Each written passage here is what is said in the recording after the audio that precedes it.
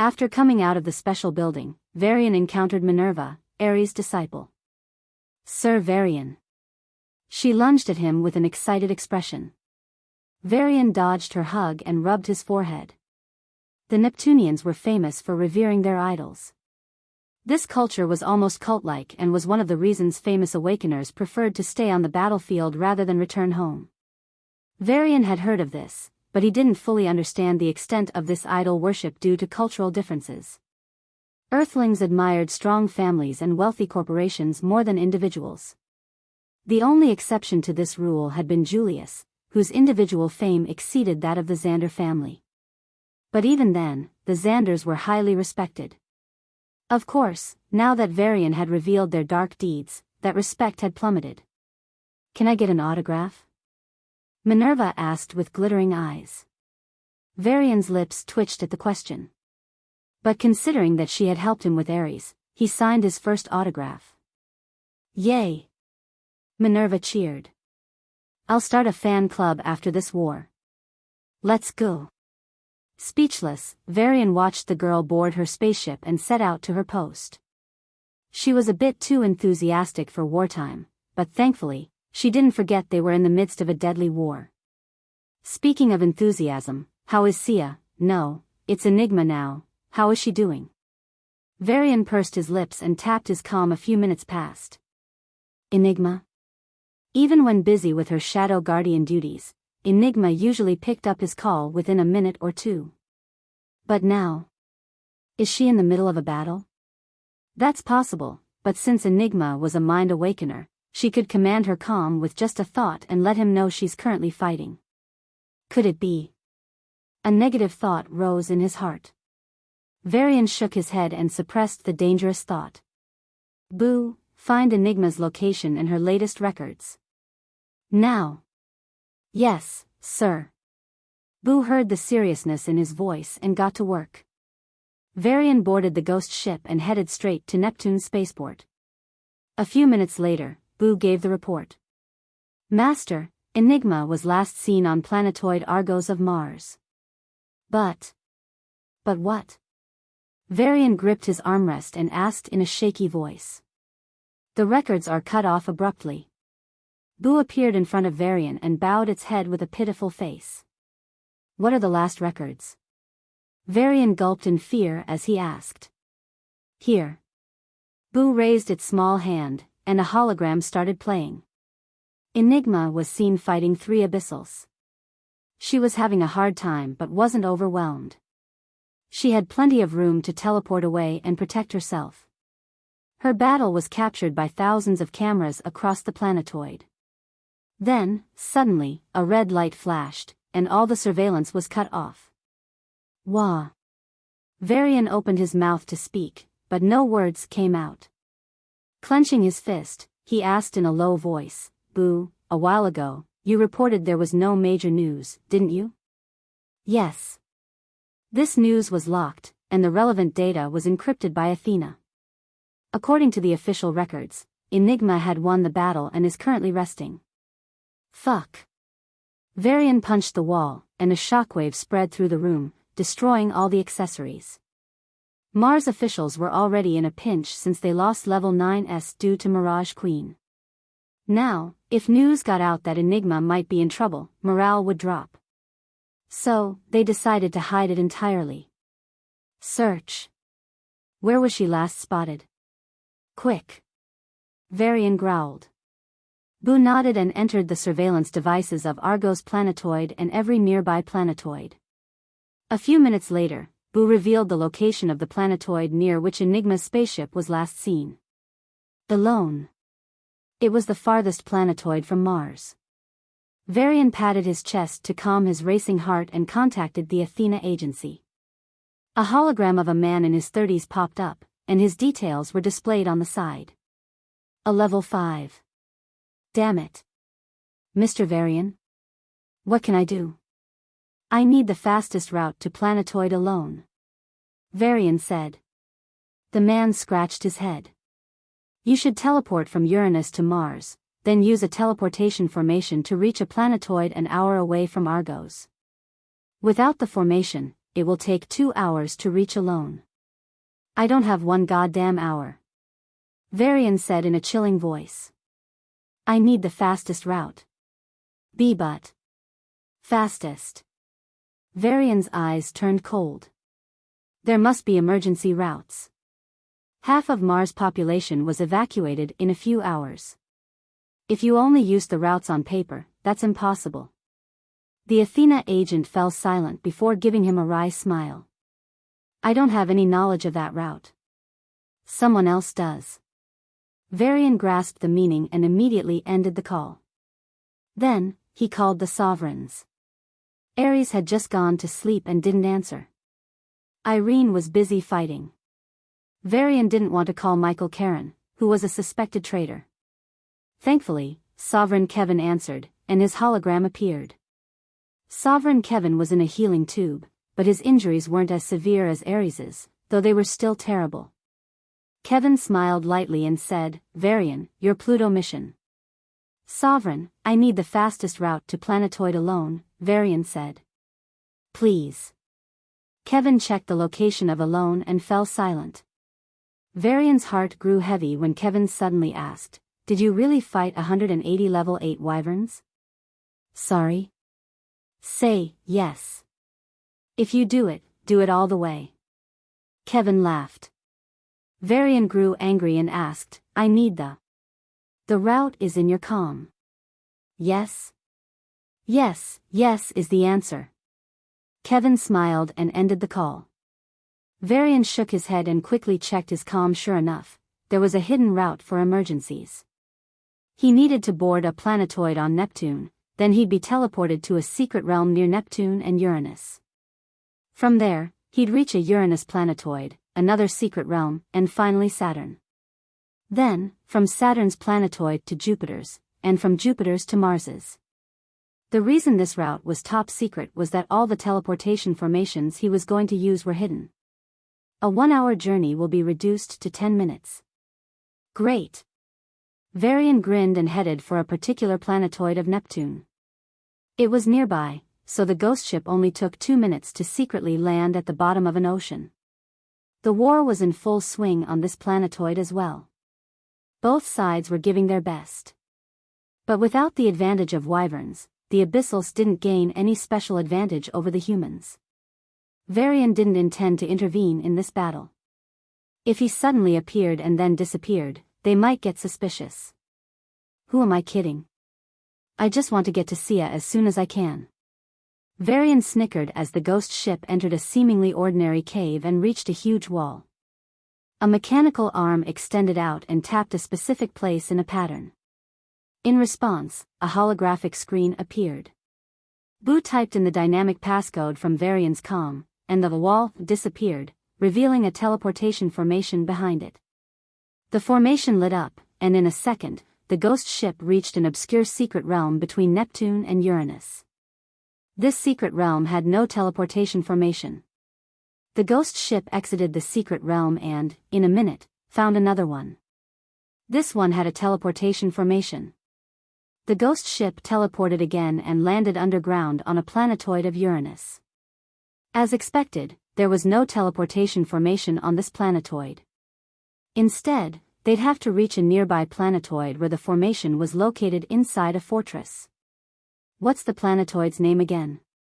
Boo checked the map and answered in a low voice, Hellsong. The ghost ship streaked across the endless dark expanse of space at breakneck speed. The space subsystems worked continuously, loosening and hardening the space around it to maintain top speed. The stealth subsystem, consisting of light and darkness components, also worked tirelessly. Using these two powers, the ghost ship achieved a stealth level hard for even level 9s to detect. In 2 minutes, the ghost ship reached a reddish-brown planetoid. With a gesture, Varian's seat moved to the edge, and he gazed out the window. Hellsong. A planetoid that had turned into a nightmare for even the greatest military tacticians.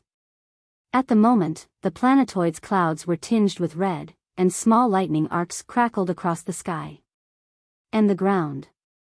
Varian abruptly stood up and stared at the planetoid's surface. The abyssal armies, almost 500,000 strong, were now marching into 5 giant fortresses. Oh shit. The teleportation formation. Varian's face turned grim. The secret teleportation formation was under one of these fortresses. If the Abyssals found it, the time for him to reach Enigma would increase greatly. The ghost ship had already reached the clouds, and the situation became clear. The Abyssal army was slaughtering the human army. The level 8 Abyssals were unleashing terror, decimating the army as if stepping on ants. Varian noticed that there were no level 8 humans fighting these level 8 Abyssals. Not one. Varian's breath turned haggard, and he placed his hand over his chest. Please stay alive. Stay alive. The fastest way to get to the area below the fortress was through the fortress itself. According to the information Sovereign Kevin sent, the commander of the fortress was the only one with access to that area. Hellsong's fortress commander was a peak level 8, but not even a low level 8 was in sight now. Varian watched the carnage unfold before his eyes. He wanted to help, to intervene. But Sia's face flashed in his mind, the time she spent under Roxanne replaying like an endless loop. Varian lowered his head and gritted his teeth. In the end, he made his choice. Boo, go to the fortress. We'll break into the underground. Before he could finish, a red light flashed and flickered in the sky, and the ghost ship veered to the left. A red lightning bolt exploded right behind the ghost ship, painting the sky a vivid red. Before the ghost ship could stabilize, 10 more reddish lightning bolts struck. Boo realized then that this wasn't a random attack but a pre-planned one. Master, someone is. Varian appeared in front of the ghost ship and slapped at the lightning bolts. The attacks scattered in different directions and exploded among the Abyssal army, killing thousands. Varian didn't spare them a second glance. Instead, he looked at the Abyssal who had suddenly appeared before him. Clad in full-body crimson armor, it was clear this Abyssal was not from the solar system. What really stood out was his killing intent. If everyone's killing intent was like air, this one's was like thick fog. But Varian wasn't in the mood to think about that. He had only one goal now, to reach Enigma as soon as possible. He had already informed the people he could trust to find her, but without success. Moreover, Varian harbored a fear of losing Sia and Sarah due to his own near-death experiences. So, to this new and formidable enemy that appeared out of nowhere, Varian only said one thing: fuck off. Alec Everblood was observing the so-called monster. But hearing Varian's words, his eyes turned cold, and without another word, he raised his sword. Varian's body blurred, and in the next moment, he was beside Alec. Alec's eyes widened as he felt the space around him stiffen. His mind slowed down at the same time. An invisible force struck his wrist, causing his sword swing to lose some of its force and change direction. All of this happened in an instant, and when Alec swung his sword, Varian punched him. A muffled cough echoed as Alec crashed to the ground, raising a cloud of dust and shaking the entire battlefield within a 30-mile radius. What the? The Abyssal army, in the middle of slaughtering humans, halted. The level 8 Abyssals, who had been enjoying squashing the bugs, hissed as they turned to face this terrifying creature. Alec Everblood was strong, so strong that he defeated Batran, a terrifying dual awakener, in minutes. Even when all the level 8 humans banded together against him, he took them down easily. He even destroyed the fortress's defense barrier with just 3 attacks. Such a man. Clutching his stomach, Alec Everblood stood up from the deep crater formed by his crash.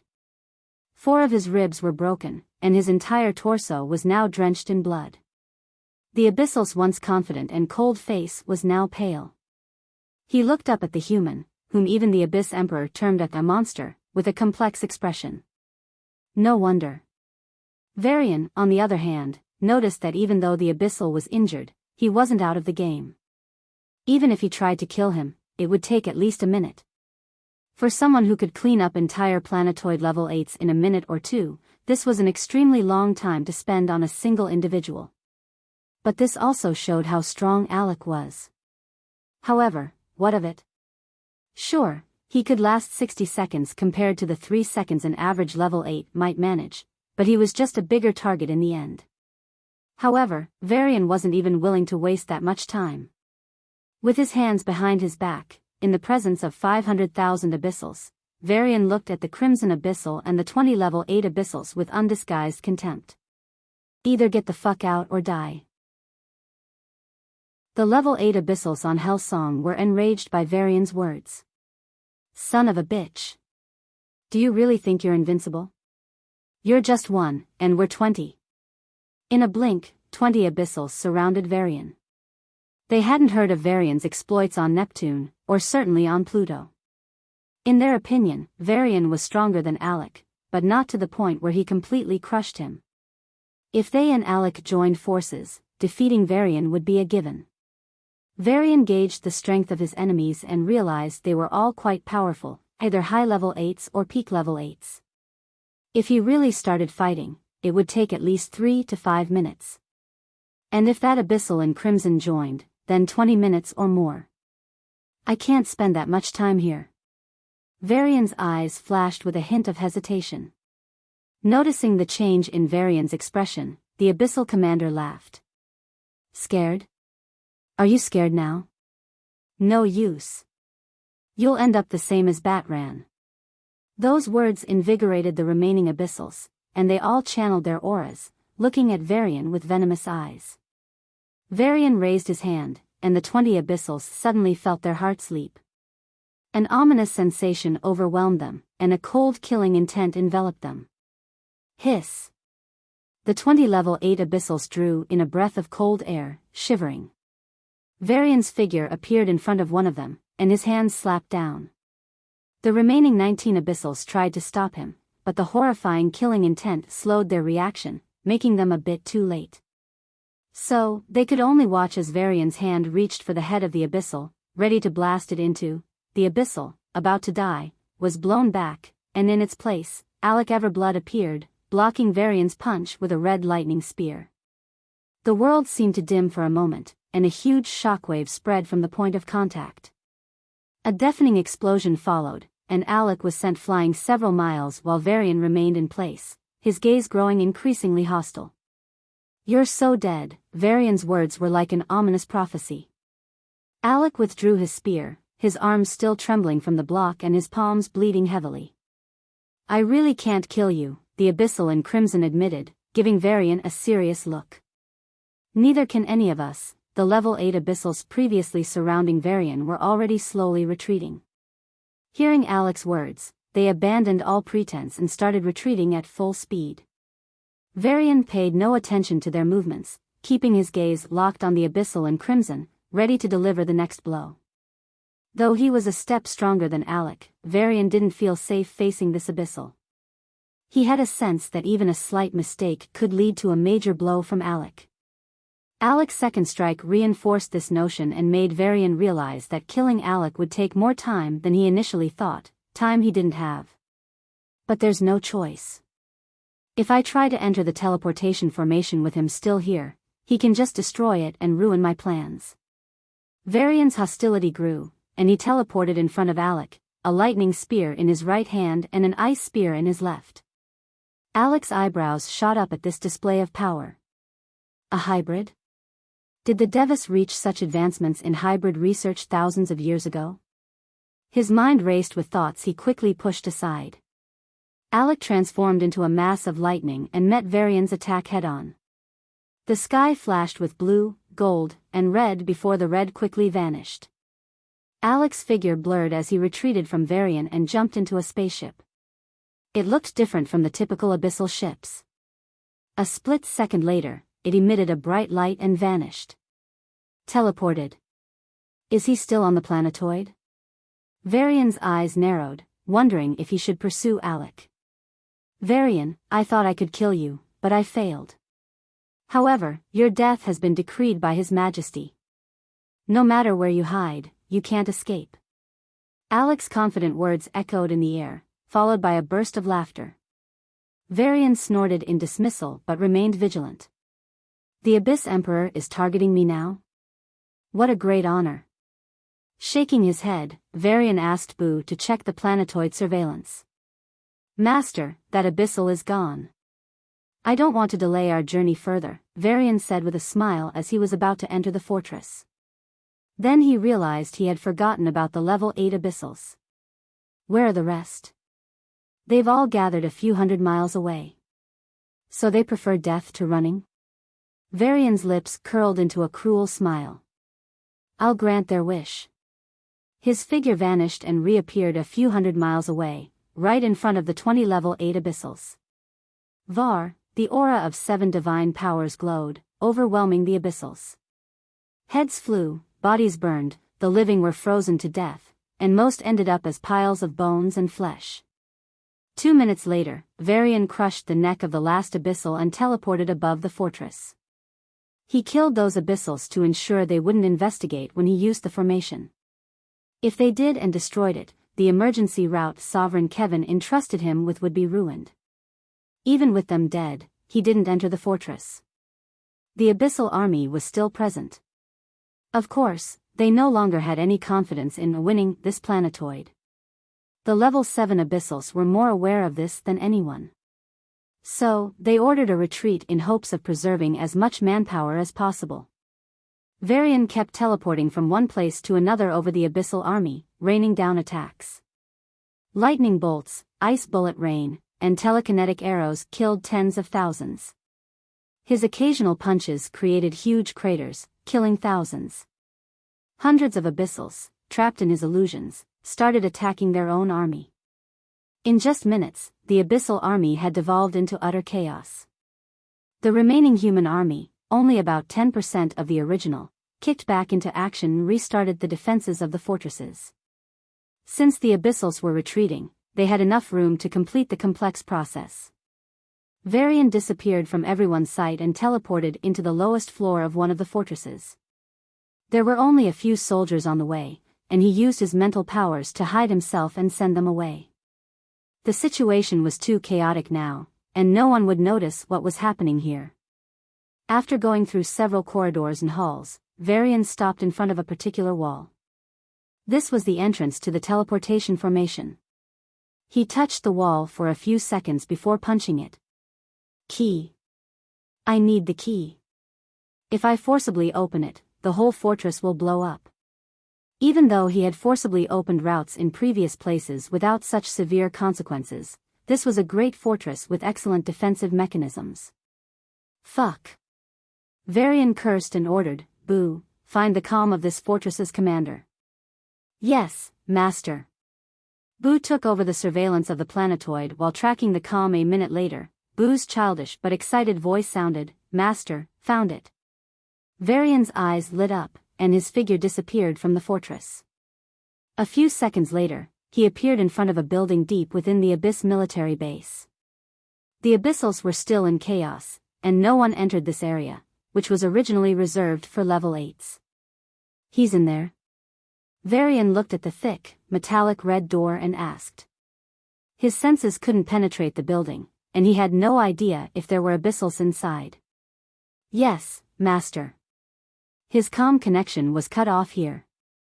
Varian took a breath and clenched his fist. He covered the entire building with a telekinetic barrier and created a solidified space barrier to seal any sound from leaking. Here we go, Varian's arm blurred, and the door squeaked violently as a fist-shaped dent appeared on it. He could have destroyed the door, but doing so might have endangered the person inside. The human commander was likely dead, but there was a small chance he could be alive. Even though Varian wanted to get the key at any cost to reach Sia as soon as possible, he controlled his impulse and decided to spend a few more seconds here. Varian's arm blurred as he threw hundreds of punches in a blink, and the door collapsed. Stepping inside, Varian sensed weak breathing and rushed into a corner room. What the? Varian flinched and stepped back. His heart skipped a beat, and he even forgot to breathe.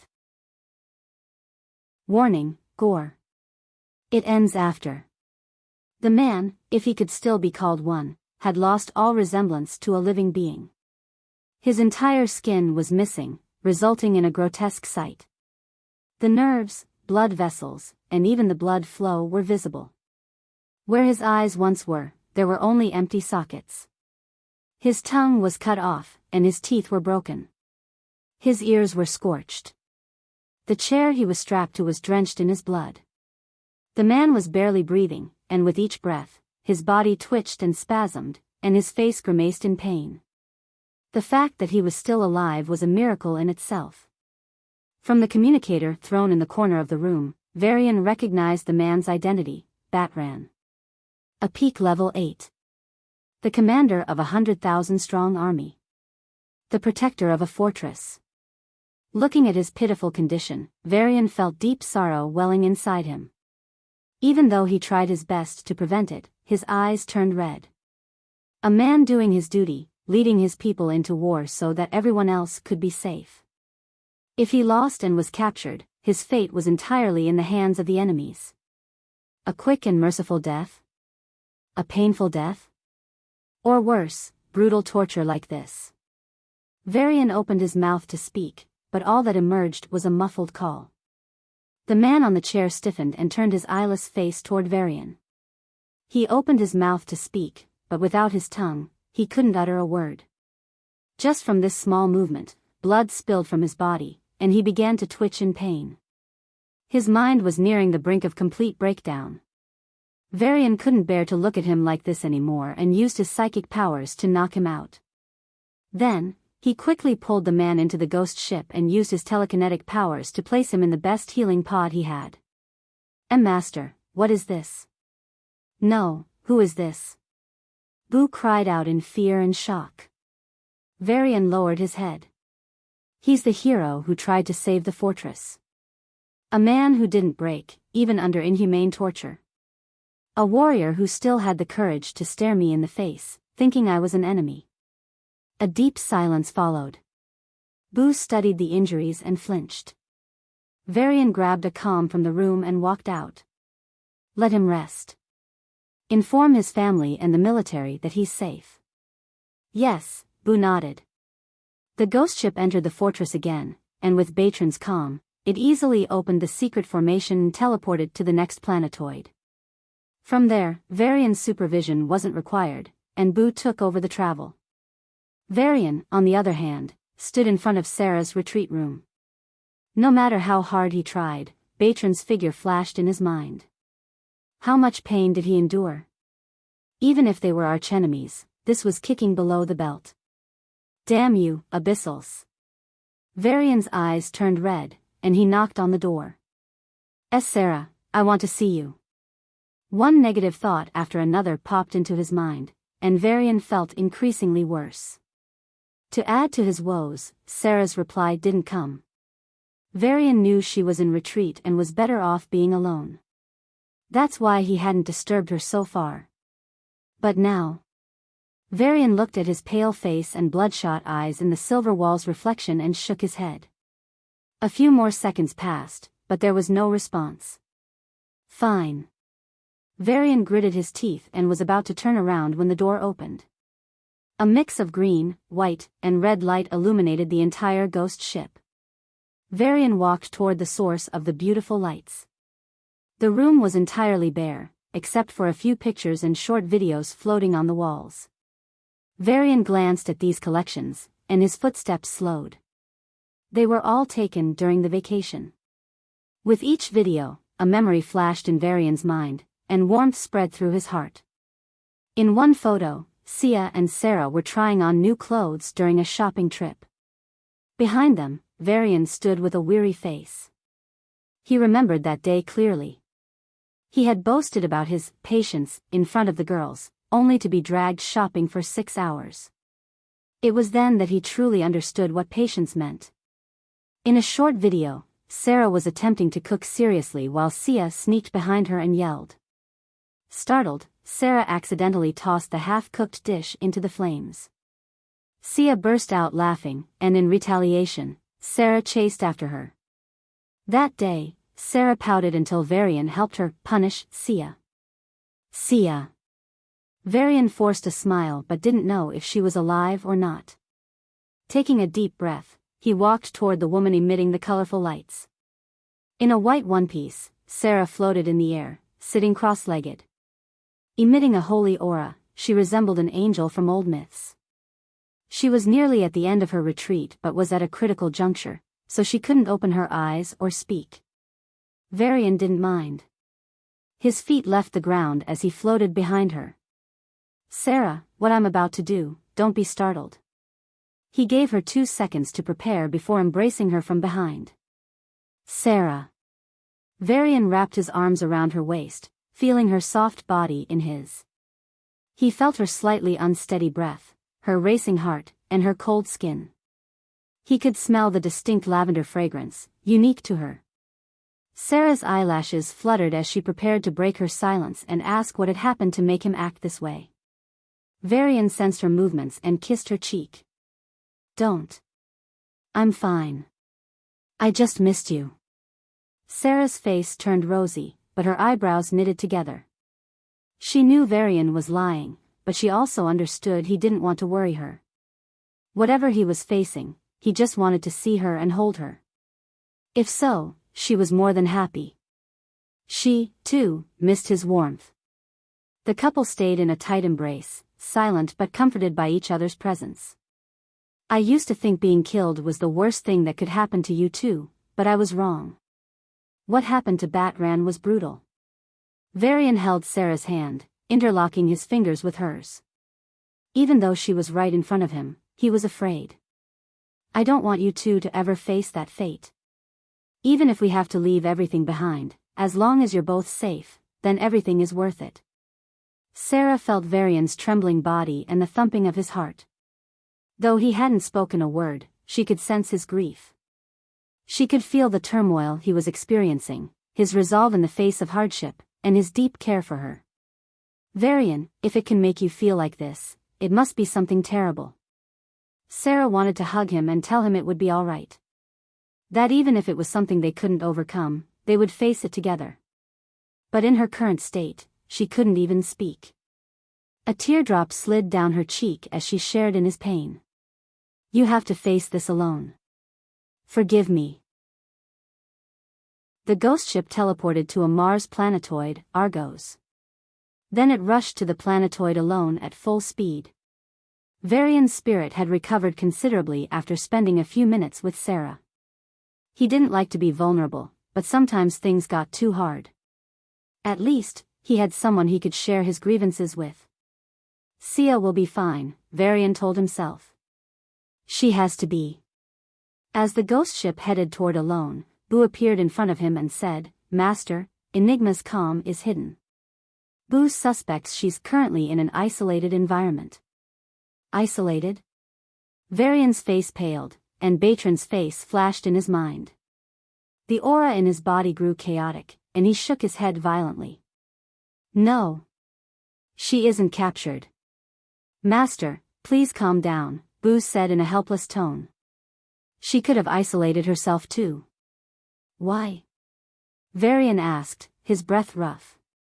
His mind was muddled, and he had a hard time thinking clearly. Boo was about to explain when Varian raised his head and shook it. "No. I have to deal with this sooner or later," Varian said and slumped into a chair. He didn't know why Enigma might have isolated herself, but he knew he wasn't in the right state of mind to think it through. So, the first thing he did was take a few deep breaths and calm his heart, which was thumping in fear, imagining the worst-case scenario. After he calmed down, Varian began to think and quickly understood. Enigma is seriously injured. So, she wants to be in a hidden location or facility so the technocrats can't find her through her comm, right? Boo opened its mouth in shock before nodding in admiration. For Varian, thinking this through wasn't a big deal, but doing it in his emotional state certainly was. Abyssals also have the capability of tracking down comms. So, Boo believes Enigma hid in an isolated facility to prevent herself from being caught. Varian leaned back into the chair and exhaled deeply. That's a relief. If it's true, it certainly is good news. But it's also possible that she could have been captured, which would explain why her comm is isolated. Boo, can you track her comm? Varian asked with a serious expression. But it'll take time, Boo replied. Do it as fast as you can. Boo nodded and put its 150% into the work. Even though Boo didn't say it out loud, it was really worried about Enigma's safety. Almost mute woman who always likes wearing black, don't die.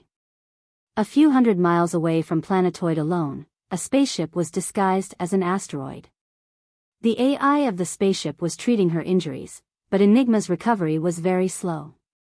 When the precious potions tried to heal her, the strong killing intent enveloping her rendered them less effective. And no, I don't want to go. Beads of sweat rolled down Enigma's forehead as her body writhed in pain. She never had to risk her life. There was a choice she could have taken when her life was in danger. She always had that choice. But if she went that route, Enigma wasn't sure if she could ever wake up again. She'd be trapped in endless darkness. It's like sleeping and never waking up. It might as well be death. At this moment, 6 spaceships approached the fake asteroid. The ships of the Abyssals. Sir, she's here. A thin human in a white coat pointed at the asteroid a few hundred miles away. Are you sure? The Abyssal on a throne, adorned in scarlet armor, crossed his right leg over his left and asked in a calm voice. Yes, yes. The traitor scientist nodded vehemently. It was all thanks to the special treasure the Abyssal gave him. Using Enigma's blood, it acted like a compass. Great. Vlad Stryker stood up with a beaming smile. The other 4 blood heirs had their own tasks, and he was the one who took up the job of hunting down Enigma. If Enigma hid in a human military base, he would have had a hard time approaching her. But fortunately for him, Enigma had deep trust issues with humans. So she got caught, and there was no way she could escape. Ha ha ha ha. Vlad Stryker clenched his fists, preparing to beat her to death. Go faster. I can't wait to break all her bones.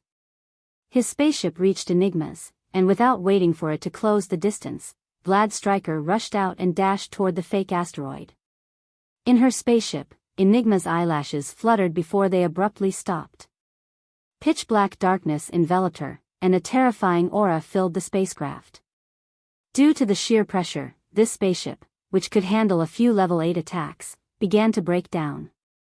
Enigma's body stood up. Like a cloak, darkness filled her, and her form changed. Her violet hair turned pitch black, her body became more curvy and mature, and her face was covered by a veil of darkness, hiding everything but her pitch-black eyes. Raising her head, the woman turned toward the approaching Abyssal, then shifted her attention to the ghost ship. Even if this spaceship could withstand a few level 8 attacks, Varian would still be a few seconds late. Enigma would die. So would she. With this intervention, my origin will go back to being unstable, the woman thought. She raised her hand nonetheless. She wouldn't be able to wake up until her origin stabilized, but the situation left her with no choice. To stabilize my origin, the 3 paths must return to at least celestial rank. A deep sigh escaped her black lips.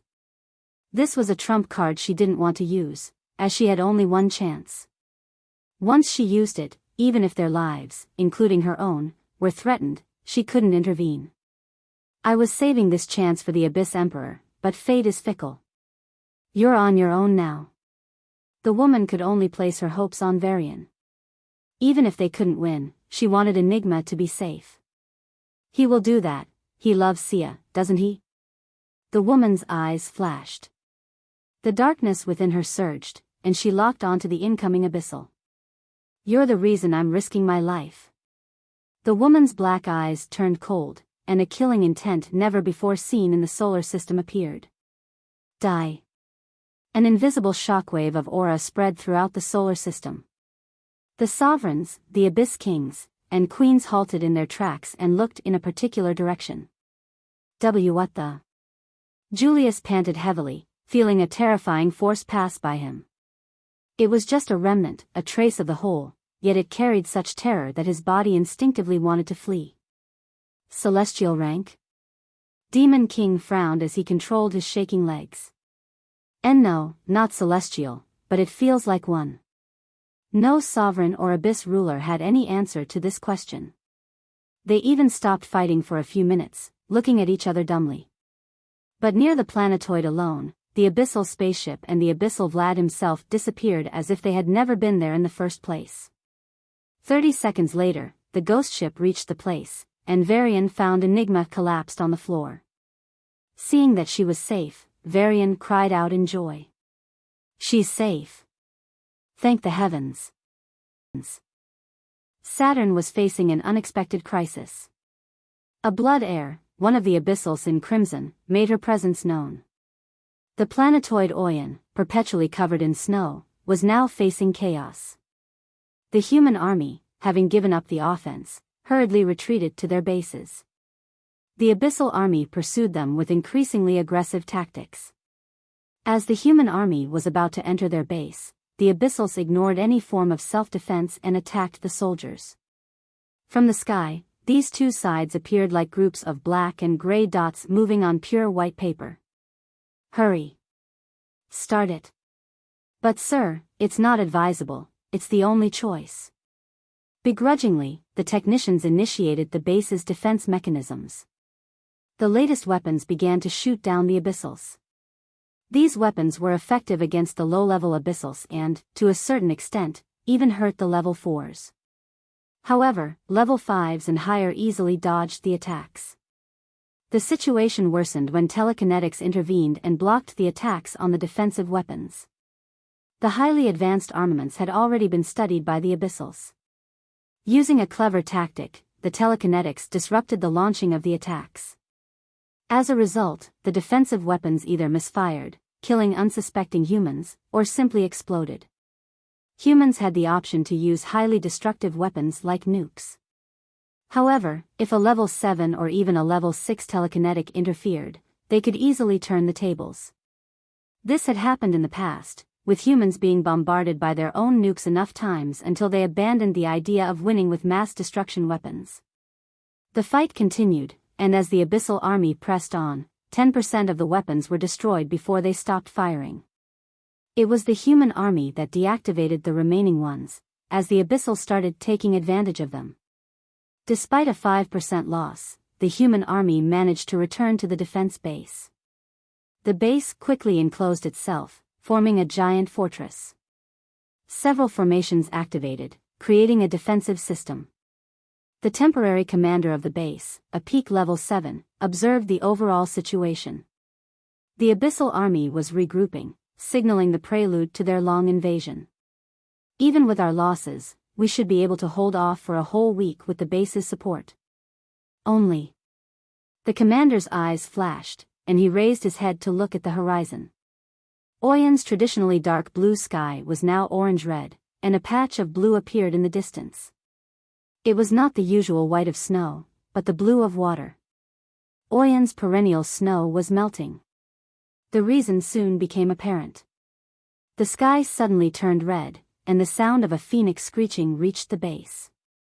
Before anyone could react, a massive explosion occurred on the horizon, and a red shockwave spread out at breakneck speed. The flames hissed like snakes, melting the snow they touched. These shockwaves spread for hundreds of miles, eventually hitting the human soldiers, causing their skin to burn. Wait! The commander held his breath, noting the chaos in the Abyssal army outside. The snow they had been standing on had turned into ankle-deep water. Although this was no issue for the stronger Abyssals, most of the army consisted of low and mid-level awakeners. We can use this chance. The commander's eyes shone brightly. If someone had seen Oyan from space at that moment, they would have noticed that a tenth of the white planetoid was turning blue. Water, folks. The commander ordered. Yes, sir. A few thousand soldiers stepped forward. The commander glanced at the increasingly red sky one last time and made a final decision. He smiled at the water regiment and said, "Give your everything and create the best opportunities." Then, he turned to the main army with a scorching gaze. Brave men and women of Oyan. Yes, sir. The military base shook with their roar. We will all die, he said in a calm tone. Even though the soldiers were already aware of this, hearing it from their highest superior still dimmed their eyes. But The commander stretched his hand toward them. Your death, he clenched his fist and raised it to eye level, it's still in your hands. At those words, brimming with valor, the 100,000-strong army stiffened. Choose, the commander roared. You can have an insignificant death when that crimson abyssal eventually wins and kills us like cannon fodder. Or, he took a deep breath and raised his voice even further, you can die killing an abyssal or two. You can die fighting. Like a real soldier. As a real human. The commander turned around and jumped into the abyssal army, leaving behind his final words. Choose. The brave men and women felt their blood boil as they not only accepted their death but also chose it. Kill. The abyssal army was still in the middle of changing their tactics due to the sudden water when the ground shook. 100,000 men and women rushed out of the defense base, launching a horrifying attack. The abyssal army was dumbfounded by this reversal.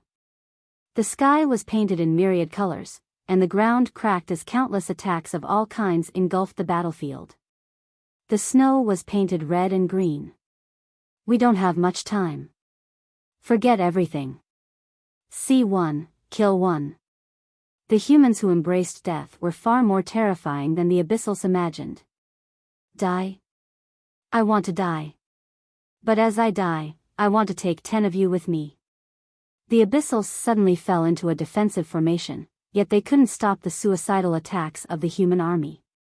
Due to these mad tactics, each human endured far more pain and injuries than an average Abyssal. But it didn't matter to them. Even as their blood spurted like a fountain and their flesh was sliced, they marched forward. I killed 4 Abyssals. I killed 2.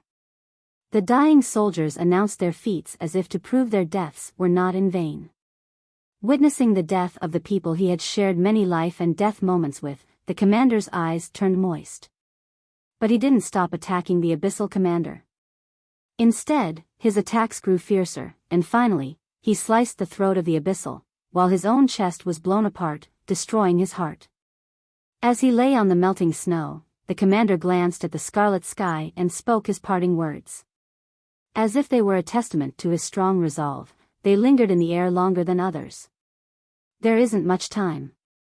Die well, my fellow brothers and sisters. I'll see you on the other side. On the high skies of Planetoid Oyan, giant birds made of flames screeched at a man in blue clothes as they approached him. Their red-flamed bodies burned blue for a moment and were about to explode. The man had already experienced these blasts and was prepared. With a swipe of his hand, the snow on the ground rose to the clouds and enveloped the flame birds. Then the snow hardened into an ice shield, sealing the unruly creatures. But before the man could catch a break, the ice shield started to crack, and thin but potent beams of fire seeped out. Not again, the commander said, slapping his hand toward the flames. A huge mass of snow from the ground flew to the sky and enveloped the ice shield. The flame creatures tried their best to break out, but after realizing it was impossible, they decisively blew themselves up. The ice shield blasted into pieces, and the temperature of the surroundings quickly rose. No matter what, he had solved the current crisis. Have you forgotten me?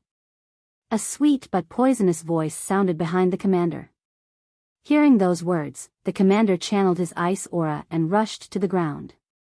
Seeing the man escape without even trying to fight her, the abyssal in crimson covered her mouth and let out a burst of laughter. But her scarlet eyes were brimming with killing intent. She had just received a message from Pluto. Varian destroyed the teleportation formations. So, we can only rely on the other plan. Hurry up. Even though there were no detailed explanations on how he did it, Elvira was impressed nonetheless. Facing the army of an entire planet, surviving 200 wyverns of his level, and still coming out on top. What a man. She was filled with admiration for this monster she had never met. His feats were something even she had to look up to. But that's precisely why.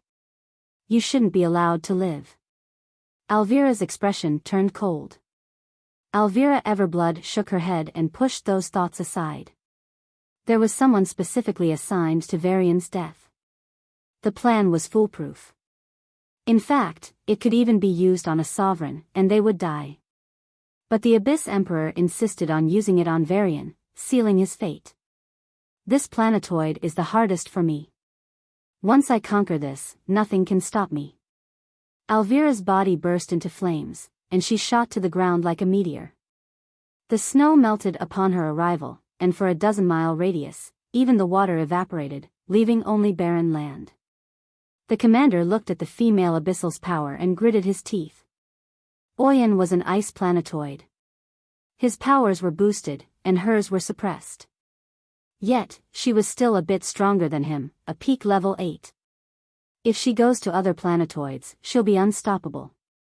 The commander's eyes flashed with resolve, and he decided to kill her at the cost of his own life. Die. The temperature plummeted, and a chilling sensation spread through Alvira's body. Before she knew it, snow reached her feet and began to crawl up. Humph. Alvira lit up like a human torch, and the falling temperature was forcibly raised. But the snow, infused with a lot of water mana, refused to melt. Is this the best you can do?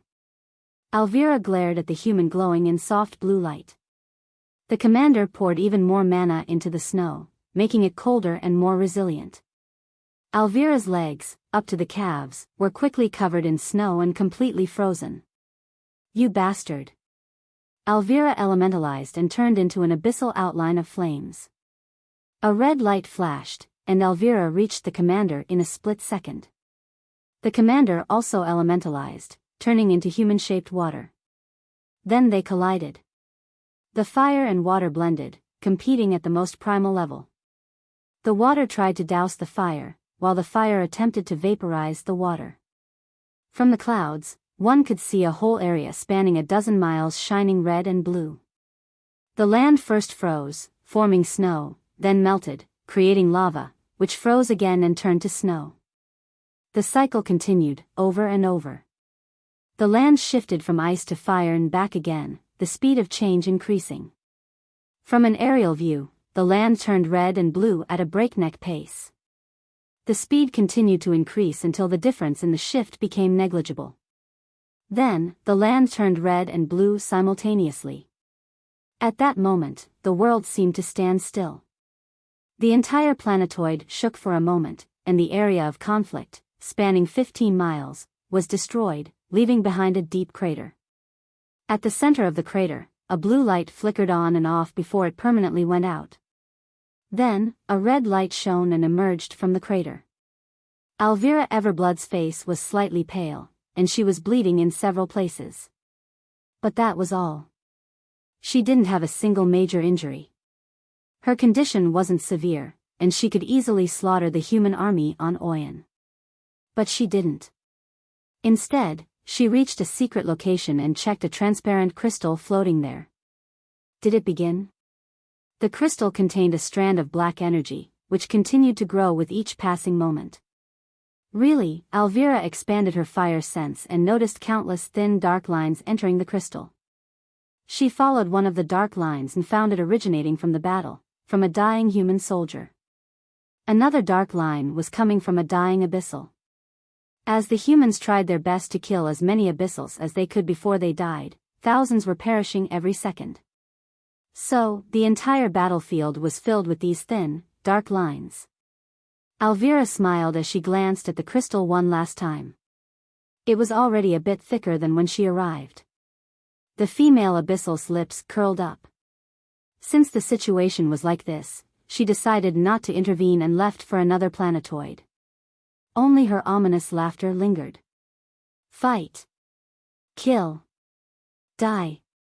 Whatever you do, you're digging your own grave. Humans are in for a nasty surprise. Ha ha ha ha. The Federation suffered significant losses due to the Abyssals, or as they call themselves, the Blood Heirs. 4 of them have appeared so far. Alec Everblood conquered Hellsong of Uranus. Alvira Everblood destroyed Oyen of Saturn. Vlad Stryker crushed Alone of Mars. Veritas Strike decimated Noir and Yoid of Jupiter. Master, which one should we target? Boo asked with an apprehensive expression. Varian glanced at the holograms of the 4 Abyssals and focused on the one he first encountered, Alec Everblood. The torture commander Batran endured flashed through his mind, and Varian's eyes turned cold. "This one," he said, pointing at the hologram. Boo nodded, and they entered the teleportation formation. Varian checked on Batran, whose physical injuries were now half-healed. It would take at least an hour for him to wake up. Then, Varian went to the room where Enigma was recovering, and his expression softened. He was mostly worried about Sia, but he was also slightly concerned about Enigma. The events that befell Batran shook him to the core, and Varian was having second thoughts about letting Sia enter the battlefield in the first place. For her safety, it's best if she stays on the ghost ship. The sound of Enigma's gentle breathing filled the room. Looking at the silver-haired woman's sleeping face, Varian realized how rarely she showed such a peaceful expression. She's always caught up in one thing or another. Enigma was capable of fighting 2 nightmare abyssals, but since she sent Seth to Pluto to help him, she had to fight 3. Otherwise, the Blood Heirs wouldn't have been able to launch a surprise attack on her. Even though he didn't mean for it to happen, he felt responsible for her condition. Without Enigma's participation, the level 9s of Mars were unable to stop the nightmare abyssals. Out of the 60 planetoids of Mars, 15 had fallen, a staggering 25%. The army had managed to kill a few nightmares, and now only 4 remained. However, the army had no solution to stopping these 4. Every available powerhouse was already deployed and engaged in battle. The only good news was that these nightmare abyssals were recovering from their injuries and wouldn't attack for another hour or 2. As Varian's thoughts continued to drift, Boo flew over with a piece of news. "Master, we are about to reach the planetoid where Alec Everblood is." Varian clenched his fists and smiled. "What? How did Vlad suddenly disappear? Wasn't Enigma knocked out?" Alec Everblood frowned, casually waving his hands. Lightning arcs shot from his fingers, bombarding the human army as they scrambled back to the military base. He had destroyed the level 8 on this planetoid and was about to move on to the next when news came that Vlad Strike, the Blood Heir who had found Enigma and was about to kill her, had vanished. Alec's mood soured, and he vented his frustration by killing the human soldiers. With each lightning bolt he dropped from the sky, thousands of humans were killed. The Abyssal didn't care. The level 7 humans on the planetoid posed no threat to him. So, he focused on communicating with his fellow Blood Heirs to find out what had happened to Vlad. After all, aside from sovereigns, Enigma was the second highest priority target. She was severely injured and unconscious, providing the perfect opportunity to kill her. Missing such a chance was unacceptable. Damn pests. Why can't these humans just die? Alec gnashed his teeth and raised his hands. Lightning crackled around his fingertips and coalesced into a massive sphere. The human army, just entering the military base, panicked at the sight. They had activated the defenses and erected a hemispherical barrier. However, with the barrier already half damaged, there was no chance of blocking the full-fledged attack from this likely peak level 8 abyssal. Alec's lips curled into a smile, and he clenched his fists. A yellow light flashed in the sky, and the lightning sphere reached the military base in an instant. The 50,000 soldiers in and around the base channeled their aura, determined not to accept death without a fight. The lightning sphere shattered the barrier on contact, and small arcs of lightning leaked out, raining down on the soldiers. Hundreds of explosions echoed as everyone who touched the lightning arcs turned to ash on the spot. The level 7s in the base gritted their teeth and rushed toward the lightning sphere, desperately trying to slow it down and buy time for the soldiers to escape. Alec watched with interest. Even if they did succeed, which was highly unlikely, he would ensure every last soldier met their end. Of course, the Abyssal army wasn't sitting idle either. Whether he acted or not, the human army was doomed. "Vlad, I'll avenge you with the lives of 1,000,000 who..." A muffled sound erupted from the sky, and something crashed into the ground. A colossal crater, 5 miles wide, formed in an instant, and a thick cloud of dust rose to the clouds. The level 8 abyssal commanders, overseeing the situation, were shocked by the sudden event and extended their senses to the crash site. Wah! Before they could react, a golden light dispersed the dust, and Alec Everblood appeared above the crater. His armor was cracked in several places.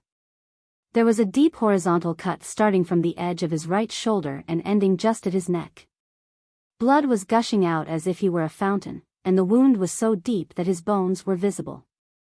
The attack was supposed to slit his neck. He barely avoided it and got his shoulder cut. The level 8 Abyssals realized something and felt their bodies grow cold. Alec Everblood ignored the injury and stared at the man floating in front of him. A handsome young human looked back at him with a ruthless gaze. Alec's killing intent surged, about to envelop Varian. If used properly, killing intent would cast a psychological shadow on enemies, preventing them from using their full power. The Blood Heirs also had a terrifying killing intent and used it to kill enemies as strong as themselves. Even if you're strong, I can still greatly injure you. Alec's eyes turned red as his bloodlust reached a new peak. The thick red mist surrounding him, his killing intent, enveloped Varian. But Varian's expression didn't change at all. He didn't even blink. Alec's eyebrows twitched at his lack of reaction, and an ominous premonition filled his heart. Wait, how is? He didn't even have time to think as a blue light flashed in the sky, and Varian teleported in front of him, his fist about to smash Alec's head. Alec hurriedly put on his lightning armor and was about to elementalize to avoid the physical attack. But Varian's psychic power struck his mind, preventing Alec from fully elementalizing. Then, the space around him solidified, and an invisible force appeared, holding him in place. The temperature of his body plummeted, and Alec's blood almost froze. As if it weren't enough, foreign lightning mana entered his body, preventing his own lightning mana from mounting a solid defense. Unable to fight back in the slightest, Alec recently realized the horror of Varian's strength. With so many powers, how could anyone at the same level stand against Varian? If they aren't careful, even level 9s could suffer a fatal blow from the deadly combination of these powers. Thankfully, Sanguik will kill him. That was Alec's last thought before Varian's fist blasted his head into pieces. Varian cleaned up the level 8s on the Planetoid in minutes and returned to the ghost ship, only to find Enigma sitting on her bed, rubbing her eyes. Congratulations for almost dying, Enigma said, rolling her eyes at the sarcastic comment. She hopped off the bed, clicked her comm a few times, and called, "Boo, drop me on Ellis Planetoid. It's under attack by a nightmare." Boo materialized in front of her and nodded with a smile. "We'll be there in 5 minutes." "No, we won't," Varian interjected, standing between Boo and Enigma. He glared at her. "You nearly died. Do you want to go there again?" Enigma crossed her arms with an impatient expression. "If I don't go, Seth will die." "Well." Varian frowned, considering the complexity of the situation. Even though Enigma had recovered, she wasn't back to her peak. At her peak, she could hold her own against 3 nightmares and win against 2. Now, she might barely hold her own against 1. "Boo, hurry up," Enigma said, nudging the little ghost.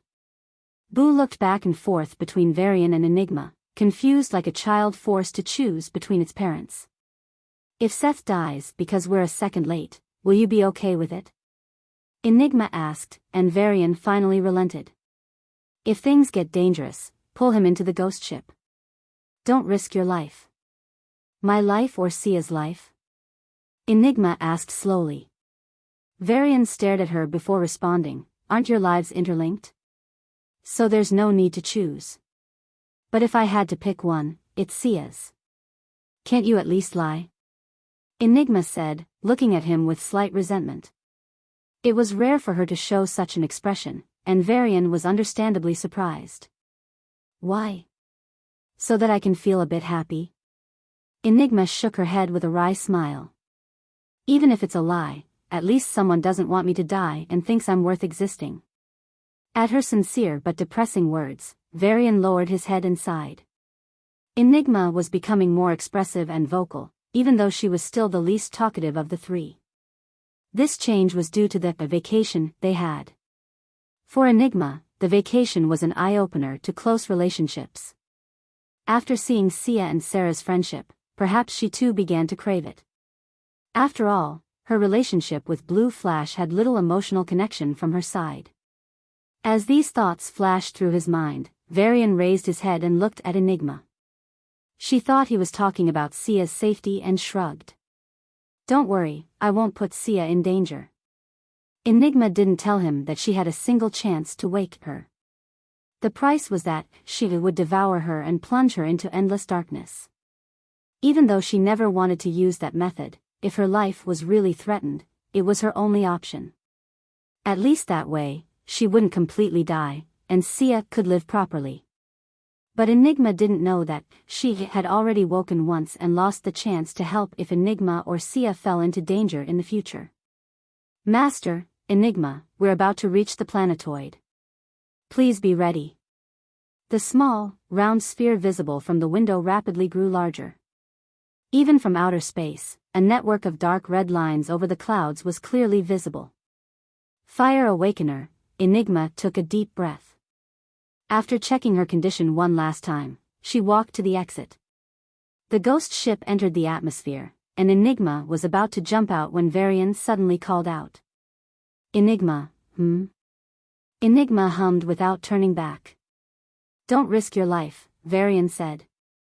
"I told you, Sia's life wouldn't be in danger, not Sia's, but yours," Varian stressed.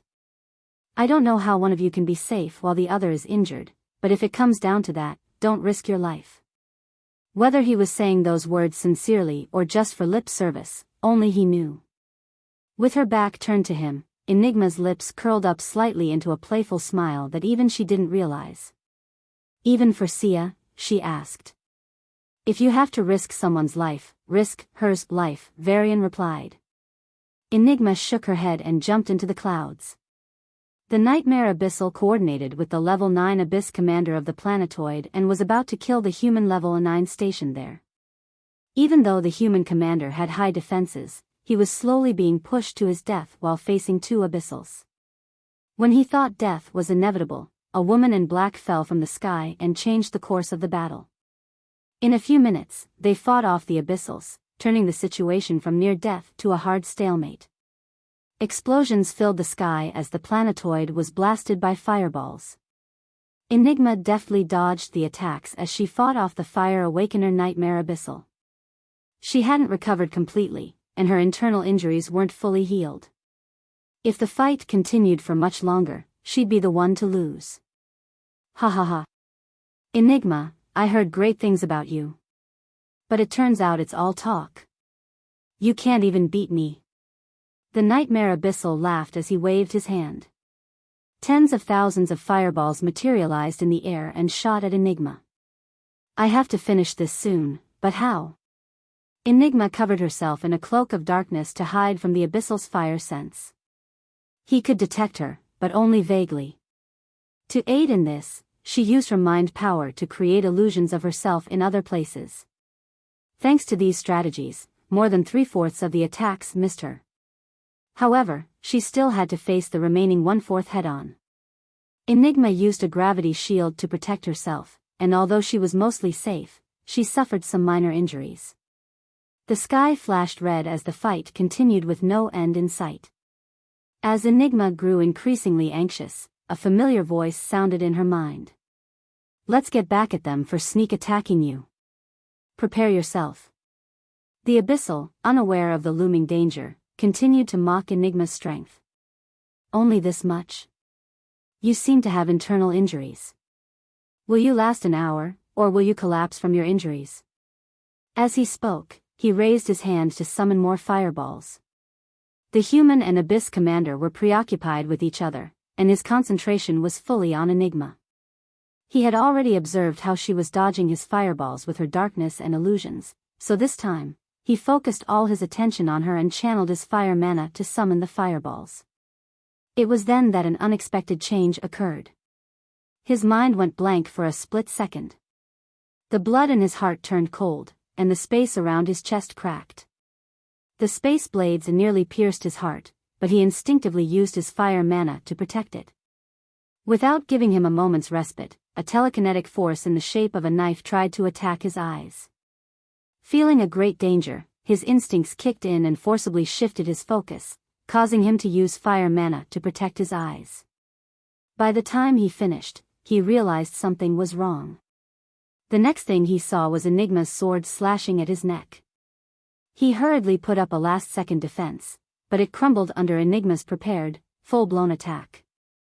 The Abyssal severed head hit an invisible spaceship and shattered into pieces. The waters of the ocean split as an Abyssal dashed above them at supersonic speed. His right arm hung barely by the shoulder socket, while a large gash on his back continued to bleed profusely. Who interfered at the critical moment? The Abyssal clenched his fists and increased his speed. He had already crossed half of the ocean, and once he reached the shore, the military base would shield him from the monster chasing him. Once I find you, I'll give you a gruesome death. The world suddenly shook, and it started to rain, or at least, that's how it appeared. The part of the ocean behind the Abyssal was blown away, and the water began to fall like a drizzle. Enigma's figure shot through the rising waves, quickly reducing the distance between them. I can't escape, the Abyssal gritted his teeth and pointed his hand at the woman. An invisible force radiated from him, turning into 10,000 small needles, each tipped with a glowing green liquid. This was a trump card the Nightmare Abyssal intended to use against the fairies after returning to the Abyss Empire. But as the strongest and last surviving nightmare, he was forced to use it just to survive. But no worries, under the rain of these ultra-poison needles, even Enigma will be helpless. I just need to, arg. As expected, a psychic force attacked his mind, trying to prevent him from launching the attack. But he had anticipated Enigma's psychic assault and was prepared for a third party to attack him using telekinetic or mind powers. For some reason, the third party didn't intervene. Still vigilant, the Abyssal fired the poisonous needles at Enigma in an instant. They encircled her from every direction. If these needles formed a sphere, Enigma would be at its center. No matter how she tried, she would be hit. The Nightmare Abyssal smiled brightly as he prepared to witness Enigma undergoing critical injuries.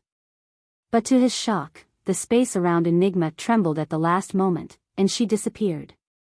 Oh damn. He hurriedly pulled back the needles, but a presence appeared behind him right then. The air turned sharp for a second, and the Abyssal felt a sting on his neck. The presence behind him vanished without a word. Huh? What the hell? The Abyssal turned back to check. Everything appeared normal. Wait. His body was still in place, only his head moved. What sharp swordsmanship. The Abyssal's body fell into the ocean powerlessly. Are we done? Enigma asked as she lay down for minor healing. Varian examined the holograms and sighed. He and Enigma had already killed all the new level 9s that arrived on Mars. However, the time they started this operation was quite late, already 30 of the 60 planetoids had fallen to them. Moreover, the situation forced some level 9 humans to deal with 2 or more Abyssals with strengths equal to their own. As a result, these level 9 humans were either killed, seriously injured, or in the middle of a bitter battle. With the Nightmare group dying, a lot of troubles are gone, Varian shrugged. But a lot of our level 9s are facing pressure.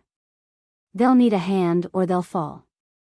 Listening to his words, Enigma's chest heaved up and down as a sense of fatigue rose in her heart.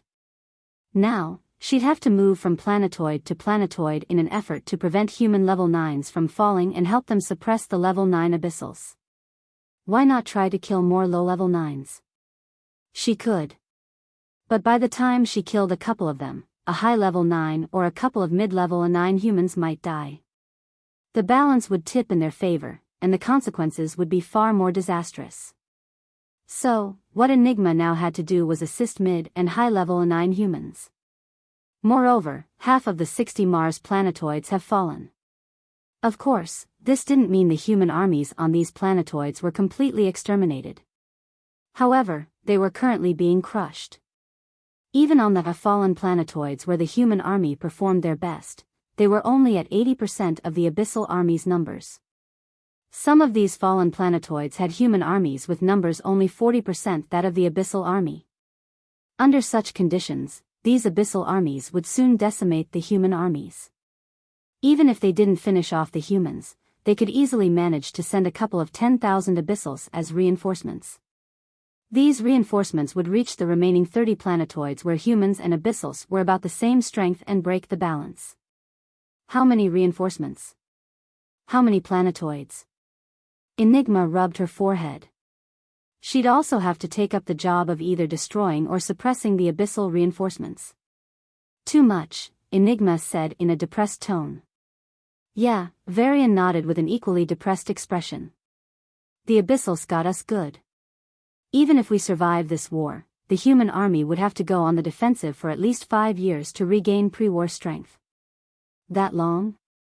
Entire planetoids are wiped out, Enigma, Varian gave a wry smile. We and they lost roughly the same amount of level 9s and level 8s. But for level 7s and below, the human army experienced terrible losses. Enigma pursed her lips and nodded. The casualties in this war were likely in the tens of millions. She wouldn't be surprised if the number reached 100 million. What's worse, these were only the casualties so far, and the war had barely begun. Don't think too much, Varian said in a consoling tone, as if he knew what she was thinking. We can't fight wars without casualties. Enigma paused at his words and observed Varian carefully. He's too calm about this. On second thought, Varian had personally led a crusade against the Abyssals and was responsible for the deaths of over 20 million. Unlike her, he might already be used to such large-scale death. A saying from old Earth flashed through her mind: the death of a single man is a tragedy, the death of 100 is a horror, but the death of 1,000,000 is a statistic. Enigma shook her head. Varian might have grown stable, but he wasn't apathetic. When she woke up, she could see the turmoil of emotions in his eyes: worry, grief, guilt, and fear. Only after Boo told her about Batran did she realize why he was in such turmoil. Enigma was unwilling to believe that such a man could become completely cold-blooded. Varian, unaware of her thoughts, focused on the hologram in front of him and highlighted a spot between 6 planetoids. Enigma, go help the level 9s. I'll take on the task of stopping the reinforcements. If I can beat back the armies from 10 planetoids, the remnants of our forces on those planetoids can handle the rest. What about them? Enigma's eyes flashed with a coldness. The Abyssals in red armor. 4 of them appeared. I killed one. Another disappeared for some reason. 2 are left, Varian explained. If I prioritize killing them, there's a risk of these reinforcements overwhelming Mars planetoids. If we lose all the planetoids, Mars might be invaded. I see. Enigma nodded with a complicated expression. Those 2 Abyssals would kill millions and lead to the fall of a couple of planetoids, no doubt. But Varian preferred it over a Mars invasion. A sacrifice he deemed unavoidable. So, these armies decided to send part of their forces as reinforcements to other planetoids. Brothers. Sisters. Show those puny humans our power. Kill. Kill. Kill. We'll conquer your planetoids first. Then it's your turn, Martians. For our empire. For our race. For peace. For prosperity. Loaded into 100 ships, 30,000 Abyssals were en route to the nearby planetoid, Rhodes. Rhodes was at a critical juncture, with 300,000 humans facing an equal number of Abyssals. The 30,000 reinforcements would tilt the balance in favor of the Abyssals. Depending on the situation, Rhodes could receive an additional 30,000 to 60,000 reinforcements. No matter how hard the human army fought, they would be crushed, and Rhodes would be conquered. Or at least, that was the plan. Sea Captain, who is that guy, and what is he doing here? The vice captain of the fleet pointed out the window and asked. Huh? The captain followed his subordinate's gaze and saw a young man in white in the dark space, just 300 miles away, right in front of the fleet. Normally, their ships should have detected him. Even if they hadn't, the pilots should have. But only the peak level 7 vice captain was able to sense the presence of that man. This means. The captain's eyebrows jumped, and he yelled at the top of his lungs. Turn around. Escape. Now. His order was broadcast across the 100 ships, and every abyssal was confused for a moment. But they didn't disobey the superior's command and cooperated. The pilots turned the ships around. Though slightly dissatisfied with fleeing, they followed the orders. But when the captain yelled the most dreaded name, Varian, the pilots let go of all inhibitions and supercharged their ships. As a result, the 100 ships fled in all directions. What the? Varian, who had just teleported to the main ship, was dumbfounded as he watched the ships disperse. Even if he tried his hardest, he could only catch 5 or 6 before losing sight of the rest. These spaceships were incredibly fast. But Varian wasn't about to leave it at that. Lightning arcs crackled around his body like snakes, and with a snap, the arcs teleported to 5 distant spaceships. The spaceships were struck by lightning. Under the wrath of the lightning, not a single abyssal survived. Even the captain, who was unlucky enough to be in one of the 5 attacked ships, was burned to a crisp. In the dark of space, the exploding spaceships resembled beautiful fireworks.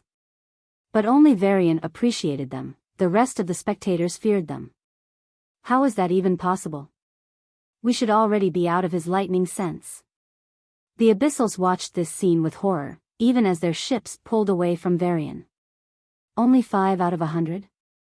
Varian shook his head and channeled lightning mana along with space power. This time, he also added his water mana, telekinetic, and psychic powers. Soundlessly, a few dark green seeds appeared on Varian's palm. Let's test my ranged attacks. Varian smiled and used his space power to teleport his powers to the enemy location. The lightning mana that was leaving his body and turning into bolts was teleported to the spaceship's midway. It completed the transformation after teleportation and struck the enemies. The same happened with the water mana, but it turned into countless ice bullets. The telekinetic power transformed into hundreds of invisible spears and destroyed 5 ships. The psychic power, on the other hand, was programmed to create a chaotic illusion. Once it was teleported near the spaceships, it engulfed the Abyssals in the illusion. The spaceships collided with each other, and the Abyssals aboard fought among themselves, sparking a carnage. Finally, the seeds that Varian teleported onto the ships sprouted into long vines in an instant and enveloped the ships. Just as the Abyssals began to react, the vines disabled the engines of the spaceships, causing them to explode in fatal blasts. What a wonderful sight, Varian said with a smile. He had just taken out 50 spaceships. The remaining 50 that he couldn't catch, he didn't pursue. Boo, where's the next reinforcement detected? It's in. 3 hours passed quickly. Enigma was busy assisting the human level 9s, while Varian focused on preventing the reinforcements. Since the reinforcements were scattered throughout the planetoid belt, Varian had to spend a lot of time traveling. Thankfully, he offset the time lost in travel with swift battles. He had already repelled 15 reinforcements and killed more than 200,000 Abyssals. But they aren't stopping their crazy plan, these suicidal idiots. The Abyssals kept sending reinforcements without pause. They dispatched 2 or 3 at a time, forcing Varian to choose one and ignore the others. Varian indeed picked one and left the other 2. However, once he dealt with the first batch, he went to the planetoids where the other reinforcements had invaded and cleaned them up. It was time-consuming, but he ensured that none of the 30 remaining planetoids were conquered. Moreover, as the Abyssals continued to send more reinforcements, the human army on these besieged planetoids gained some breathing room. In 10 of these 30 fallen planetoids, the human army formed a stable line of defense, turning the inevitable defeat into a war that could be prolonged for at least a week. However, 20 planetoids were doomed. The human army on these planetoids was reduced to less than 20% of their abyssal counterparts. Within a few hours, they would be slaughtered to the last man or woman. After repelling another batch of reinforcements, the ghost ship rushed to a nearby planetoid where a new batch of reinforcements was about to land. 40,000 Abyssals? Fuck. Varian prepared to kill as many as he could and drive the rest away. But the sky turned red, and a female Abyssal landed from the clouds. Clad in crimson armor, she looked at him with undisguised killing intent. Varian. She gripped the sharp edge of her sword so hard that her palms started to bleed. Then, she waved her hand at him. The droplets of blood fell on his face as the female Abyssal's cold voice shook the sky. I am Elvira Everblood, here to avenge my brother, Alec Everblood. The blue sky was swallowed by flames as Elvira unleashed her full power against Varian. From the sea of red flames, bursts of blue fire shot out, reaching toward the young man. Close behind was Elvira. Just 18? But you're as strong as me. Elvira twisted her fingers, manipulating the deadly blue flames to engulf the human. Facing the blue flames, which could melt even the strongest defensive metals of the Federation, Varian smirked and swatted. You're wrong. I'm not as strong as you. His left hand turned to ice, expanding into a massive ice shield. The space around the flames cracked and swallowed a quarter of them before they could reach him. An invisible telekinetic force pushed away another fifth of the remaining flames. Varian reduced the flames' power to nearly half and easily faced them with his ice shield. He looked at Elvira's hardened expression with a teasing but cold smile. I'm stronger, bitch. Elvira slapped the air in rage, but Varian teleported before her attack could materialize. You rat. Elvira's body dispersed into countless sparks and realigned 100 miles away. The spot she had stood in was now engulfed in lightning, ice, and fractured space. If she hadn't retreated immediately, Varian's attacks would have struck her. Elvira retrieved a spear from her storage ring and vigilantly looked around. Her fire sense was on high alert to detect any sneak attack Varian might launch, but this put her at a disadvantage.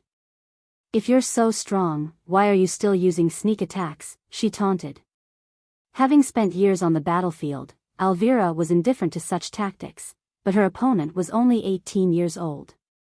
He might value things like honor and valor more. Her fire sense detected a spatial fluctuation 10 miles to her left. Got you. Elvira's fire mana channeled into her spear, and the weapon glowed with a dangerous red light. It blurred slightly and, at a speed equivalent to that of a level 9, the spear reached the location of the spatial disturbance. At that moment, the space in the area twisted and tore as the teleportation completed. The spear struck the invader, and a terrible explosion shook the skies. For a moment, everything went red, and the rumbling of 100 thunders reverberated across the planetoid. Elvira kept her eyes wide open, peering through the explosion to find the corpse of that dastardly who, huh? Elvira suddenly jerked. The space 5 miles behind her fluctuated. What the? As she channeled her mana and was halfway through elementalizing to dodge, Varian's fist struck her stomach. As if hit by a speeding truck, Elvira was blasted into the clouds, spitting out blood. Are you a blood fountain? Varian's mocking voice sounded directly in her mind. Elvira gritted her teeth and channeled her mana into 2 fire wings behind her. With a mighty flap, she stopped in midair, and with another flap, she shot toward Varian. A wavering blue fire mana covered her, from the tips of her fingers to the ends of her long brown hair. She transformed herself into a sword of fire and aimed for Varian's neck. Her voice, laced with killing intent, echoed. Even though I'm not the one supposed to do this, I can't rest until I personally kill Alec's murderer. The fire suddenly accelerated and reached Varian's neck in a blink. Varian sidestepped at the last moment and grabbed the hilt of the sword just in time. The sword moved at a ridiculously high speed, but Varian managed to stand his ground after gripping it, rather than being swept away. However, stopping the fast-moving sword so abruptly was like a rocket freezing midair. Consequently, the air exploded, and a massive shockwave swept across the entire planetoid. Varian's arm, holding the sword, shook violently as the fiery blade tried to reduce him to ashes. Even though he covered his hand with an ice shield and further solidified his defense with solid space, Varian felt his blood literally boil. He gritted his teeth and attacked the Abyssal's mind. The fire sword became unstable and began to tremble. Alvira's transformation was partially undone. Without wasting the opportunity, Varian clenched his fist with full force and poured his ice mana into the fire sword. Chill the fuck out. The fire sword exploded into pieces, and a fiery shockwave spread out, accompanied by the tragic scream of a female abyssal. Alvira reappeared 100 miles away, her face pale and her body riddled with injuries. She looked at Varian with an incredulous gaze. In comparison, Varian had only minor burns on his right arm and more serious injuries on his palm. Wait, his injuries were healing at a visible rate. Frustrated but unwilling to admit defeat, Alvira curled her lips in a mocking smile. Is the so-called Deva inheritor so weak that he can't even kill me? Varian simply smiled at her attempt to provoke him.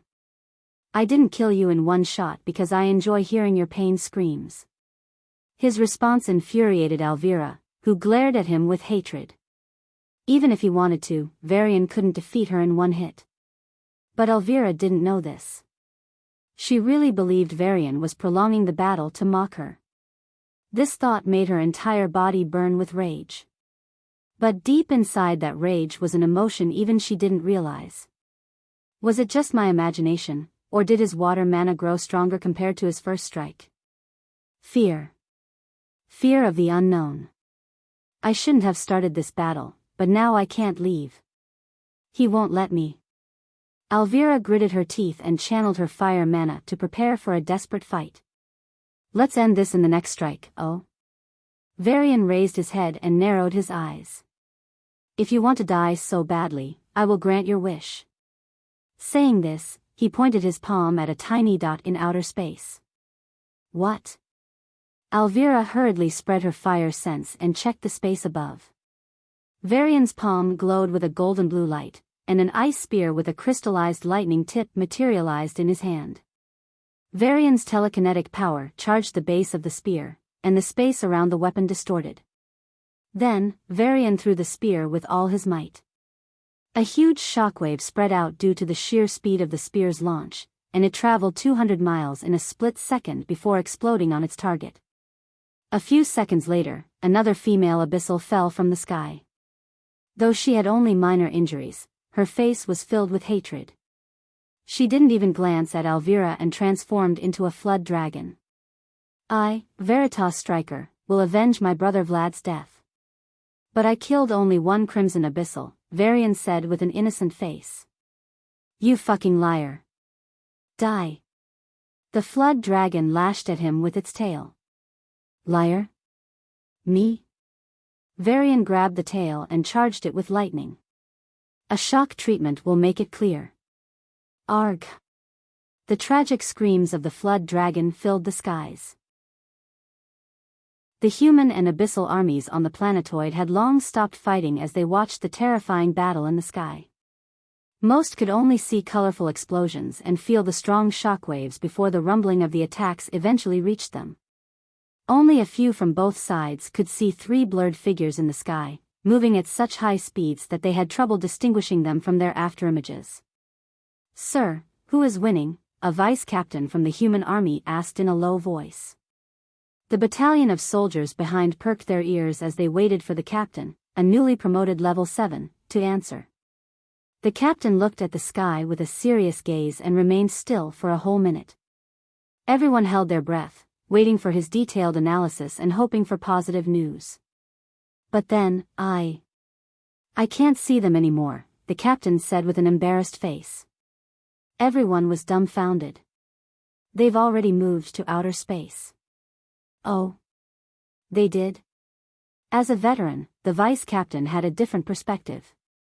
Sir, we need to resume. What? The captain was talented and young but lacked experience, so he didn't understand right away. But after noticing his immediate subordinate's gaze, his eyes sharpened, and he ordered, everyone, get into an offensive formation. We're going to beat these bastards down today. The war between the two armies resumed. Meanwhile, in outer space, the battle had just ended. As the rays of the sun fell on one half of his body, Varian stood with his hands behind his back, calm. His whole body was drenched in green blood, with a few notable exceptions of red. Wherever these red blood spots were, his armor was also damaged. "If you answer my questions, I might let you go," Varian said in a light tone, addressing the two Abyssals in front of him. Even though they were in space, the Abyssals in crimson were groveling on a bone-chillingly cold floor, naturally created by Varian. His telekinetic energy pressed them against the floor, and with every passing moment, the two Abyssals shuddered. Both were heavily injured and bleeding profusely.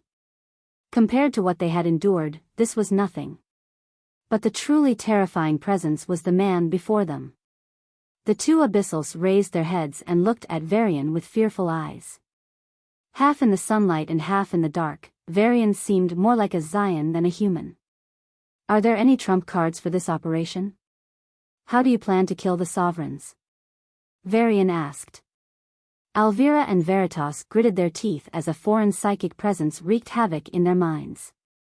However, having grown up in a war zone, this level of pain was not enough to faze them. "You don't want to talk? Good. I like making the stubborn ones speak," Varian said in a domineering tone. Alvira and Veritas exchanged glances. In that one gaze, they confirmed that even if they could endure the torture, Varian might somehow force them to reveal the truth. Though they had plenty of experience with psychics, they weren't confident facing a level 9. In society, it's considered taboo for psychics to openly interrogate, but against enemies, it wouldn't even be an issue. Still, there was no guarantee that the level 9 psychics would succeed. If it were so easy to read minds and retrieve all memories, Roxanne wouldn't have bothered to torture Sia. "Looks like we're both going down at the same time." The female Abyssal exchanged a message through her gaze and smiled. The next moment, the aura in their bodies went haywire. Varian was surprised by the sudden change and tried to stabilize them. However, it was beyond his control, and he was forced to witness the grand explosion of the two Abyssals from a distance that was too close. The dark space was painted red and green as the shockwaves traveled thousands of miles. Everything settled down only after a few seconds. "Too bad," Varian sighed in regret. He was strong enough to suppress them, but these Abyssals weren't weak enough for him to stop their suicide. To his frustration, there were no more blood heirs he knew. For had appeared so far, 3 were dead, and 1 was missing, likely dead. Varian returned to intercepting the reinforcements. As the flames of war reached new heights, Enigma and Varian became lost in the endless battles that followed. The human army, initially pushed back, began to contest the Abyssal army as equals. It seemed that a stalemate would be the new status quo.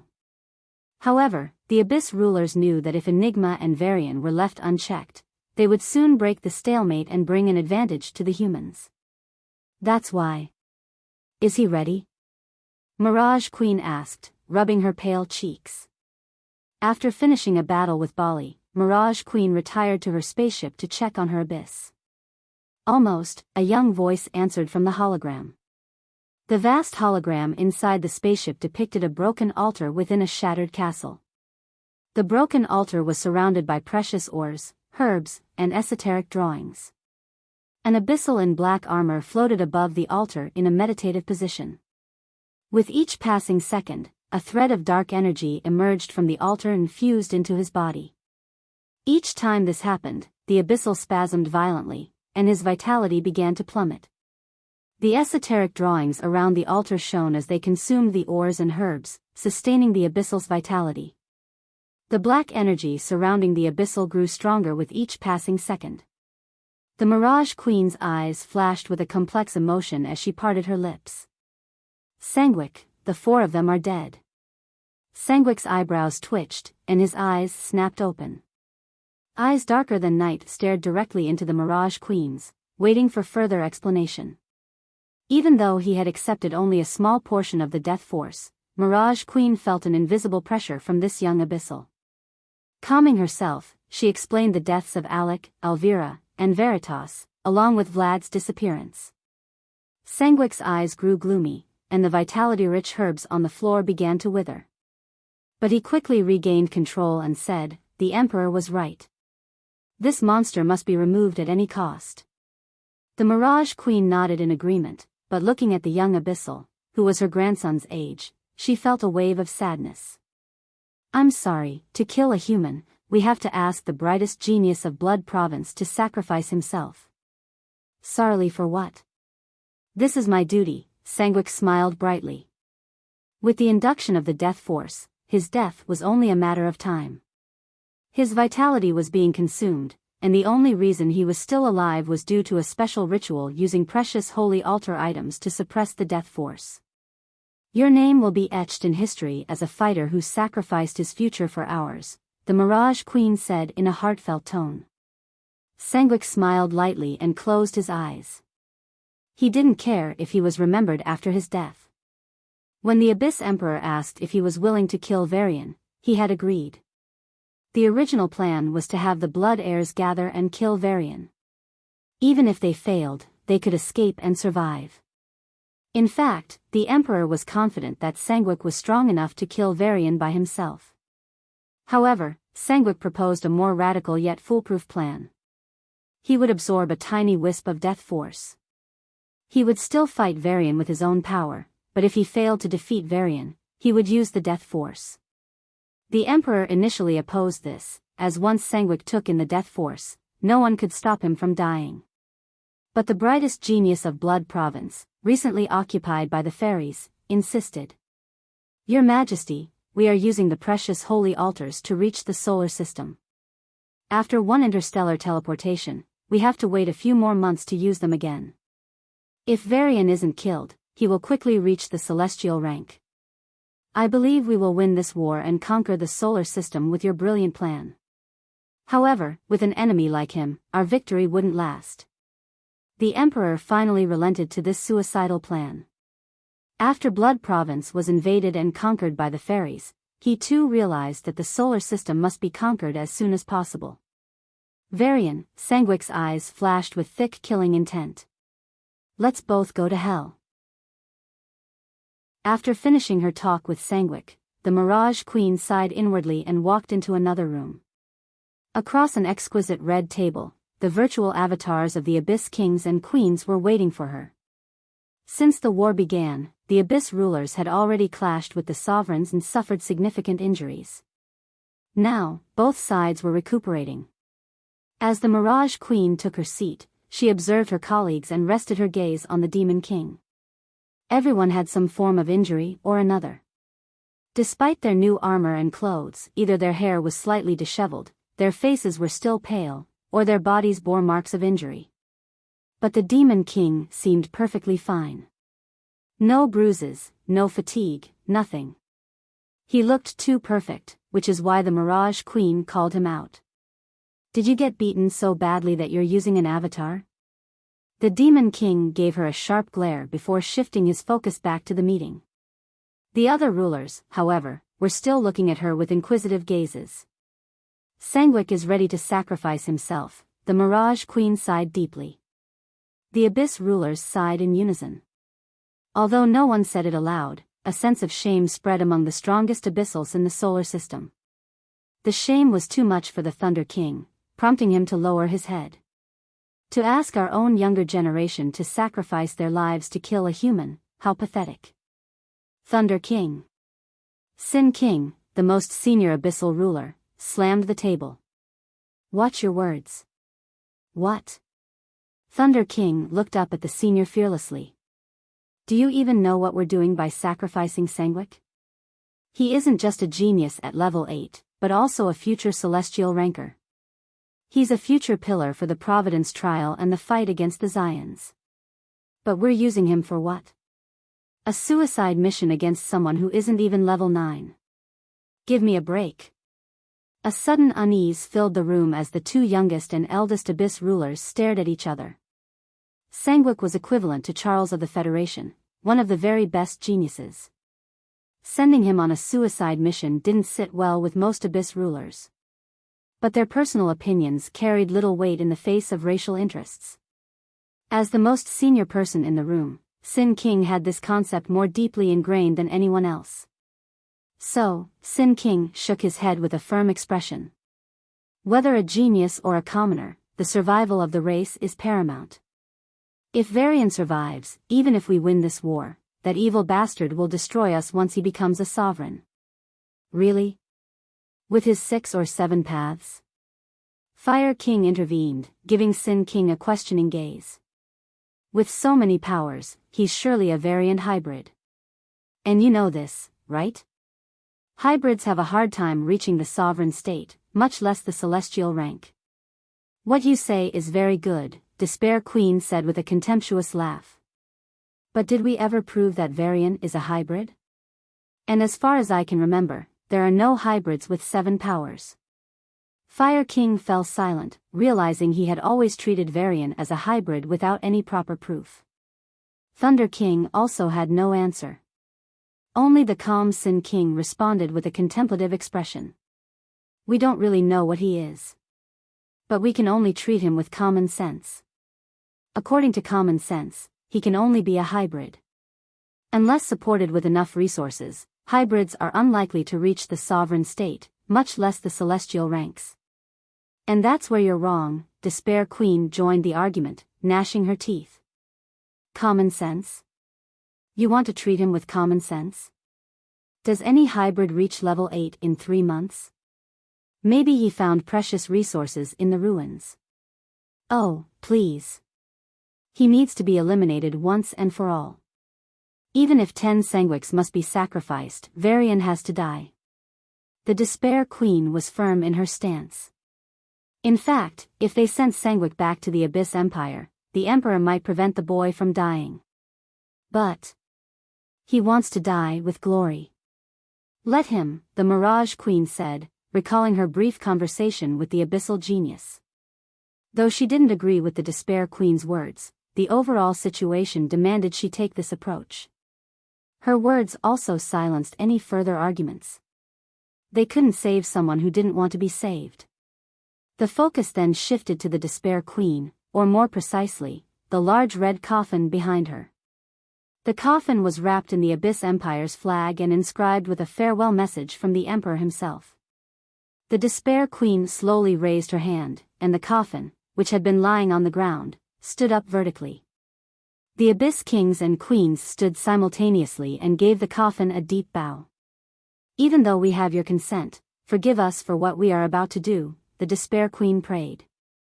Once the ritual concluded, the rulers each presented a shining crystal, which collectively formed a single holographic screen. Numbers from each crystal merged, and after a few minutes of intense calculation, a number appeared, 47%. The tension among the Abyss rulers dissolved, replaced by strong anticipation. Soon. The Mirage Queen smiled wildly. Once it hits 50%, we can take the immediate step. But we have to wait until 100% for him, the Sin King reminded the half-crazy woman. No worries. Once we take the next step, the kill rate will spike. We'll hit 100% soon, Despair Queen replied. I really want to see the expressions of humans when we send a new sovereign. The Abyss rulers looked at the coffin once again and smiled collectively. A new Abyss sovereign. He was enough to turn the entire war. An hour later, the number on the screen finally reached 50%. When it did, an invisible shockwave spread throughout the solar system. In a corner of one of the many planetoids ravaged by this war, the corpses of humans and Abyssals were scattered across the ground as the war raged on in other areas. When this invisible shockwave touched them, the fingers of a corpse began to twitch. Varian busied himself with the cleanup of Mars. So far, he had halted the reinforcements sent by the fallen planetoids to the normal ones. After relentless slaughter by Varian, the fallen planetoids realized that sending reinforcements was futile in the face of the Devil's presence. Of course, they attempted some clever tricks, sending reinforcements of 5 or 6 planetoids at once. But every time, Varian hunted them down before they could cause significant damage. As a result, the fallen planetoids cooled down and ceased sending reinforcements. Instead, they began to consolidate and decided to launch a large-scale war campaign. However, they did not expect Varian to arrive at their doorstep. 30 planetoids have fallen to the Abyssals, and Varian was clear that if he didn't clean them up, they would continue to trouble the rest of the planetoids. So, he rained down hell on these planetoids. At the first planetoid he visited, cries were heard, "Retreat! Go to the underground bunkers! Hurry!" The sky above the abyssal bases was covered in dark clouds. Just as the Abyssals realized what was happening, lightning bolts as thick as buckets struck the base, decimating the Abyssals.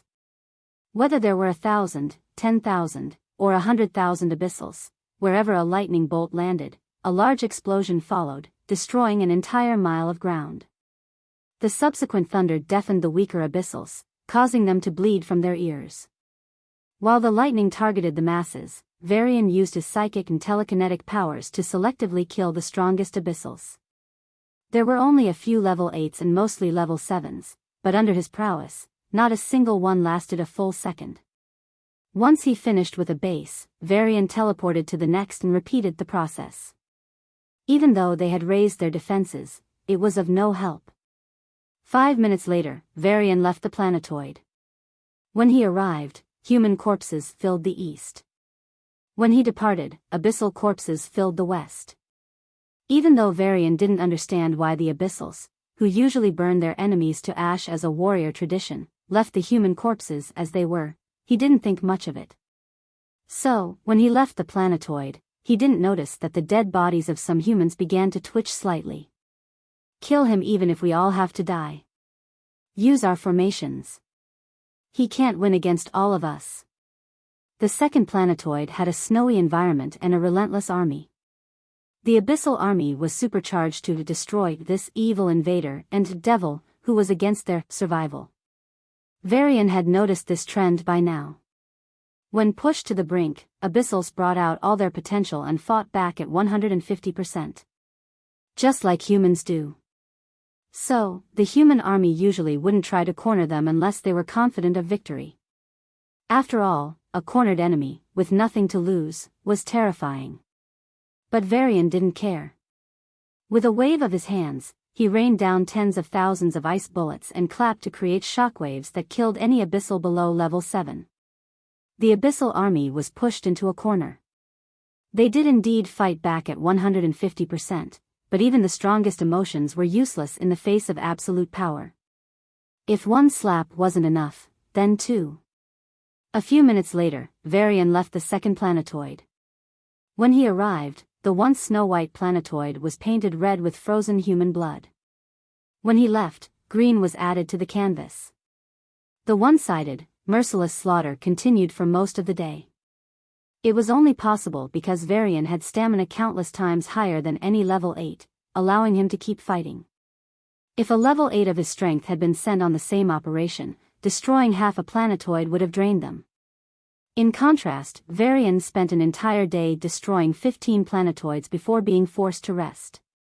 By the time he retired to a military camp on the only Mars planetoid captured by humans, the Abyssals he had killed numbered over 1 million. The army gave Varian the highest protocol for a non-sovereign. When he landed at the spaceport, aside from the dozen soldiers assigned to receive him, hundreds more were outside, looking at him with excited gazes. His deeds were spreading like wildfire, and Varian's fame exploded.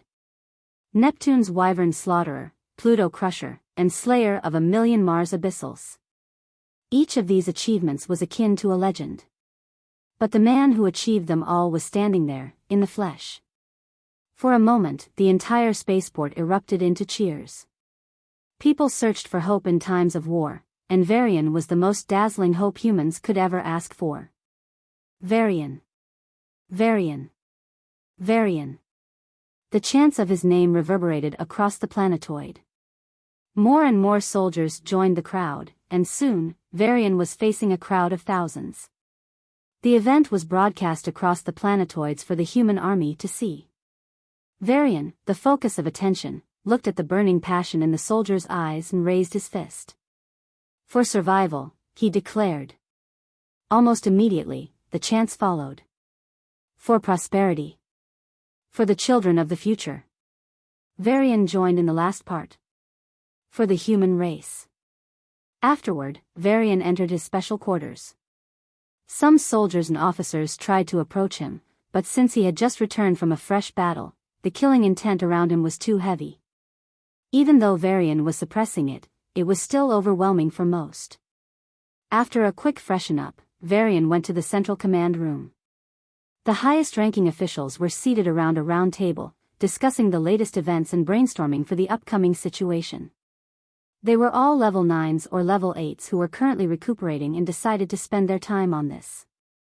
Since he was also recharging, Varian joined them with a smile. I don't have much to say, but I'd like to listen to the overall condition.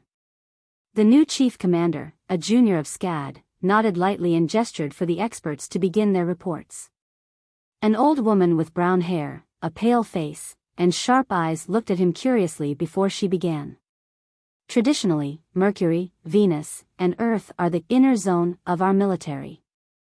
These are the first planets to be inhabited and thus have the strongest armies. On these planets, our strength is higher than that of the Abyssals.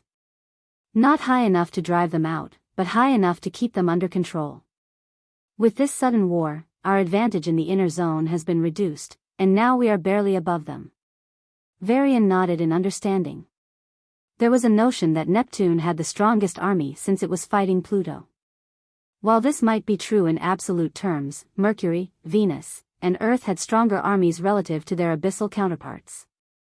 This news also implied that he didn't need to enter those planets, as they wouldn't require any additional help. A short but sturdy old man continued. Mars and Jupiter make up the middle zone. Their strengths are roughly the same as their counterparts. He then gave Varian a glance. But after a recent event, Mars fell behind Mirage Abyss and barely made up the difference. Feeling the gaze on him, Varian didn't change his expression. They were all referring to his actions. The old man didn't want to delve deeper into that topic and continued.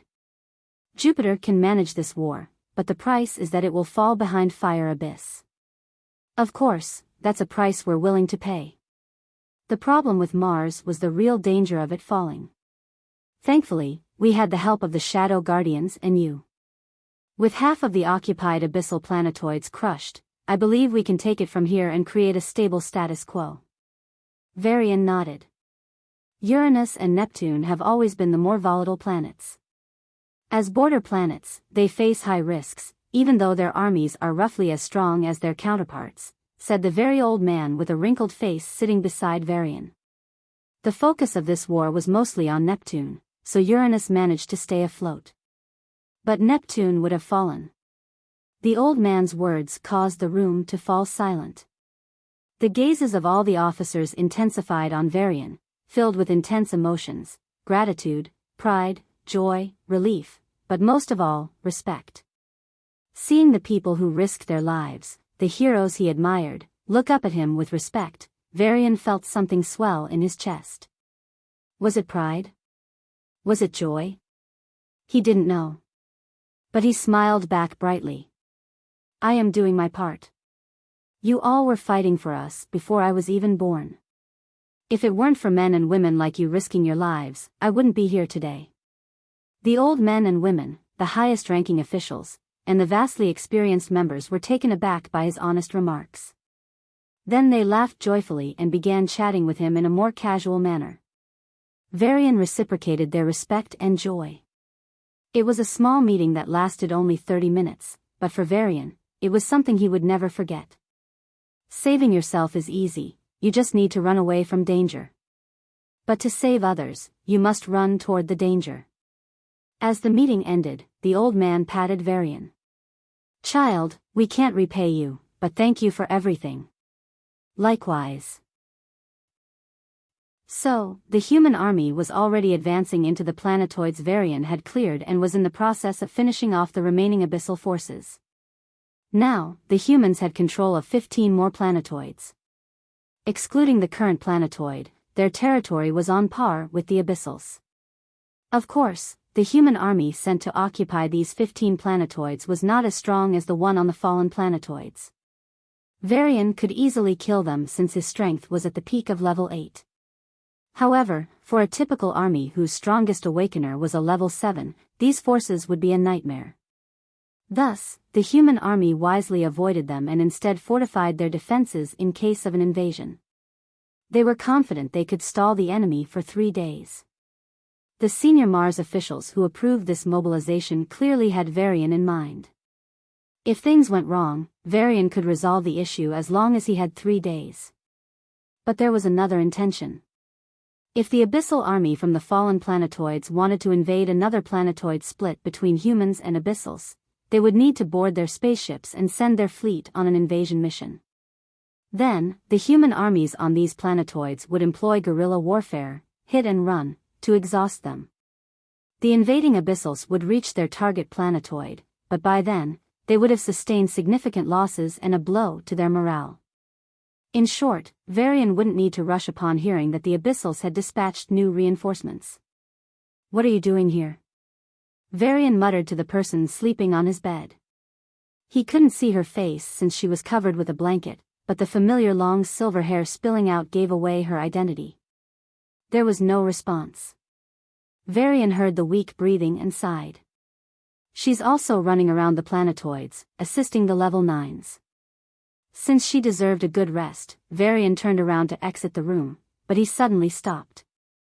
"But why is she in my bedroom? The military should give her safe and secure quarters." Even with all his achievements, without Enigma holding back the level 9s, Mars would have faced destruction. A cute little ghost appeared beside Varian at some point. Seeing its master's confusion, Boo recognized his dilemma and put on a profound expression, resembling a wise sage as it said, "Master, in the novels that Boo read, when a woman sleeps in the same bed as a man, it means she's inviting him to." "No." Varian blocked Boo's mouth in time and glanced at the sleeping woman with caution. MFF. Boo protested against the tyranny. It wanted freedom. It wanted to spread the way. It wanted to. Varian sent it back to the ghost ship and put an end to the shortest revolution against tyranny. "If Sia hears that, I'll be in for an earful. You're deliberately trying to screw me up, aren't you?" Varian felt a bitter betrayal. In the ghost ship, Boo whistled nonchalantly. The little ghost wanted to create a drama and failed. Varian vowed to punish this troublemaker one day before walking toward the door. The real reason Enigma slept here was that she couldn't bring herself to trust the human army. If before, she wouldn't even come to a military camp with people stronger than her. But after the last incident where she was severely injured and fainted until Varian found her, she realized she couldn't risk her life like that. This was the best trust she could give them now. Because even though she is more powerful, Varian commands far more awe and respect across the military. No sane person in the army would want to anger such a man. Therefore, there wouldn't be any secret traps to obtain samples of DNA or aura for experiments. As Varian was about to exit, his legs felt slightly heavy, and a tired voice stopped him. "Don't go." He turned around to the sound of rustling blankets and Enigma sitting up in bed. Her face was ghastly pale, her hair disheveled, and her eyes strained and weak. She looked like a patient suffering from a terrible fever. Varian was stunned for a moment. What the fuck happened? Fighting at my full strength for a whole day, what else could happen? Enigma rolled her eyes and gave him a strange look. "I should be the one asking how you're fine after running around for a whole day. I'm built differently." Varian shrugged and waved his hand, about to exit.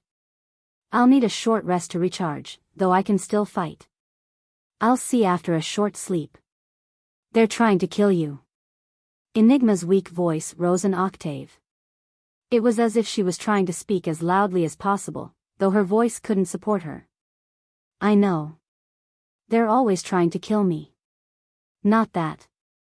You know exactly what I mean. All the level 9 Abyssals I fought from the other side told me you'd die soon. They're completely confident, almost like it's inevitable."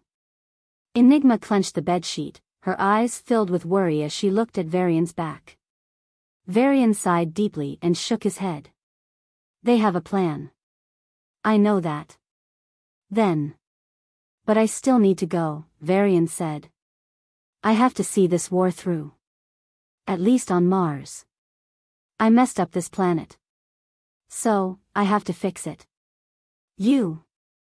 As the sound of heavy breathing filled the room, Enigma staggered out of bed and dragged her fatigued body in front of Varian. She stared him in the eye and gritted her teeth. Her eyes shone with a million emotions: anger, helplessness, fear, and worry. Seeing her, Varian wanted to slap himself for ever thinking Enigma was emotionless. She was always full of emotions, though they weren't in her gestures or facial expressions like everyone else's. They were in her eyes, which showed everything. You can call this silly, but I have a bad premonition, Enigma said in a weak voice, clenching her fists at her sides. Please. You might really die. Varian was about to shake his head when Enigma continued, if you die, what will happen to Sia? To Sarah? When you're clearly targeted, why should you throw away your own life? You saved a lot of lives of people you don't even know. So, save yours for the people who know and love you. Hearing the heavy emotions from the woman who was mostly indifferent, Varian finally sighed. Just one day. I will sort this mess out from Mars. And then I'll retreat until the war is over. Enigma struggled for a few seconds but nodded. Fine. But I'll be with you. But the level 9 Abyssals? Why do you think I'm so exhausted? They won't cause any trouble for a day. They can't. Enigma's confident reply relieved Varian, and he turned to exit the room. All right. I'll go there after 3 hours. CUS, hey. Varian yelled in surprise as Enigma's gravity power placed him on the bed. Enigma lay down on the other side of the bed and closed her eyes. What the hell are you doing? Varian asked in confusion. Enigma answered without opening her eyes. You lied to Sia and Sarah during the vacation. I can't trust that you won't go to the Planetoids without me. So, rest here for 3 hours. I need to rest too, anyway. I'm keeping my mind sense locked on you. If you exit the room, I'll know. It's all for your safety. See you after 3 hours. Saying this, Enigma drifted off to sleep. Bewildered and utterly confused, Varian could only mutter, I wasn't lying this time though. As they say, a single lie can ruin trust. And unfortunately, his small lie caused such a big change that Enigma had to keep surveillance on him even when she slept. If it was Sia or Sarah, Varian was still confident in convincing them. But Enigma, he didn't really know. But my death. Varian stared at the ceiling in deep thought. Because my life is under threat, I am backing off from this war. Morally, this is as pathetic as it gets. But I don't really want to risk my life. Yes, I am patriotic. Yes, I can do a lot for my race. But dying. Varian shook his head. He had a lot to do in life. With his potential, he could grow quickly and see the wonders of this universe. But would that mean it's okay for a person to die if they don't have this kind of potential? Did he really care about his race, or was he just trying to play the hero? Under the lens of death, an intense inner debate ravaged Varian's mind. Not once did he choose between dying for humanity's future. Confronted with his own answers, Varian felt a sense of disillusionment. During the war, his achievements earned him a lot of fame, admiration, and respect. He was called a hero. Though he didn't say much about it, he felt happy, proud, and excited. But those emotions were now sidelined, replaced by a sobering calmness. He wasn't a hero. He never was. The slaughter resumed after a 3-hour rest. Followed by Enigma, who was still too weak to fight actively but strong enough for a short battle, Varian visited the 16th planetoid. It was an aquatic planetoid, with more than 95% water and landmass present in the form of island chains. Using his water powers, Varian unleashed horrifying tsunamis on the Abyssals. However, that alone wasn't enough to end them. So, he employed a simple trick: he discharged lightning into the water. Since the ocean water wasn't completely pure, it conducted electricity well. What the Abyssals faced wasn't just a tsunami but an electric tsunami. This method was so effective that in just 5 minutes, the entire Abyssal army was wiped out. Even for Varian, it was a staggering achievement. Normally, when he destroyed a planetoid, he would kill at most half the army along with their strongest awakeners. But this time, he wiped out a total of 300,000 Abyssals. When he left the planetoid, not a single breath was heard. The slaughter continued, and one planetoid after another quickly fell under Varian's overwhelming strength. Even though he grew tired with each battle, Varian kept fighting. Watching his one-man wars, Enigma could hardly conceal her shock. Seated in her room on the ghost ship, she viewed everything from a large hologram with a blank look on her face. Every time Varian waved his hand, heaven and earth shook. How did he get so strong all of a sudden? She would bet her life and even her life on Varian growing stronger somehow. It wasn't just his individual powers, but also how they boosted each other. The problem Varian faced, despite having so many powers, was that they didn't complement each other much. They were like two separate sword strikes, they didn't add up into a single attack. The situation remained the same, but the problem somehow improved. Moreover, Varian's stamina had reached an insane level. Enigma was certain that the combined stamina of 7 separate level 8s would be far lower than Varian's. You are becoming a true monster. Enigma sighed in disbelief. But she was more relieved than anything. In this dangerous world, you either become a monster or be swallowed by one. The more dangerous Varian becomes, the safer he will be. Varian's wars continued. After nearly 10 hours, he had finished off 10 planetoids and was racing towards the final 5. For some reason, Enigma couldn't stop the growing anxiety in her heart. She had no idea why, but she began to sense the growth of something dreadful, something that seemed familiar yet undefined. Varian's emotions were entirely different. Mars had lost many planetoids since it was weakened due to his actions. He had seen some of the destruction caused by the Mirage Queen and heard of the casualties. But visiting these planetoids one by one and seeing the scattered corpses of the human army on each was soul-crushing. If the millions of deaths under the Mirage Queen's rampage back then were directly his fault, then the deaths of more than 3 million soldiers on these 30 planetoids were the consequences of that very mistake. Fuck. Varian cursed as he punched the planetoid he was visiting. A strong shockwave spread out, reaching the Abyssal army ahead of him. Like dried leaves in a fierce wind, the Abyssals were blown away and exploded into blood mist due to the sheer force of the shockwaves. In a few minutes, the entire planetoid was left with no significant Abyssal army alive. Varian was about to leave when he saw the corpses of the human soldiers scattered across the planetoid. It was odd.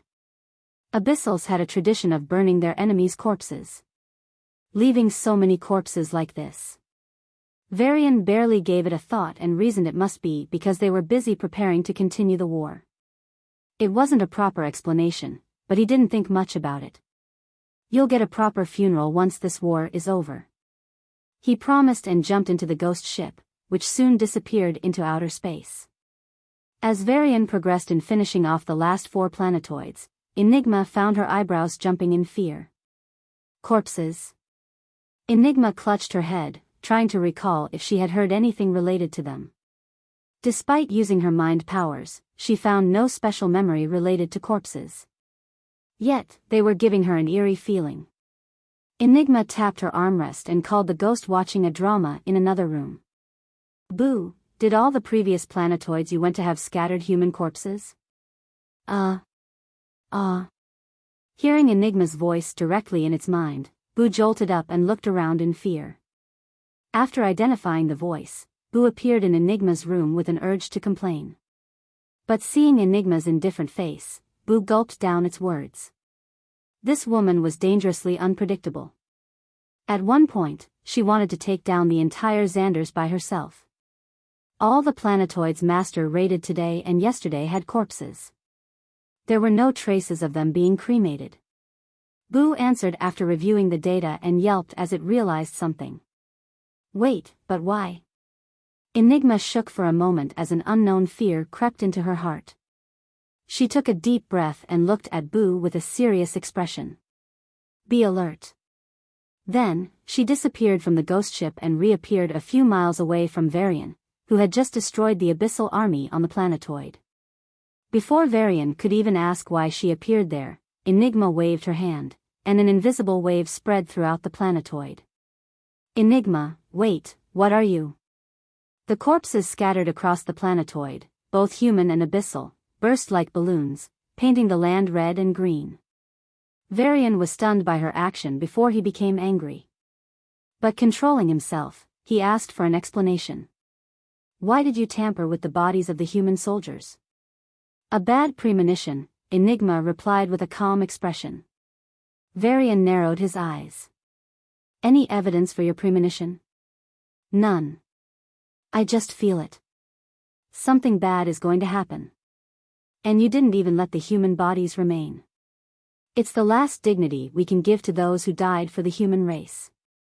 Varian clenched his fist, his chest heaving up and down. Trust me once. Enigma looked into his eyes and said in the most earnest tone she could. Even if what I did is despicable, it's better for our safety. Please understand. Varian didn't expect such words from Enigma and was at a loss for what to say. To be fair, he couldn't completely dismiss her premonition. She was a hybrid and might have abilities he or even she wasn't aware of. Moreover, now that he thought about it, the condition of the bodies was strange. It was the same on all the planetoids he had defeated yesterday. So, maybe there was really a conspiracy linked to these bodies. But do we really have to destroy them?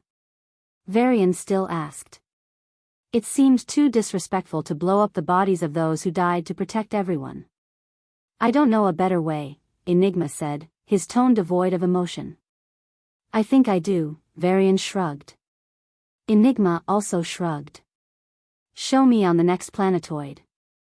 If it works, it works. 30 minutes later, Varian destroyed another planetoid, and Enigma quickly blew up the abyssal corpses. Then, the ghost ship circled the planetoid at full speed, capturing the human corpses and placing them in a super-expanded room. Although the ghost ship had a limit on its space expansion, the ceiling was quite high. Additionally, since they were corpses, they could be stored in a limited space. The room itself was sealed with level 9 walls. Enigma looked at this arrangement and nodded in acknowledgement. It's more time-consuming, but if you want this, then sure. But remember your promise, you should leave the battlefield after you finish off the remaining planetoids. I know, Varian smiled, unaware of what was about to come. 2 hours later, the last fallen planetoid was decimated by Varian's iron fist. Now, excluding the level 9s and level 8s, Mars had a significant advantage over Mirage Abyss. The person responsible for this dreamlike situation was sipping tea in the lounge when a room in his spaceship suddenly exploded. The moment the room exploded, a huge shockwave was released. Varian teleported in front of the giant room, or rather, where the room once stood. Now, it was filled with dust and pieces of metal scattered around. The shockwave, still exiting the room, would reach every corner of the ghost ship in a single second. Although it was only a fraction of the energy that blew up the walls, it was strong enough to wreak havoc inside the ghost ship. To prevent chaos, Varian folded his hand and channeled his powers. The space around the room solidified, and the shockwave that was just exiting the room suddenly slowed down. Then, a hemispherical ice barrier sealed the area, and a lightning net was suspended as an additional guarantee. The shockwave was contained, and Varian was about to sigh in relief when lights of myriad colors illuminated the ghost ship. The ice barrier suddenly cracked, and the lightning net followed without much of a pause. Behind the smoke and dust, hundreds of thousands of shining eyes locked onto Varian. What the? Varian's scalp went numb at the ridiculous sight. The floor shook as the corpses inside walked out step by step. There were too many, enough to fill 5 stadiums. Dead humans with missing hearts, fatal head injuries, and those who died from excessive bleeding, no matter the cause of death, as long as their bodies were relatively intact, they returned. The ones leading the army of corpses pointed at Varian and roared. The army behind joined in, issuing a war cry. Varian watched in shock as the nearly 300,000 corpses released their aura. The ghost ship shook violently, and Boo's cry echoed in Varian's mind. Master! Master! Wake up! They're not alive. They didn't come back to life. Varian nodded and glanced at the undead with a solemn expression. He had taken around 600,000 dead from the 5 planetoids.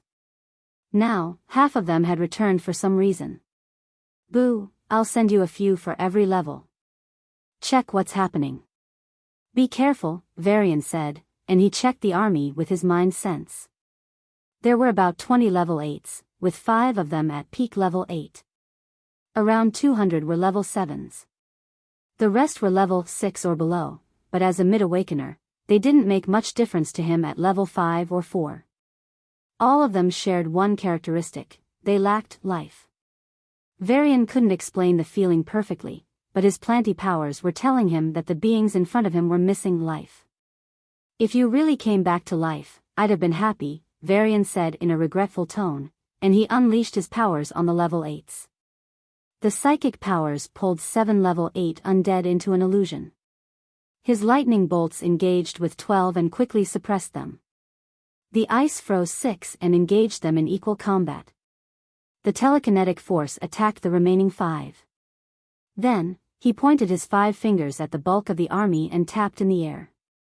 The space rippled as if it were a water surface, and the undead army suddenly went stiff. Starting from Varian's fingertips, through the undead army, all the way to the end, space was thinly but sharply cut. It seemed like Varian was projecting extremely sharp white strings from his fingertips. These strings had already penetrated thousands of abyssals. Varian swiped his finger, and the long white strings passing through many necks, heads, and chests were suddenly moved. Necks were severed from bodies, chests were sliced in two, and heads were cut open. 5,000 died in a single attack. Varian didn't stop. With every swipe of his hand, thousands more fell. The level 7 undead were relatively well protected from his attacks and channeled their powers to strike him. Since they lacked coordination, their attacks came in dozens rather than hundreds. Yet, this was enough to rattle countless level 8s. But Varian simply covered himself in a brownish trunk, using his planty powers, and deflected the attacks with ease.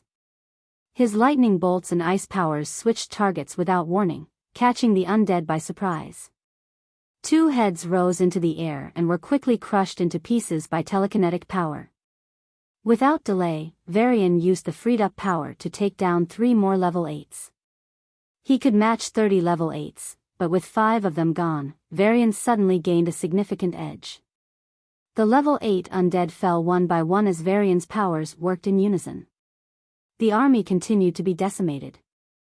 Every time Varian's attack killed an undead, he ensured the body was not intact. Within a few minutes, 10 level 8s were killed, and Varian used the freed-up lightning bolts to target the annoying level 7s. These level 7s numbered over 100 and would have been a major headache for him a month ago. But under his lightning bolts, these level 7s dropped like hunted birds. The bulk of the army was destroyed by Varian at this point. Despite this being perhaps the largest battle he had ever fought, Varian wasn't happy. He was killing humans, after all, and these were soldiers. Even though he disliked it personally, Varian did what he must. "I'm sorry," Varian said, and he slapped at the remaining army. A huge golden hand of lightning, with a blue circle at its center, emerged. It reached the remaining army of 20,000 in an instant and crushed them to death. Not bad. Enigma appeared beside Varian and complimented him on wiping out the undeads. "Yeah, thanks. No, why didn't you lend me a helping hand?" "It would have made my life easier," Varian muttered with a smile. "Any guesses about this battle's implications?" Enigma asked suddenly. Varian's smile vanished. He had only retrieved the corpses from 5 planetoids. But corpses, they're scattered across planetoids throughout the solar system. Varian's face paled, and Boo's anxious voice sounded at the same time. "Master, many planetoids are under undead attack."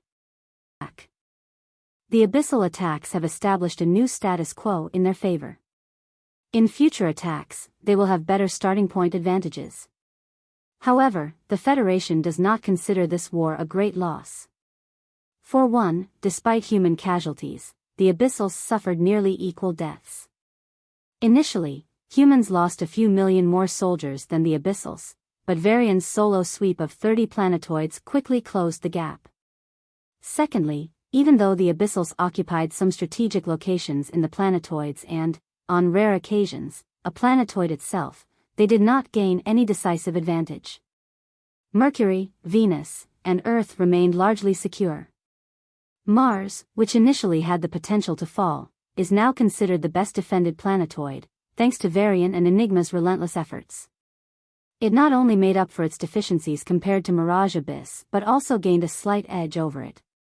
Jupiter, Saturn, and Uranus sustained significant damage, but the Abyssals only had a minor advantage. Neptune, on the other hand, saw almost no change in its status. Consolidate the status quo. Build new defense lines. The sweeping order from military HQ reached every planetoid. Although the army continues to fight the Abyssals, the intent has shifted from an offensive to a defensive strategy. Like many others, the commander of Thep's planetoid ordered his troops to slowly retreat and rebuild new defense lines. Retreat. But keep attacking to stay alive. Psychics, make sure those bastards don't use cheap illusions to hinder our retreat. Launch a fierce attack and then withdraw. After an hour of intense struggle, the army of Thep's planetoid finally retreated behind the new defense line. The transfer and construction of defense infrastructure were already complete. But before the army could even rejoice, a siren jolted them to their feet, and an announcement followed. Alert! We have received a reinforcement. The number of troops is 33,000. A huge screen popped up, displaying a giant crowd far, far away. Since the distance was too great, only their rough outlines could be seen. However, these troops also wore the same military uniforms, and their physical dimensions seemed human. So, the soldiers relaxed their shoulders and were about to return to their quarters when the base commander's grave voice sounded. We haven't received any news of such a reinforcement. What? Is the reinforcement an advanced illusion? Are the Abyssals pretending to be human? Wait, where are their spaceships? Why didn't they land at our base but are marching toward us? Military protocol is strict unless the situation prevents it. If these reinforcements had arrived, someone should have given them a heads up about their arrival. Even in an emergency, when such notice was impossible, the commander of the reinforcements should have taken the initiative to contact the base commander and report their details. That's why this reinforcement seemed fishy. Amid the soldiers' questions, the officers in charge of the base flew above and squinted their eyes at the green crowd on the horizon. Their senses couldn't reach that far, making it difficult to confirm if there was any problem. A middle-aged man with a short beard floated behind them and glared at the horizon. The officers turned around and looked at him with various expressions. The man understood what his subordinates wanted to convey with a single glance and made a hand signal. The officers sighed and tapped their comms at once. A red light illuminated the base, and a danger bell rang. The soldiers instinctively formed a defensive position and waited for the enemy to come. They didn't know why the reinforcement was treated as an enemy, but they didn't care. Their job was to follow orders. As the soldiers waited patiently, the reinforcements on the horizon suddenly accelerated. They covered a dozen miles in a few seconds and became much clearer. As they drew closer, more and more people could see the true form of the reinforcements. This. What the hell? Brother? The reinforcements indeed had human bodies, wore military uniforms, and were, in fact, the brothers and sisters in arms that the soldiers in the base had fought alongside just a few hours ago before dying. But now. Inform the HQ, the commander said, and activated the barrier around the base. His eyes searched the reinforcements for a familiar figure, half anticipating and half despairing. Finally, his gaze stopped on a woman rushing toward the base with lightning wings. You. The commander gritted his teeth, looking at his wife's current state. Her once smooth, light brown skin was now ghostly white, revealing the delicate veins beneath.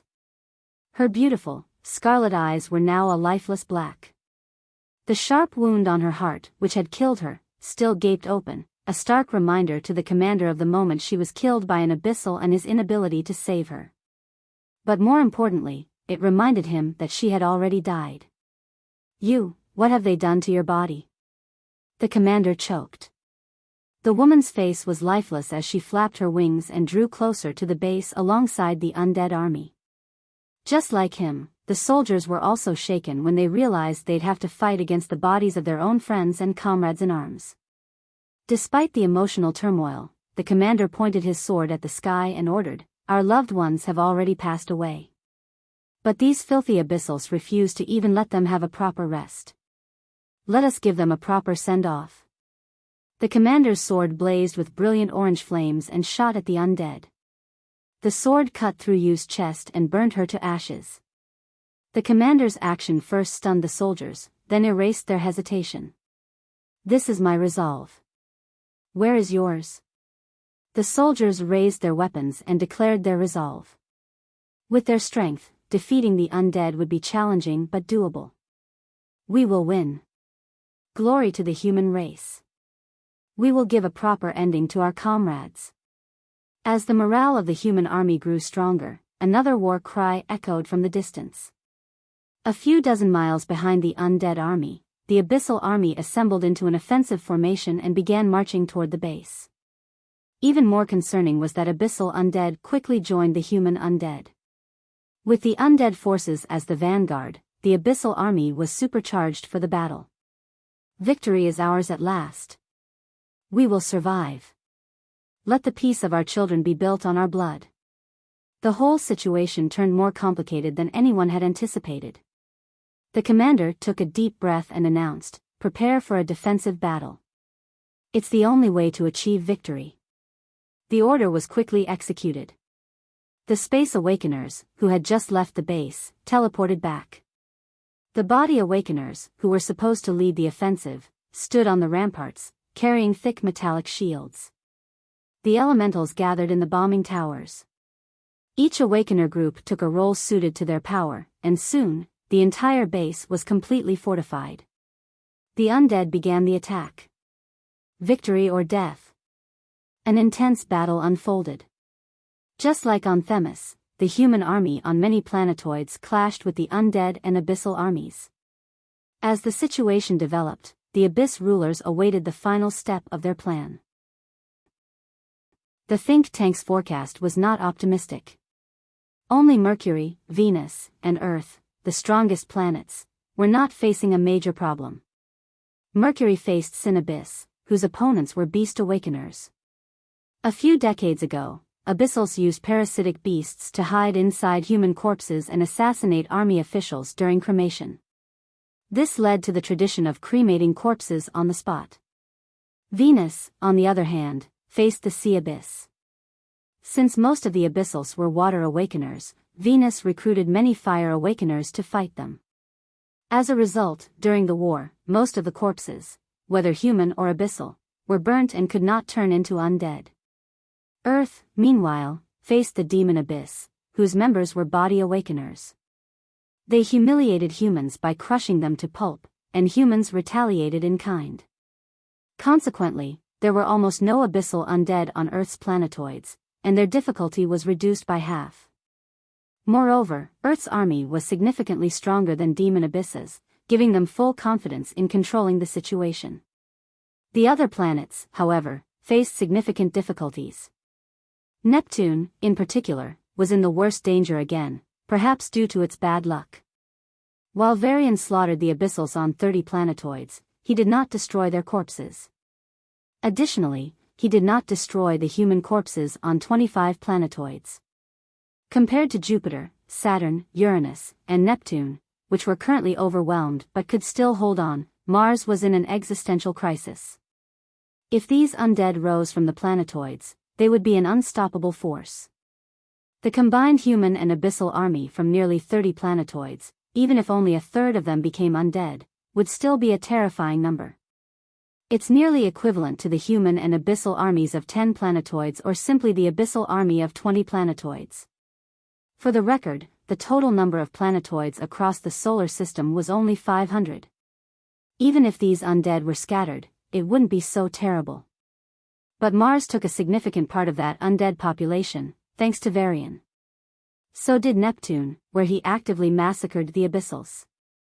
Realizing that even well-intentioned actions backfired, Varian had the urge to curse Lady Luck and all her relatives. It was so much that even Enigma couldn't help but stomp her foot. "You sound like a gangster spewing those vulgar words," Enigma snorted, giving Varian a glance of mild contempt. Varian returned her look with equal disdain. "For your information, objectively, I am the biggest criminal. I killed a sovereign, nearly wiped out Mars Level 9s, caused millions of deaths, and now I've unleashed millions of undead against the Federation." Enigma opened her mouth to argue but realized she had nothing left to say. She rolled her eyes and jumped out of the ghost ship, landing on a planetoid where one of the 2 Level 9 undead appeared. Since Level 9 battles were so intense, the chances of them having an intact body to become an undead were slim. So, the burden on Enigma was manageable. "Back to those 30 planetoids again," Varian said, closing his eyes to rest. Boo looked at Varian with a worried gaze. Even though he didn't show it, Boo could tell that Varian was under severe stress. Perhaps he was blaming himself. After all, even when Enigma warned him that something might be off about the corpses, he didn't destroy them. "Master, it's okay," Boo said softly. "You just didn't want to dishonor the deceased. It's not your fault," Boo said slowly. Varian stiffened for a moment before he laughed. "I'm fine. Don't worry." Boo nodded and returned to the lab. A couple of undead were strapped to beds and closely observed. The observation had just begun, and Boo hadn't found anything important yet. Boo checked the results of the preliminary tests and tilted its head. "They're dead, but they have something in common with the living. And they have a special energy in their bodies. Even though the quantity of the energy seemed to be diluted millions of times, its quality far exceeded anything Boo had seen in the Human Federation, except for Varian's strange powers that day. They didn't fit into any known categories. Boo saw this somewhere. Undead. Ativ, why can't Boo remember? Even though the energy seemed familiar, Boo's memories were too incomplete to recall any useful information. But one thing was clear to Boo: the Abyssal kings and queens were incapable of possessing this mysterious power. They could only control it through a treasure or multiple treasures. Boo's IQ spiked for a moment, and the cute ghost gasped in realization. Undead appeared on almost every planetoid, and they all had this special energy. Since Abyssals couldn't handle this special energy, they could only use a treasure to do it. That meant every planetoid has a treasure that's responsible for converting the dead to undead. "If we find that, maybe Boo can find a solution," Boo said. Hearing Boo's words, Varian responded, "Inform the army." "I'll do my best, but better safe than sorry." "Yes, Master." A few minutes later, Varian landed on a planetoid where the undead were about to board spaceships and embark on a conquest. None of these undead had any intelligence. So, someone must be directing them. Varian squinted his eyes and circled the entire planetoid. There was no living creature, no direct control. "But there is a treasure here. Maybe they're using that treasure to command them," Varian muttered, avoiding the attacks thrown at him. Hundreds of fireballs and lightning bolts exploded behind him, painting the sky with beautiful orange and yellow hues. Varian teleported to the Abyss bases and began to scan every square meter for the treasure. Meanwhile, he casually attacked the undead army. Despite numbering almost 40,000, the undead army was quickly blasted to pieces. But Varian still couldn't find the treasure. "Wait." Varian stopped his search and slapped his forehead. With a wave of his hand, an abyssal appeared in his hand.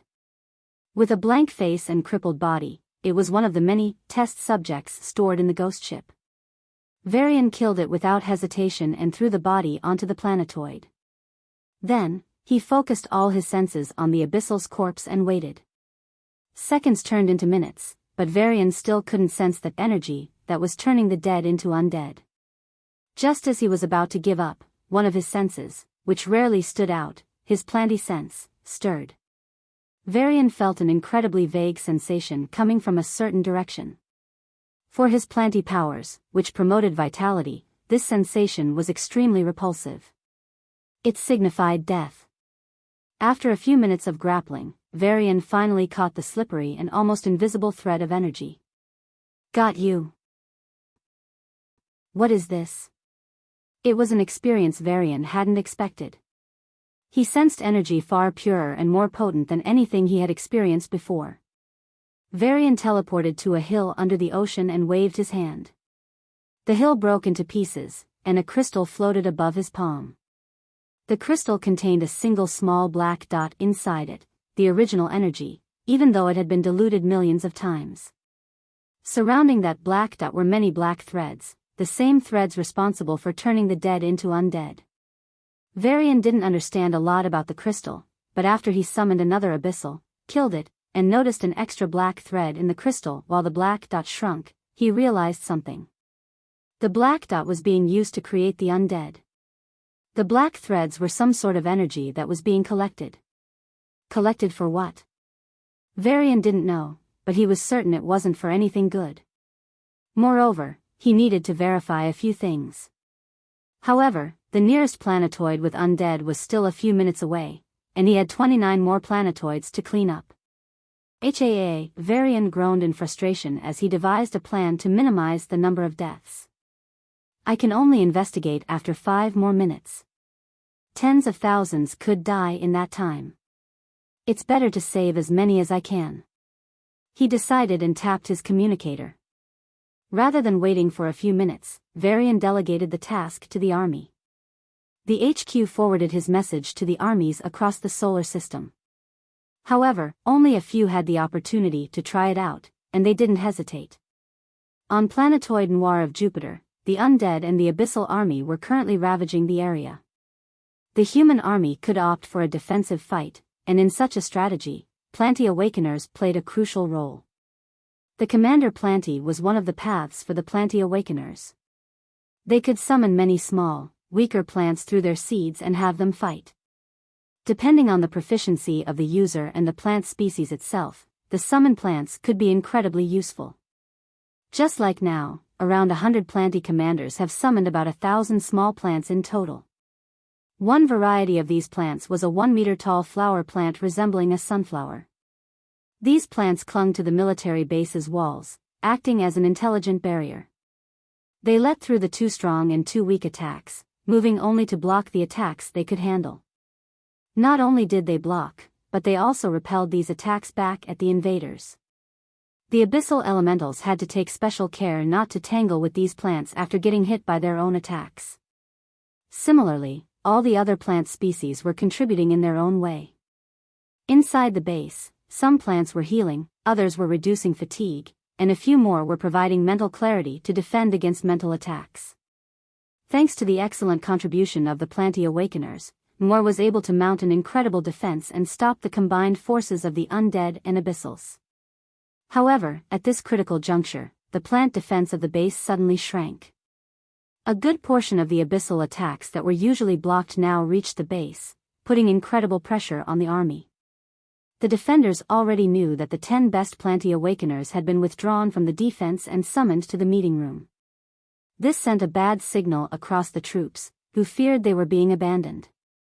But the base had a competent commander who declared, "We won't back down. We will conquer. Show them our wrath." The falling morale suddenly soared. The soldiers channeled their aura and defended the base even more fiercely. Even the gap in defense that appeared due to the removed plants was temporarily covered. The announcement contained a hidden message: "We might have found the solution. Hold on a bit longer." In one of the most secure rooms of the military base, 10 Planty Awakeners gathered in a circle and waited. The space distorted, and a bloodied woman appeared, carrying 2 dying abyssals. The space continued to twist as more Space Awakeners appeared with dying abyssals. Soon, the room was filled with around 200 dying abyssals. Given that they were in the midst of an intense war with armies numbering in the tens of thousands, the Abyssals did not notice what the Space Awakeners were doing. "We pray for your success," said Liam, the captain of the Space Awakeners, giving them a hopeful gaze before teleporting back. His brother, Siam, in the group, waved back at him with determined eyes. This was the most the Space Awakeners could do at this point. The Abyssal Space Awakeners were continuously trying to infiltrate the base. Although the base's formations and treasures could block them for a short period, it was ultimately the human Space Awakeners who fought them tooth and nail. Now, the 10 Planti Awakeners were left with the 200 dying Abyssals. The oldest Planti Awakener looked at his brothers and sisters with a strong smile. Varian sensed it with a single corpse. "We can do it as well." "Wait, what are you?" A dying Abyssal tried to speak, but a woman pointed her finger at him, and his neck was sliced off by a sharp thorn. "Let's start," she said, closing her eyes with a solemn expression. The remaining Abyssals were killed at a rate of 10 per second. As they died, the Planti Awakeners focused their senses to the limit, trying to sense death, energy, and, more importantly, the black thread. Seconds turned into minutes, but no progress was made. By now, the absence of the Planti Awakeners was already taking a toll. The Undead and Abyssals were starting to damage the base's defenses and were progressing in their conquest. If this continued for a few more minutes, they would reach a point of no return. Before that happens, the Planti Awakeners would be forced to abandon their search and join the fight. But if that happens, the best result they could hope for is temporary survival. If they succeed before that moment, pour your heart and soul into it. "This will change our future," the oldest Planti Awakener said, following his own words. A few more minutes passed with no results. The Abyssals and Undead made several key breakthroughs in breaching the defense and were about to gain a decisive advantage. The commander was about to call the Planti Awakeners back. Then, it happened. Found it. An old man with bright green eyes clenched his fist in excitement. The remaining Planti Awakeners were taken aback at first before they burst into cheers. "Siam did it. Your plant entity is famous for its sensitivity. We should have thought about this sooner. Quickly, locate the crystal." As the team spoke in excitement, the commander's reluctant voice sounded from their comms. "We're reaching a point of no return soon. We can no longer afford this search. Come join the..." "Sir, Siam just located the crystal.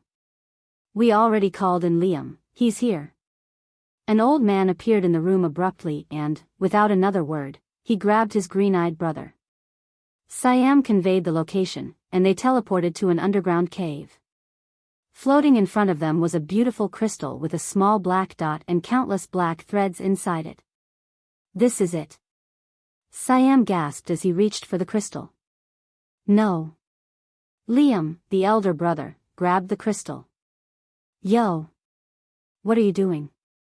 "It's my job to destroy it." "No can do. We still don't know if destroying this treasure will result in anything dangerous. So, I'll destroy it in outer space. Even if something happens there, our base won't be affected." Hearing his brother's explanation, Siam sighed. "Don't die now, old fellow." Liam laughed at his younger brother. "Back at you, little fellow." Then, he teleported Siam back to the base and teleported himself to the clouds and then to outer space. In a few seconds, he traveled thousands of miles, far away from the planetoid. It took a fourth of his space power, but for everyone's safety, Liam did it anyway. All right, he teleported the crystal 20 miles away. Then, he snapped his fingers. Go to hell. The space around the crystal cracked apart. The endless dark, like black paper, suddenly had stripes of gray as long, dangerous space cracks appeared. The crystal was thrown into the chaotic space without resistance, and the space cracks closed. Liam sighed in relief. Phew, that was. The space shook violently, and even from outer space, Liam could sense the massive explosion in the chaotic area. Fuck. If the explosion really occurred here, it would devastate at least a quarter of their noir planetoid. The High Awakeners might survive, but the rest would die on the spot. Liam patted his chest, relieved by his wise decision. Then, Varian's message flashed in his mind.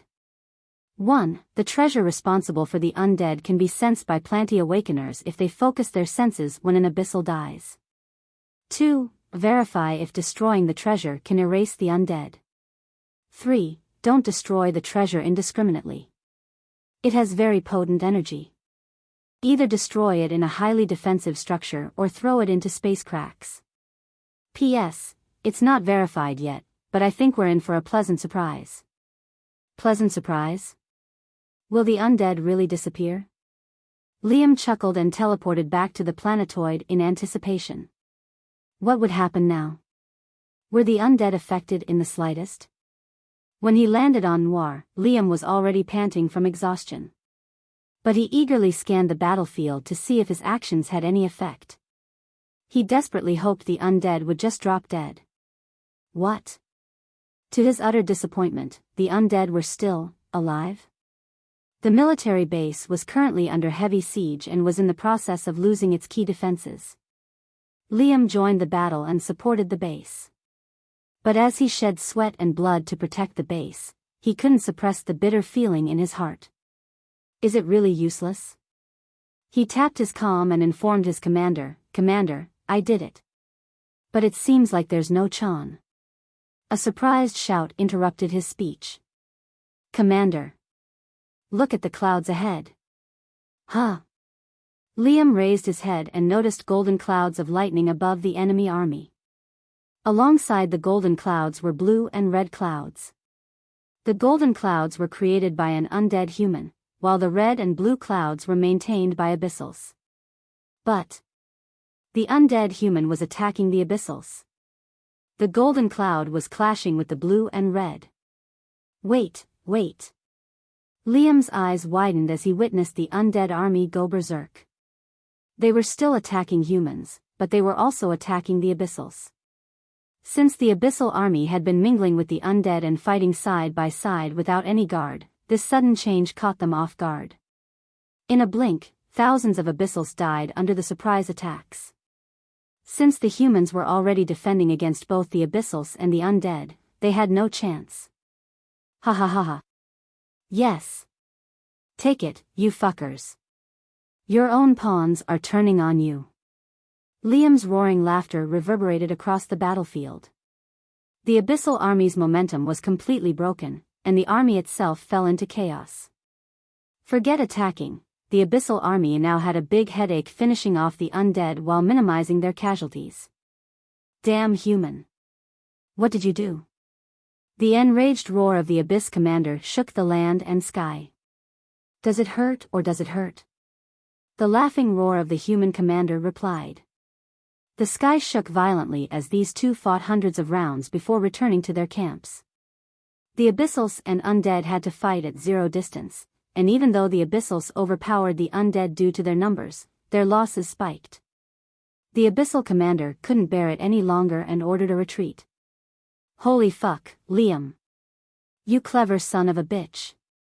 The human commander appeared beside Liam and slapped his shoulder with a grin. Arg, damn. Liam winced in pain, wondering if his skin had turned beet red from the slap. This stupid commander had a bad habit of forgetting to control his strength when he got very happy. And the next operation would make him even happier. So, I won't participate in the next operation. Come on. I also have a report to submit. The commander snickered and reluctantly nodded. Join us as soon as you can. You don't want to miss the fun. Liam nodded and teleported to a base far away. The Abyssals were still in the middle of killing the undead and retreating from them when the commander's voice reached them like a rumble of thunder. Prepare for a full offensive. Let's wait until they finish off the undead. They'll be injured, exhausted, and ripe for picking. Then, we'll attack and kill those pathetic bastards. Hearing his archrival's pragmatic but very shameless order, the Abyssal commander spat out blood. Their casualties were already high due to the reckless undead attacking them without any defense. Once they finish off the undead, the losses would only be significantly higher. If the human army attacks then. Fuck. Fuck. Fuck. The Abyssal Emperor's plan was brilliant. First, the 8 abysses would release additional forces to disrupt the status quo of the planetoids. On Neptune, these extra forces, lightning wyverns, were strong enough to conquer the entire planet. Second, while the human army was still recovering from the disruption and regrouping, the undead army would rise and deal them a critical blow. Once the undead army awakened, any dead member on the battlefield would turn into an undead within seconds, provided they had a relatively intact corpse. The human army wouldn't be able to destroy all the corpses. Moreover, the humans would be outnumbered by the Abyssals and the undead. Even if 100 humans killed 100 Abyssals despite being outnumbered, out of every 200 deaths, at least 60 would return as undead. Thus, for every 100 soldiers the human army lost, the undead would gain 30. The difference wouldn't be apparent at first, but it would quickly snowball into an overwhelming challenge. Once the undead reached even half the number of the human army, even if the humans tried their best, they wouldn't be able to avoid immediate extinction. It was a beautiful plan. But Varian completely ruined it. First, he saved Neptune, butchered the conquered planetoids, and dealt a heavy blow to the Abyssal army. While not as dramatic, Enigma saved Mars. Thus, the sudden war disrupted not only the human army but also the Abyssals. Second, Varian didn't just stop the undead. If that were all, the Abyssals would only face a weakened human army. Instead, Varian flipped the script, turning the undead into a common enemy for both humans and Abyssals. Since the Abyssals were in the middle of fighting the human army alongside the undead, they were hard hit by the sudden betrayal. In fact, right after this incident on the Noir Planetoid, the Plant Awakeners there shared their experience with the rest. Within minutes, the situation across the planetoids was reversed. The Abyssals scrambled to retreat to their base. Thankfully, after several such incidents, most of the Abyssal armies were better prepared. They were still hit hard by the undead, but not as badly as those caught completely by surprise. At this moment, the Abyssal armies across the solar system were in the middle of a retreat. They had mostly disengaged from the undead and were obliterating them with all their might. Since the crystal was already destroyed, no new undead were emerging. Thus, even though they numbered in the tens of thousands, the undead's ranks quickly diminished.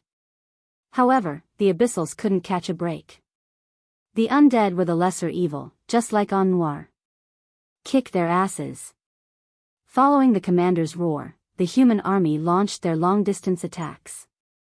The sky was filled with thousands of humans positioned far from the battlefield to avoid being targeted by the undead while launching deadly attacks on the Abyssals from the side. But that wasn't enough. The humans also targeted the Abyssals primarily responsible for defending against the undead. Fireballs rained down, ice bullets shot up, the earth crumbled, and thunder rumbled. Under the elemental attacks, the solid abyssal defense against the undead began to crack. To make matters worse, human psychics pulled some of the Abyssals behind the defenders into an illusion, making them turn on and kill the defenders, causing chaos. The Abyssal commander growled at the humans in the sky, far away. He was tempted to send his Space Awakeners to assassinate them, but he suppressed the urge and ordered the army to strengthen their defense while continuing the retreat. The Abyssals continued to die in great numbers due to the combined attacks of the humans and the undead. However, the undead were dying even faster under the full wrath of the Abyssals. After losing more than a quarter of their troops, the Abyssals finished off the undead and rushed to their base. Tisk, guess his brain still works. Noir's commander clicked his tongue in frustration as he waved his hand over the ground. The soil disappeared, revealing an underground base.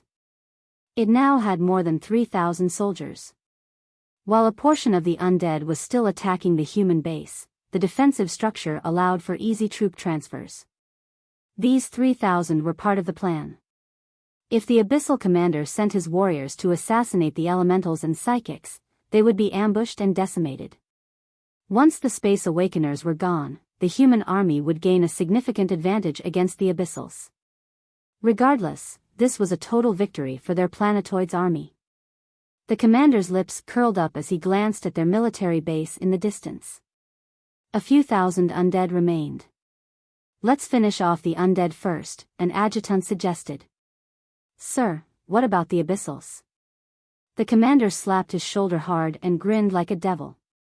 "Once we're done with the undead, we'll smash their gates." The commander then shot toward the base and began decimating the undead. Faced with his overwhelming strength, the undead crowd shrank at a visible rate. The remaining awakeners joined and attacked the undead from the rear. Soon, the undead were destroyed. Instead of immediately engaging the Abyssals, the commander sent the fire awakeners to burn the undead to ashes. The army checked their supplies and prepared for the decisive battle. Looking at the spirited men and women, the commander took a deep breath and began. "Today is a chance of a lifetime." The soldiers raised their heads and looked in the direction of the Abyss base. Their archenemy had retreated after a critical blow and was recuperating. Every minute given to them was a minute the Abyssals would use to restore their power and strike back. So, they had to attack, now. Compared to the Abyssals, they had only 3/4 of their army remaining. Even though the attack would result in significant casualties, they could wipe out the Abyssals from the face of the Planetoid. Since Noir was militarized, there have been 15 great wars.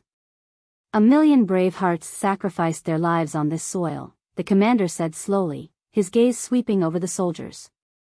His eyes looked past the soldiers and saw those he knew but were no more, young, promising newcomers, harsh but kind veterans, brothers and sisters in arms who once fought alongside him before meeting an early end. Time seemed to reverse, the years flowing backward. The majestic base turned slightly shabby with each passing year. The soldiers grew younger. Some newcomers vanished, while the deceased reappeared. Slowly but surely, even the martyrs grew younger, and time turned to the years before they joined the army. The base became a small outpost. There, the commander saw a group of young recruits, 4 boys and 2 girls.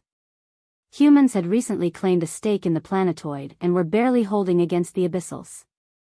During that critical time, the 6 new recruits were formed into a team. They came to rely on each other, surviving countless hardships and fighting to protect each other's lives. Brothers. The commander's eyes turned wet as he saw the bright smiles of the boys. The calm and cool-headed captain. The energetic assassin. The proud but kind warrior. Sisters. A girl who always put others' lives above her own. And a young girl, the youngest of them all, who was also the bravest. And finally, him. An optimistic young boy, full of naivety but brimming with enthusiasm. That day, when they met for the first time, they made a promise. Humanity had just begun to take root on the Planetoid. They vowed that by the time the last of them passed away, they would see this Planetoid conquered. Decades passed. Except for him, all of them fell one by one. The captain sacrificed himself to save them during an abyssal ambush. The assassin teleported them to safety at the cost of his own life. The warrior held back the horde to let them escape. The kind girl, whom he came to love, sacrificed her life to save his. The youngest girl ventured alone into the Abyss camp, facing a terrible death, but not before killing 5 Abyssals. All of them were gone. Except for him. Perhaps they were all watching him from afar, waiting for him to fulfill the promise they made so many years ago. The commander smiled brightly, tears streaming down his cheeks. This time, he saw the soldiers of the present. No more blood shall be shed on this soil. We will end the war on this Planetoid. Even at the cost of our lives. The commander raised his hand and pointed at the abyssal base. Even at the cost of our lives. The soldiers roared. This is the glorious day of our lives. Attack. The commander roared and shot toward the Abyss base. Kill. The army roared and dashed toward the Abyss base. A fierce battle erupted as the cornered Abyssals fought with desperate abandon. But humans were fiercer. The spirit burning inside them propelled them to greater heights. Pain, suffering, and death were no longer hindrances. They fought for the promise of the past, the glory of the present, and the safety of the future.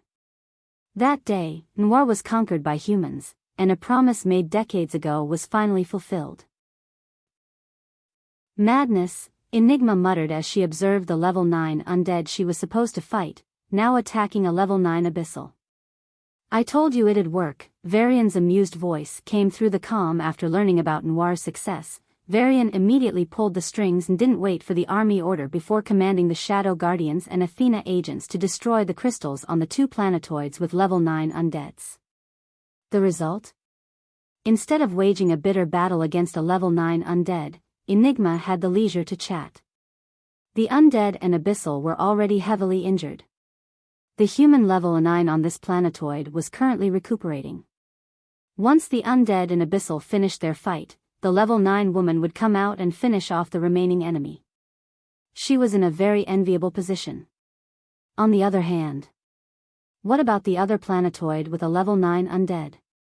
Enigma asked in a neutral tone. The undead there is only fighting the human. The human powerhouse will likely die soon. Then, no one can stop the 2 level 9s from going on a rampage. So, if you could, then. Varian trailed off. But Enigma clearly got his message. Ugh, she rubbed her forehead to quell the growing headache. Due to the overuse of her psychic powers, she was mentally exhausted. But she didn't want to refuse his request. The undead and Abyssal I've fought were both out of my league. So, I'm currently as fatigued as I can be. Then we'll figure something out. Don't worry, Varian's assuring voice sounded. The problem was that a level 9 human from Mars was recently killed, along with another level 9 suffering a severe injury.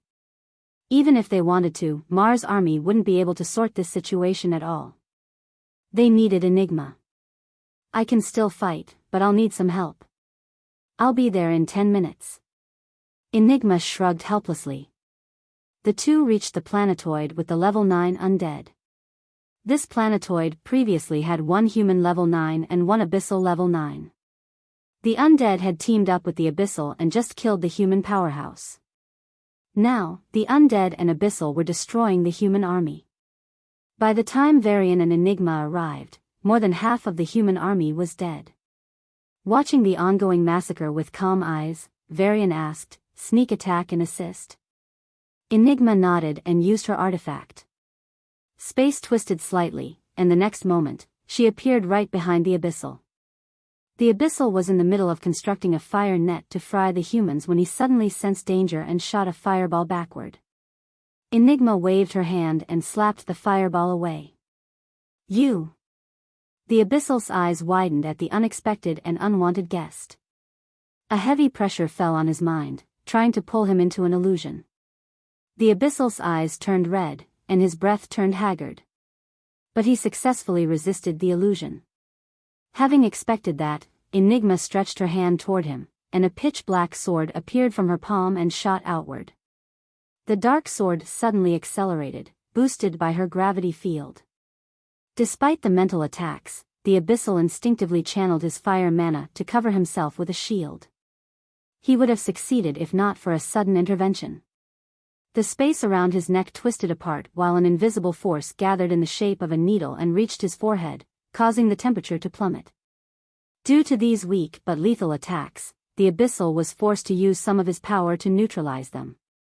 This cost him a split second and made him a bit late in organizing his fire armor. By then, the dark sword had already reached him. The half armor he managed to put up couldn't stop it and was pierced through without any resistance. The sword then lodged itself into his chest and tore out his heart. The space around the abyssal cracked, breaking his body into pieces and preventing the slightest chance of him becoming an undead. Varian then turned his attention to the undead. Enigma was already fighting at her full strength, yet the undead wasn't breaking or dying. It's been so long since I had such a fight, Varian thought, feeling envious. He was in an awkward position, stronger than any level 8 but weaker than any level 9. Even the blood heirs were no match for him. Thus, Varian had given up on finding a good match. "Varian, hurry up," Enigma's complaining voice sounded in his mind. "Coming." Varian ambushed the undead at an opportune moment, and Enigma finished it off. More than 10 planetoids were conquered by the human army. In the rest of the planetoids that witnessed the undead attack, the Abyssal army was critically suppressed. Their average losses amounted to as much as 8%, resulting in tens of millions of deaths. But that wasn't the worst part. The Abyss rulers each had a special treasure to monitor the condition of the crystals on the planetoids. According to their original plan, once the crystals were filled, they would gather them and pour the energy into the sovereign's corpse. Unlike other undead, which had limited intelligence and required commands, the sovereign undead would be able to think for itself. Once it awoke, no one could save humanity. Such a beautiful plan was abruptly disrupted when the crystals were destroyed. In the meeting room, the Abyss rulers looked at each other with gloomy expressions. In front of them was a bar indicating the energy they had collected so far. It had been filled to 70% previously. However, with the destruction of the crystals, it had fallen to 65%. Despite the ongoing deaths, this percentage was slowly rising, but this slow increase couldn't offset the significant losses from the destruction of each crystal. Humans still hadn't found the majority of the crystals.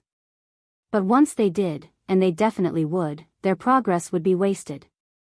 Humans are out for blood.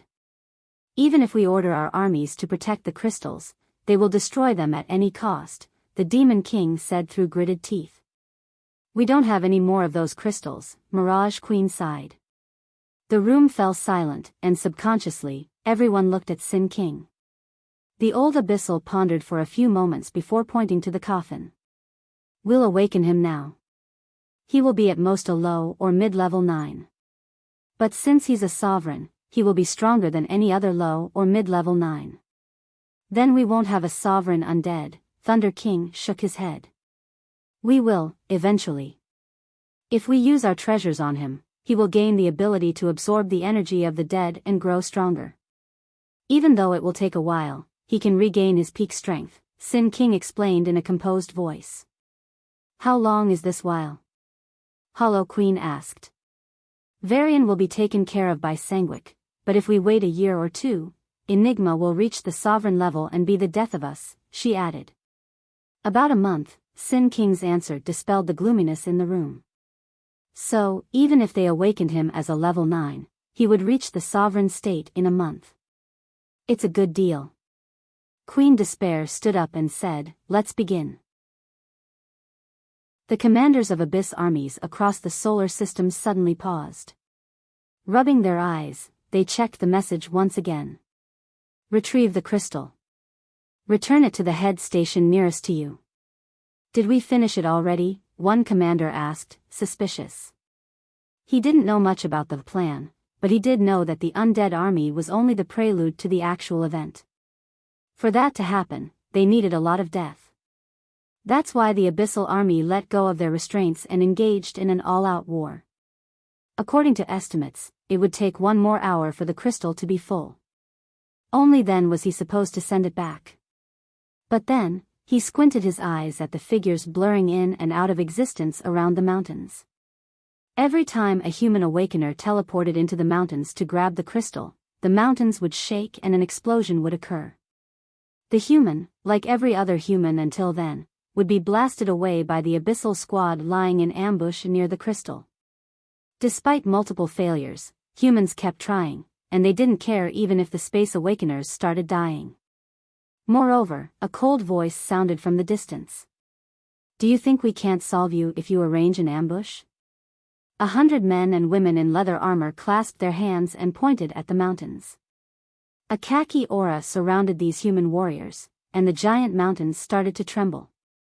But since they contained a lot of heavy ores, even the Earth Awakeners had difficulty uprooting them. It was then that another group of humans stepped in. They wore very heavy-looking armor, but their footsteps were incredibly light. These 50 humans waved their hands and pointed at the mountain. The heavy mountains, which had refused to yield, were suddenly uprooted and toppled. A huge cloud of dust rose into the sky, and massive cracks appeared on the land. The Gravity Awakeners snapped their fingers, and the dust was blown away, revealing a massive pit where one of the mountains had once stood. At the bottom of the pit was a crystal, surrounded by 20 Abyssals. The Abyssals glared viciously at the humans, shielding the crystal behind them. However, compared to the nearly 200 humans, they were vastly outnumbered. The crystal couldn't be saved, don't even think about it, an Abyssal roared as it dropped from the sky and landed in front of the pit. The ground beneath its feet cracked from the sheer force, and the gravel trembled with each breath it took.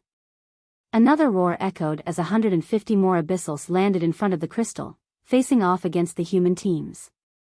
With both sides having roughly equal strength, the only way to secure or protect the crystal would be through an intense battle. If you think you can save the crystal, think again, the captain of the Earth Awakeners sneered, waving his hand. Sharp brown spikes rose beneath the crystal, ready to pierce it. Although HQ had ordered the soldiers not to destroy the crystal openly, they were also instructed to destroy it at any cost. This meant that even if there was a risk of indirectly destroying the crystal, it was better than letting it fall back to the Abyssals. Just as the brown spikes were about to pierce the crystal, a telekinetic force pushed it away. Nevertheless, a spike still grazed the edge of the crystal. A blinding black light enveloped the mountains, followed by a massive shockwave that swept across both the humans and the Abyssals, blowing everyone away. Being closer, the Abyssals were more affected and sustained minor injuries. Taking advantage of the situation, the human Gravity Awakeners locked onto the crystal and attracted it to them. The crystal had been blown into the air by the telekinetic energy. Now, it suddenly accelerated towards the humans and reached them in the blink of an eye. But before the Gravity Awakeners could touch it, a large gray hand grasped it and disappeared. What the?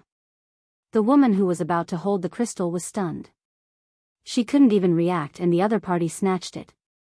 That kind of speed was only possible for one person. She raised her hand and, along with the rest of her comrades, glanced at the figure standing in the clouds. The Abyssal Commander. But the Abyssal wasn't even looking at them. He stared at the crystal with a fervent gaze before sighing. A quarter away from being filled. Damn it, humans. Abyssals had considered the possibility that humans might learn about the crystals and would eventually try to find them. But according to the plan, humans by then should have been incredibly weakened. How? While its level 9s were kept occupied, Neptune and its planetoids were supposed to fall under the wyverns of Pluto. The Blood Heirs were supposed to destroy the human armies across at least 60 planetoids. Then, the Undead army was supposed to strike. By then, humans would have almost lost Neptune and many planetoids, and be in a very tight position. The Undead attack at that time would give them no chance to defend themselves, much less try to search for a solution. Even if they did find a solution, they wouldn't have enough manpower for it. But Varian destroyed all their plans. They did expect him to disrupt some plans. But what he did was beyond their wildest imagination. And now, they were paying the price. You all deserve death. The Abyssal Commander slapped from the clouds. The Earth and Gravity Awakeners on the ground hastily raised their defenses to protect themselves, but their legs trembled violently, and they were on the verge of kneeling under the immense pressure. The ground beneath them sank into a massive cavity, and the 200 Awakeners barely managed to withstand the commander's attack. The Abyssal Commander glanced toward the north, where the human army was engaging the Undead and Abyssals. The human commander was decimating the Abyssals in large numbers. In other words, he had never expected his team to succeed. They were merely used as bait. You old fox, the Abyssal Commander cursed and launched the crystal with all his might. It shot out like a meteor and landed in the hands of an Abyssal in outer space. The Abyssal hurriedly boarded the spaceship and fled. The Abyssal Commander then confronted the human commander, changing the course of the war once again. Although the crystal was taken away, it was not destroyed. The Undead continued to follow orders and fight against the humans. However, no corpses were converted into Undead since the crystal was taken away.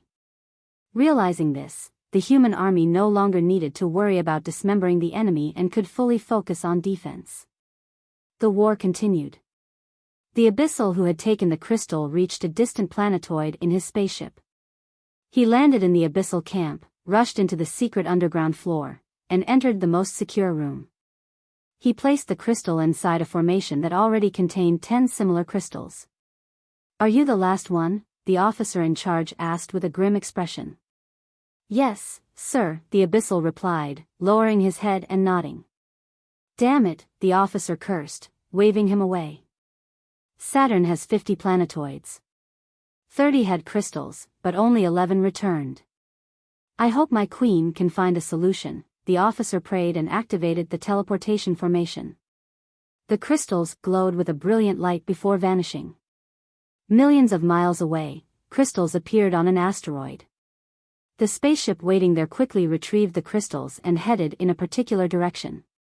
The crystals on all the planetoids were collected and then transferred to a single spaceship, which headed toward the Despair Abyss. However, traveling from Mercury to the Despair Abyss would take too long. They could travel to Sin Abyss and teleport, but the traffic toward the abysses was monitored by humans. To avoid arousing suspicion, the Abyssals used secretive teleportation formations reserved for critical moments and quickly headed toward a location between Uranus and the Despair Abyss. But in their hurry, they missed one thing. Varian had given Dr. Thomas' space detector technology to the army. The device could detect spatial fluctuations, and the army had mass-manufactured it to help Varian find the secret realms near Neptune. More than 2 days had passed, and using millions of stealth bots, the military had already installed these bots on all planetoids and general space routes. Thus, the military was already aware that the Abyssals were heading towards something near the Despair Abyss. Since Boo was connected to the Athena group leaders, Varian also learned about this news. Without waiting for orders, he took Enigma and used the secret teleportation formations from earlier, rushing to Uranus. "I have a bad feeling," he said. It was a race against time. Fortunately, Varian had already used the secret teleportation formations once, so he quickly used them to reach Uranus. Then came a problem. "Where are the 8 spaceships going?" Enigma asked. Varian found himself at a loss for words. The bots only detected that the spaceships were heading away from Uranus planetoids and towards the Despair Abyss. But where exactly? The space between Uranus planetoids and the Despair Abyss was vast. Even though the Federation had deployed millions of bots, their surveillance was far from exhaustive. "The Abyssals are going to use those crystals for something," Varian muttered, walking back and forth near the window as he ruffled his hair. The original plan must have been to let them fully collect the special energy from death. But that plan has been thwarted. So, they either abandoned it, which their current actions don't indicate, or started it in advance. He dashed into the command room, where Boo was swiping through reports and gave him a helpless glance. "Master, Boo has hacked the bots and repositioned them to a better location." One bot found their tracks. A hologram popped up, displaying 8 spaceships heading towards a giant green crack in space, the Despair Abyss. "Boo, to the Despair Abyss." "Hurry," Varian ordered, lowering his head and falling into deep thought. Even if they hurried, they wouldn't be able to intercept the spaceships mid-journey. They'd have to barge into the Despair Abyss. But after the recent changes by the Abyss rulers, the Abysses could now detect intruders. Varian hadn't forgotten the hellish experience at the Mirage Abyss entrance. Forget him, even a peak level A9 would have died trying to enter. In short, the Abyssal had turned into a gatekeeper, preventing anyone from entering. But if he had to solve the current problem, he'd have to barge into the Mirage Abyss. He was fairly confident that Irene could manage it, but he had no clue if the risk was really worth it. Well, Enigma walked beside him and checked the status of the planetoids. Varian didn't understand why she was doing this when they should be worried about the crystals. But he did realize she might be looking at the situation from a different perspective. For better or worse, Enigma was someone who understood him in a weird way. So, she must have known what was on his mind. Her smooth fingers danced in the air as hundreds of screens popped up. Enigma showed them to Varian and raised a brow. Do you realize? Varian scanned through the documents and realized they were all before and after comparisons of the planetoids where the crystals were taken away by the Abyssals. Almost 20 level 9s and more than 200 level 8s were missing from these planetoids. That meant all of them were assigned to protect the spaceships carrying the crystals. What the? They pulled out powerful troops even from planetoids that need them the most? Varian tilted his head in confusion.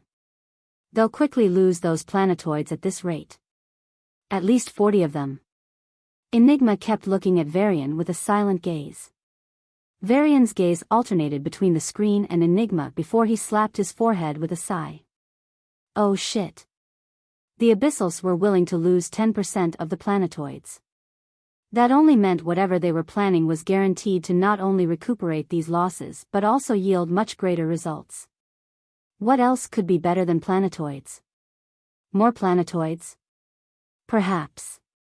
But Varian had a feeling they were aiming for the planets.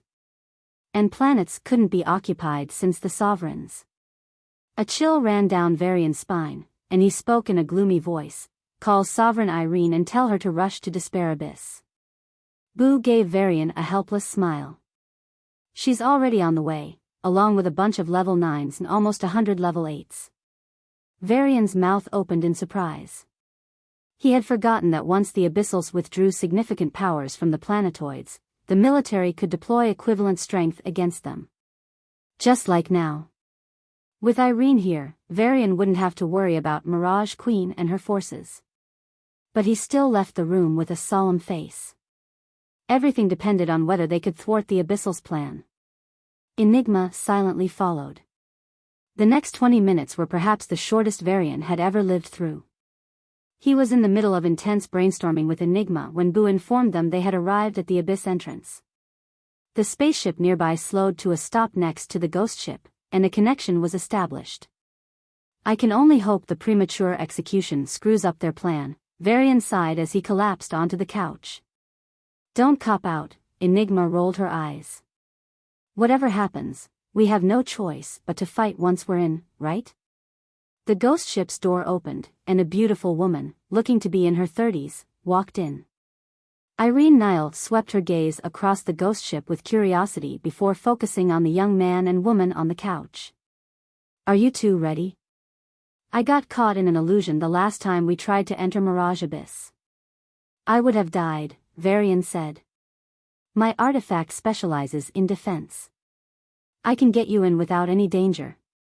But once we're in, you two are on your own, Irene explained up front.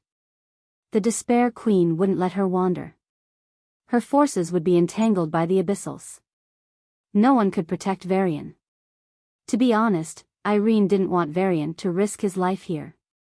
Such a promising genius, no, this deadly monster must be allowed to grow to his fullest. Only when humanity gains a powerful protector beyond the sovereign ranks will they be truly protected. That's why, do you still want to come? Irene looked at Varian with a worried gaze. I have to, the young man nodded. No, he won't, Enigma suddenly said, turning to him. Did you just forget your promise that you wouldn't go anywhere after cleaning up the planetoids? That. Varian coughed. When he was about to clean up the last planetoid, the Undead came in. He, who was supposed to have left the war already, was still fighting. What's more, he was about to participate in a deadly mission. Enigma rolled her eyes and gave Sovereign Irene an apologetic look. Sorry for the delay.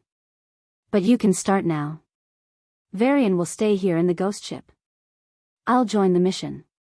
Varian wanted to argue at this sudden change, but after remembering that he had already broken a promise, he snorted and closed his mouth.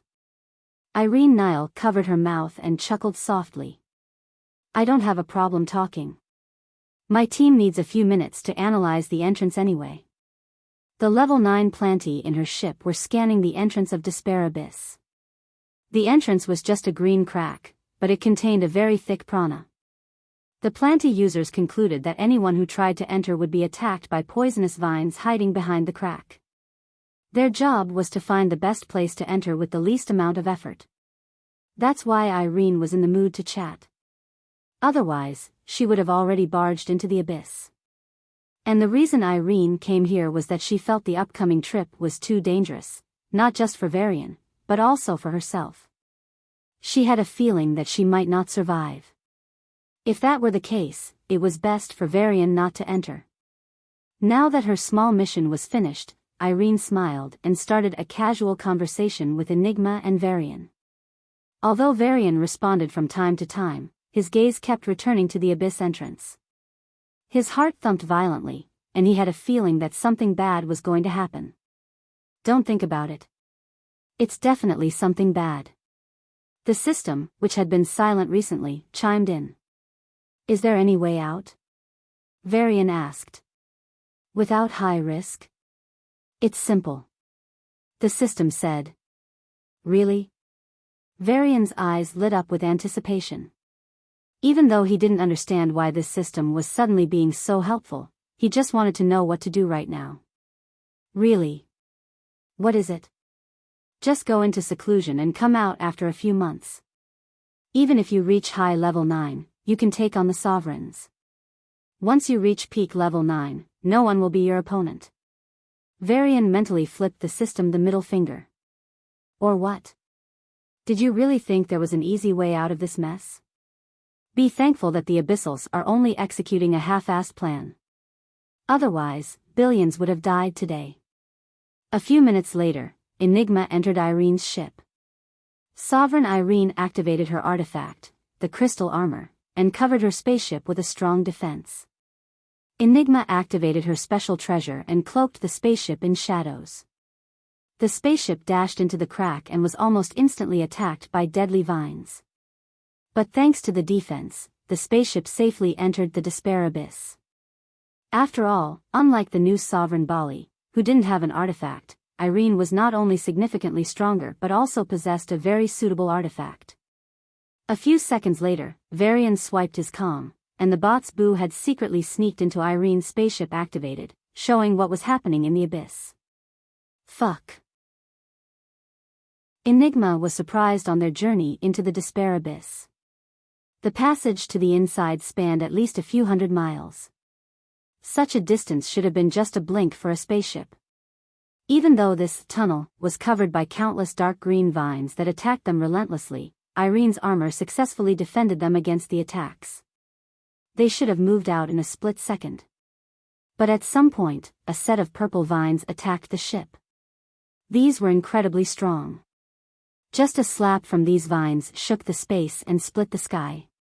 When faced with another attack on top of the original one, the momentum of the ship plummeted to the point they moved a mile every few seconds. But instead of worrying about their travel, the 100 level 8s and a couple of level 9s in the spaceship were also looking at the woman on the platform. A white light was emanating from the armor on Irene's body. This was the same white light that formed a protective barrier against both the dark green and purple vines. Phew. Shining in a graceful white light, Irene Nile opened her eyes. A heavy aura filled the air, suffocating even the strongest level 9s. The Sovereign quickly withdrew the aura she inadvertently released. It happened because she really gave it her all to enter the abyss. Everyone, Irene gazed at the men and women who followed her into the heart of danger with a solemn expression. The atmosphere in the spaceship suddenly cooled, and everything and everyone went still and utterly silent. Enigma, the oddball she always was, stood far away from the neatly lined-up rows of awakeners. Irene didn't mind. No, she wasn't even bothered by such small things. There was a bigger task, a greater problem, and a higher priority. She began in a hoarse voice, "We got lucky. The initial reinforcements, the situation on Pluto, the Crimson Abyssals, and now, the Undead. This isn't just a plan to wage war and deal us damage.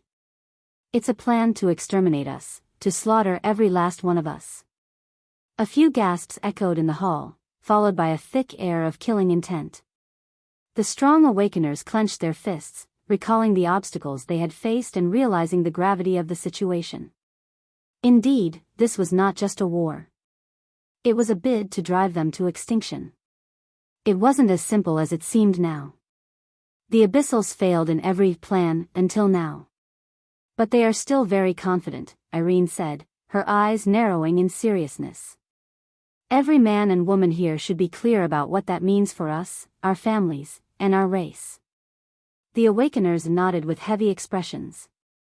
They already knew, and that's why they were so grim. Even with all their failures, the Abyssals were still certain they could win this war. No, they were certain they could exterminate humanity. Winning a war against an enemy and exterminating them are two completely different things. Even in the incidents that have occurred so far, the worst case was the loss of a planet and a protracted defensive war. If humanity lost a planet, it faced the risk of extinction, but it also had a good chance of defending itself. So, what are the Abyssals planning now? A new reinforcement? Another special army? Even stronger level 8s? They didn't know. But they did know it must be something capable of killing everyone. Their original plan was thwarted once we started hunting down the crystals. Irene gave Enigma a grateful glance, which was meant for Varian. Now, whatever they're about to do, the results will be premature. We can still stop them. Irene clenched her fist. The gloomy atmosphere was dispelled, and a light called hope filled the hearts of every officer. But, Irene looked at them with a neutral gaze. To stop them, we might have to sacrifice. A chilling wind seemed to have blown through the spaceship. Even though everyone present was a veteran, faced with the potential of death, their eyes flashed with complicated emotions. We are deep in enemy territory. No human invasion of the Abyss has ever been successful. Irene cited the countless attempts that all ended in failure. I don't know how many of us will return alive, if at all. Enigma opened her mouth to say that a few attempts had indeed been successful. Varian's invasions of the Mirage Abyss were an astounding success. He achieved what he intended and more. But Irene gave her a look and lightly shook her head.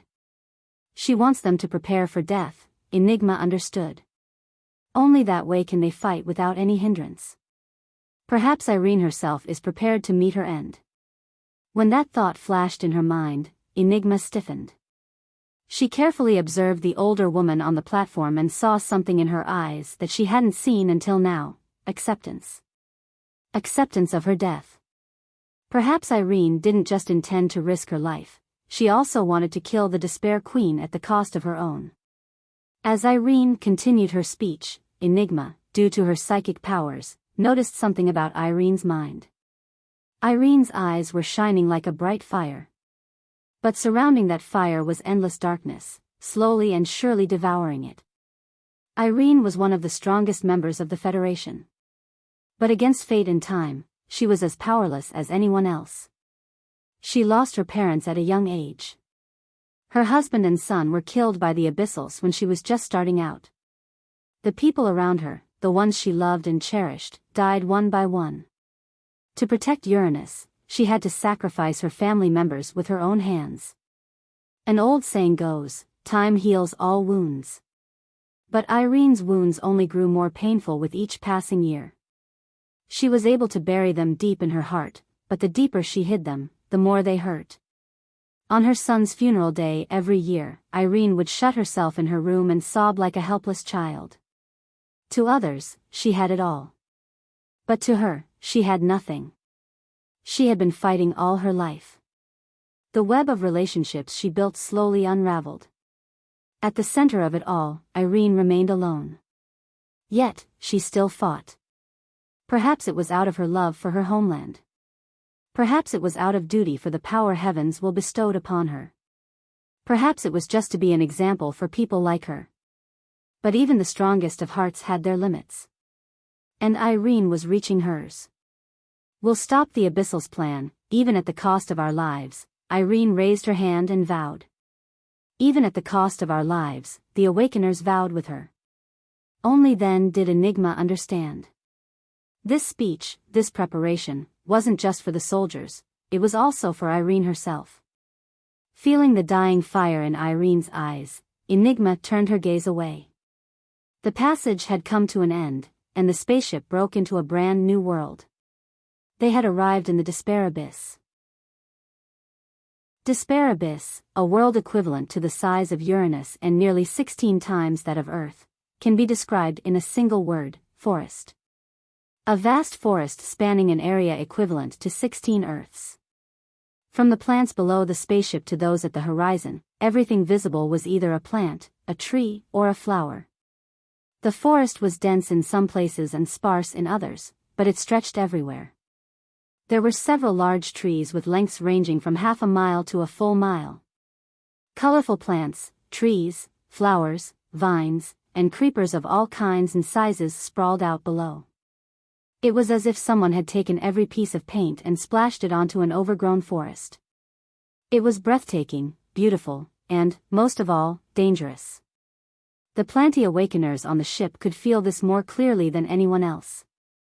Despite having mostly weak plant creatures, this expansive forest was very defensive. Of all the human invasions against abysses, those against Despair Abyss had the worst outcomes. The entire forest had an underground root network that allowed it to fight like a hive mind. As a result, attacking any single section of the forest would incite a response from the entire forest. And now, they were about to do just that. This is suicide. Enigma's lips twitched as the spaceship dashed towards the center of the forest, toward the largest tree, so large it was visible from every section of Despair Abyss. It resembled the World Tree from myths but in an abyssal form. As the distance to the World Tree rapidly closed, a change occurred. The trees on the ground shook violently, and the flowers on these trees bloomed, releasing colored gases into the air: poison, psychedelics, acid. Close the spaceship. Don't let anything come in, Irene ordered. If not for the advanced defense mechanisms of the spaceship, they'd be breathing some very dangerous poison right now. But escaping the poison didn't end their struggle. The forest below them glowed, and countless vines shot out from all directions. These vines shone with different colored lights, each displaying their unique specialties. Some were burning with fire, others spitting dangerous acid, and a few were filled with poisonous thorns. For a moment, even the armor maintained by Irene trembled violently. As if that wasn't enough, several auras shot up in the distance. The trees in the forest bent to the side, creating a road. A group of level 9 abyssals, now in the form of trees, dashed along the road and reached the spaceship in the blink of an eye. Then, a special group of trees held these abyssals with their vines and threw them into the air. These abyssals, now in the form of trees, surrounded the spaceship immediately. What the? For the level 8s on the ship, it was too sudden. But Enigma and the other level 9s didn't take any action. They wanted to assess their enemy's strengths and weaknesses. With the sound of air splitting, the branches of these trees extended and connected with those of other trees, forming a cubical prison with the spaceship at the center. New branches shot out from these trees and completely sealed the cube, imprisoning the spaceship. The trees floating in the air were supported by the extended branches of the trees on the ground. The spaceship accelerated to its full speed and struck the prison. The branches cracked apart, but new ones quickly emerged, thwarting the spaceship's attempt to escape. These trees then shot their leaves at the spaceship. Sparks flew as the sharp, pointed leaves tried to penetrate the spaceship but failed. The Abyssals imprisoning the spaceship realized their attack power was insufficient. Quick, call for more firepower. An Abyssal sent this message through his roots. The message traveled through the branches of the tree supporting his presence in the air and finally entered the underground root network. All the Abyss wills were altered to prevent Varian from entering the abysses. However, this change caused the Abyss wills to lose the ability to detect outsiders in the abyss. Even though the Abyss will scanned everyone entering, it was not impossible to sneak in, especially for weak awakeners. There were also other methods humans had yet to discover. The Despair Abyss did not have this problem. Once the message entered the root network, it traveled at unprecedented speed and reached the Abyssals near the World Tree. The interior of the World Tree had several floors. Given that the World Tree spanned nearly half a mile in width, all these floors were sufficiently spacious. The top floor was the Despair Queen's residence, the one directly below was the courtroom. However, the Queen was currently on the ground floor, where 8 spaceships had landed. Abyssals from different abysses emerged from these spaceships and handed the queen the crystals. The Despair Queen's hand transformed into a branch, which split into 8 smaller branches to pick up the crystals. With a wave of the branch, the spaceships and the Abyssals were sent out of the world tree. "Go stop them," she commanded. Then, the Despair Queen walked into the secret floor accessible only to her, the one below the ground floor. At the center of this floor lay a coffin, surrounded by several mystical drawings and writings. "Though the premature ceremony will start you at only level 9, you can quickly grow stronger," the Despair Queen said with anticipation, waving her hand. The crystals flew toward the formations, and the coffin began to shake. Then, a bright light enveloped the entire floor as strands of black energy flowed from the crystals and entered the coffin. Despair Queen wanted to stay until the end, but the World Tree sent her a message through the network. Irene Nile. Despair Queen turned her head toward the human sovereign and narrowed her eyes. The next second, she disappeared and reappeared in front of the spaceship. Below, the trees and plants for several miles were crushed into pulp. Hundreds of humans, level 8s and 9s, were fighting against the Abyssals who had already arrived. Enigma herself was battling 2 Abyssals. Despair Queen ignored everyone and focused her gaze on the woman in crystal armor. Her eyes flashed with hatred as she smiled. "You fooled me back then and escaped death. But today, no one can save you. Once you enter my abyss, there is no return." Despair Queen waved her hand, and an invisible shockwave spread throughout the abyss. The forest shook violently, and millions of trees began moving toward her. The World Tree shook and shot its leaves at Irene. Irene set up a gravity barrier around herself and blocked the attacks. But a sudden attack struck, and Irene was blown far away. A huge tree, tens of miles long, appeared where Despair Queen stood. With a simple swing, hundreds of vines and branches reached out to Irene. The flowers on the branches released an invisible poisonous gas, and the thorns on the branches glinted with a cold, menacing light as they turned toward Irene. With a force strong enough to split an asteroid in half, the branches struck Irene. Space cracked apart as the mighty sovereigns unleashed their full powers. With a wave of her hand, Irene created a gravity field strong enough to crush a mountain into the size of a sand grain. Facing this resistance, the branches lashing out at Irene not only didn't waver but went a step further, pouring energy into their leaves. The large branches had tens of thousands of leaves, and in a split second, the yellow leaves shrank into pointy red needles. The air seemed to be sieved as the red needles covered the sky and shot at Irene. At that moment, whether human or abyssal, all gasped at this marvelous yet dangerous spectacle. Irene stood high in the air as hundreds of thousands of red needles rained down on her. Like a red tsunami about to drown her, they reached her without stopping. When it seemed as if she'd be turned into a human sieve, a stunning change occurred. The sea of red needle leaves sparked and started dropping. The invisible but deadly spherical gravity field directly clashed with these needles and reversed their gravity. This resulted in a strange scene where the red needle sea reached Irene but couldn't even touch her and collapsed to the ground. Despite being unable to crack the barrier, the final batch of needles caused ripples in the gravity barrier upon collision. Few realized that the barrier had significantly weakened. Most of the humans present had never witnessed a sovereign fight so close. After this initial exchange, where Irene emerged unharmed without difficulty, they felt a burst of joy in their hearts. Irene seemed invincible in their minds, and the mission seemed a foregone conclusion. But the world blurred, and following a cracking sound, the branches pushed through the barrier zone and reached Irene. SOV. The panicked cries weren't even finished as the woman in question started glowing white. The long branches that had forcefully broken through the gravity field had already slowed down, but their current momentum was enough to sink an island. However, when they faced the white glow surrounding Irene, even these powerful attacks were slowed. "Relying on your artifact to save your sorry life, bitch," the Despair Queen's cold voice echoed through the air as her giant tree form trembled with anger. "Only a fool wouldn't use all their advantages," Irene replied with a smirk and clapped her hands.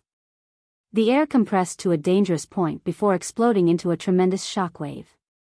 The despair tree was blown several miles away before it finally stopped. Several of its branches were torn to shreds, and its bark was riddled with hollow wounds, from which green sap spilled out. However, the attack wasn't aimed solely at the Despair Queen. The Level 9s and Level 8s, who were already engaged in battles a dozen to 100 miles away, retreated further upon sensing the shockwave, ending up a few hundred miles from the World Tree. For 100 miles around Irene, every tree, every plant, and even every flower was torn to shreds by the shockwave. The once continuous forest now had a noticeable gap. Nearby trees had already begun to evacuate, moving at their maximum speed despite their slow nature. Gradually, an empty area formed around the World Tree. This is it. Decisive strength.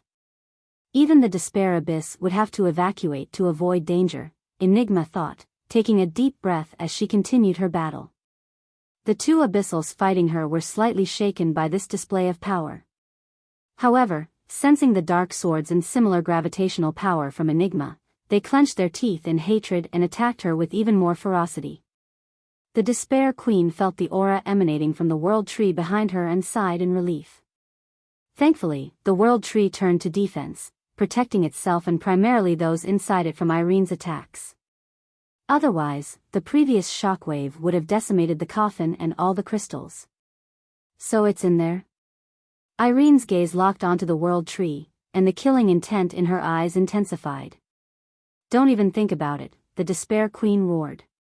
This was the most crucial time, and she had to stop Irene at any cost. However, the problem was that even if she could fight evenly with Irene, she couldn't prevent the aftermath of their battle from damaging the World Tree. Sure, the World Tree wasn't weak, but how many shockwaves could it withstand? Moreover, Irene was a gravity awakener. As expected, Irene pointed her finger at the World Tree, locking her gravity sense onto it. The World Tree violently shook for a split second as its roots were forcibly pulled up. But before the roots came out of the ground, the Despair Queen attacked Irene and interrupted her. I need to suppress her at any cost, the Despair Queen thought, gritting her teeth and connecting with the Abyss will. The sky turned green, and the next moment, countless vines shot at Irene. Irene's eyes widened at the sight, and she hurriedly set up a gravity barrier. The vines slapped down on her endlessly, but thanks to her sturdy defense, they were initially able to block them. However, the barrier broke apart, and the Despair Queen's branches slapped Irene. This time, even if Irene activated her artifact, the branches broke through her defenses and sent her flying.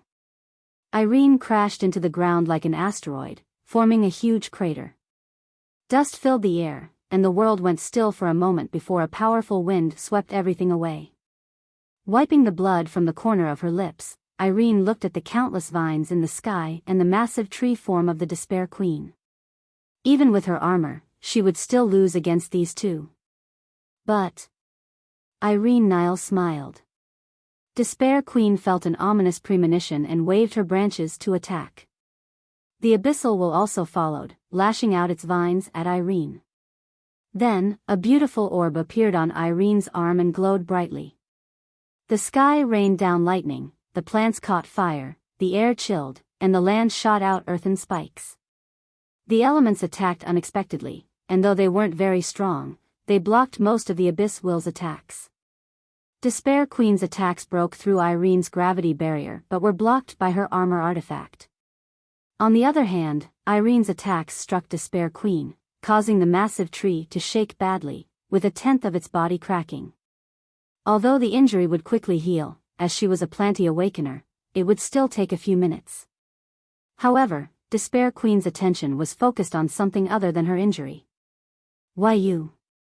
Why did Michael give you the Nature Seed? The Nature Seed, one of the 6 artifacts, with 2 lost. Now, it is one of the 4 available artifacts held by Albert, Julius, Michael, and Irene. Michael had given his artifact to Irene. An artifact only needed aura to show its powers.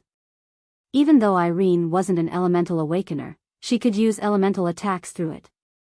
And these attacks were all at peak level 9 and higher.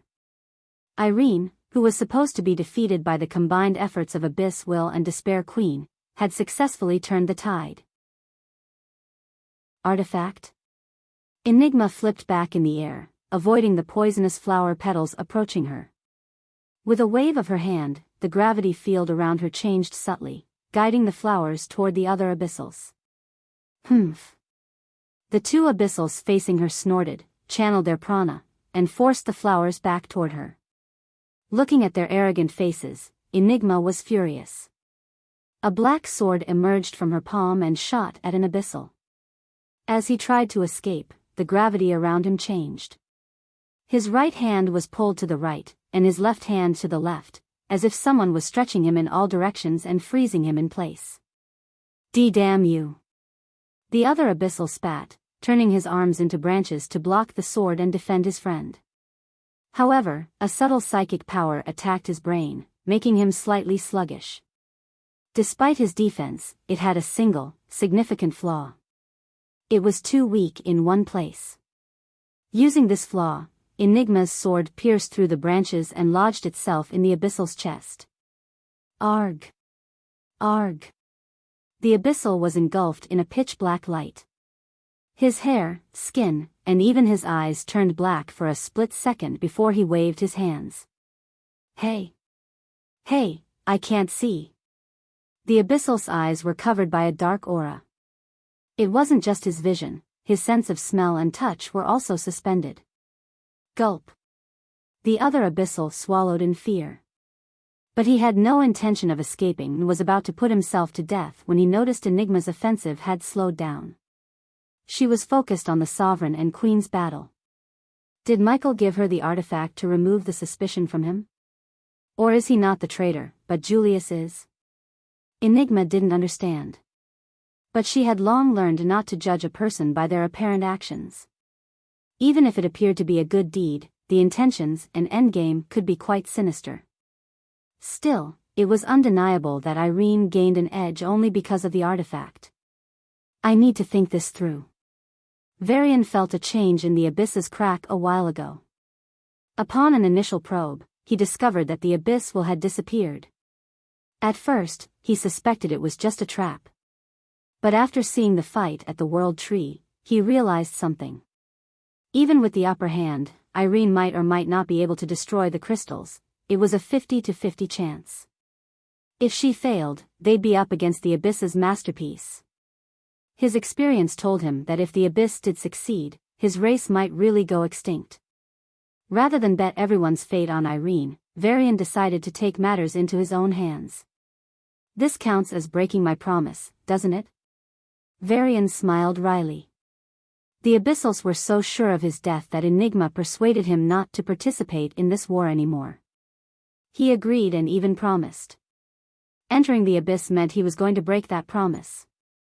Varian struggled, but only for a moment before he ordered the ghost ship into the Abyss.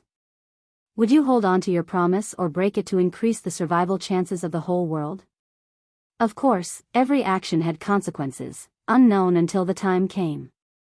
With a thunderous roar, a lightning bolt suddenly struck the giant tree, diverting the Despair Queen's concentration. Irene used this wondrous opportunity, which she had meticulously created, to twist the gravity around the base of the giant tree. The tree's roots burst apart, and the tree itself toppled due to the sudden pull. Despair Queen quickly channeled her prana and was about to resume her stance. It would happen very quickly. But for Irene, it was not a negligible amount of time. She locked her gravity sense onto the world tree and changed the gravity. The world tree attracted her strongly, and in an instant, Irene was pulled toward the tree. No. Knowing what was about to happen, Despair Queen despaired. She tried to use Abyss Will to block Irene, but the Abyss Will itself was blocked by the nature seed. Arg! Against the backdrop of Despair Queen's unwilling roar, Irene reached the world tree. With a snap of her fingers, the world tree shook violently. It was the strongest tree in the Despair Abyss and also the fiercest. Even if level 9s came to besiege it, it had enough power to defend itself. If it was just a few level 9s, it could even strike back and kill them. But the one in front of it was someone far more powerful than a level 9. From the start, the World Tree had no chance. So, the moment Irene's gravity wave hit it, the World Tree was forcibly torn apart into 2 halves. Even having the best defense among all species didn't save it. The World Tree was torn, revealing the countless floors of the World Tree, including the countless Abyssals. This included key officials, geniuses, and even many recovering High Awakeners. Of course, at the bottommost floor, even a step below the ground floor, was a special floor with a coffin. Surrounding the coffin were 8 crystals that were shining brightly and pouring dark energy into the coffin. Irene's eyes turned cold, and she controlled her gravity sense to rip apart this coffin. But before she could, tens of thousands of Abyssals in the World Tree attacked her. Even if she was a sovereign, she didn't want to take on so many attacks at once. But that didn't mean she had no options. Humph. With a snort, Irene reached the secret floor. The coffin emitted a strange aura, reeking of malice. Wait! Despair Queen roared and shot her vines toward Irene at the fastest speed she could muster. But if Irene intended to act, it was already too late. And Irene did intend to act. She appeared above the coffin and enveloped the crystals in a gravity field. Destroying them would have severe consequences. So, after enclosing the crystals in a gravity field, Irene clenched her fists and was about to crush them to powder. Despair Queen was far away, and Abyssal was busy. The Abyssal's master plan was finally. A sharp pain hit Irene's body, and she flew out, crashing into the ground. Dust filled the air, clouding everything. Clutching her bleeding abdomen, Irene stood up. What the? But the scene before her made her eyes widen in disbelief. Irene's heart sank as a tremendous aura rose in front of her. The ground shook, and heavy footsteps reverberated in the air, scattering the dust to reveal a tall figure. An ash-colored body, but pitch-black eyes, not just the pupils, but the sclera as well. They weren't eyes but 2 gleaming black orbs radiating evil power. These orb-like eyes stared at her with killing intent. An undead. Irene had seen too many undead by now, so there was no reason to be surprised if this was just another one. But this one was different. The undead's figure blurred, and he reached Irene in an instant. He raised his hand and punched out. The air blasted away, and a massive shockwave swept across the abyss. At that moment, even the Abyssals 1,000 miles away felt the ground tremble. This was a ridiculous display of power, the kind that only a sovereign could wield. Both humans and Abyssals were stunned. How? The Despair Queen herself was perhaps the most shocked. She stood rooted to the spot as Irene activated her crystal armor to defend against the undead Abyssal's attacks. Irene's attacks against this undead were ineffective. He was too strong. The level 9s who were 100 miles away from the battle evacuated further. Even they couldn't withstand the shockwaves. The level 9 Abyssals they were fighting laughed and chased them. Normally, such provocations would have been met with fierce retaliation. But this time, the level 9s retreated with dull eyes and pale faces. The level 8s were even more miserable. Some of the unlucky ones were hit by the shockwaves and were killed instantly. As they retreated farther, no one really had the mind to think about their upcoming battle with the level 8 Abyssals. The battle between the humans and Abyssals resumed. But unlike earlier, when humans fought tooth and nail to stop the Abyssal plan, they no longer had any reason to fight. The battle between Irene and the undead progressed. The ground around the World Tree shook violently, and huge rocks floated into the air, smashing into the undead at a violent speed. The Abyssal's arms blurred for a moment before they stopped, as if time had halted. Then, the rocks burst into pieces. Without giving Irene a chance to recover, the Abyssal reached her in an instant and punched out. Her gravity barrier was quickly broken, and even the barrier set up by her defensive artifact armor barely remained. As a result of the exchange, Irene suffered greatly, bleeding from her eyes and nose. The battle continued. With every move, Irene accumulated one more injury, spilled a bit more blood, and her movements grew stiffer. This was no longer an even match. Sovereigns were the hardest to kill, but when the gap between two sovereigns reached an enormous level, it wouldn't matter. Moreover, with this battle, everyone understood the final plan of the Abyssals. A sovereign. The ceiling of strength in the solar system. The true one-man army. And this wasn't a weak sovereign. If the undead were weak, Julius or Albert could take care of him. As the strongest human sovereigns, they could hold back two abyss rulers, provided one of them was weak enough. But this one was anything but weak. In fact, he might be close to Julius and Albert in strength. Even the weakest level 8 present understood the implications. Over. It's over.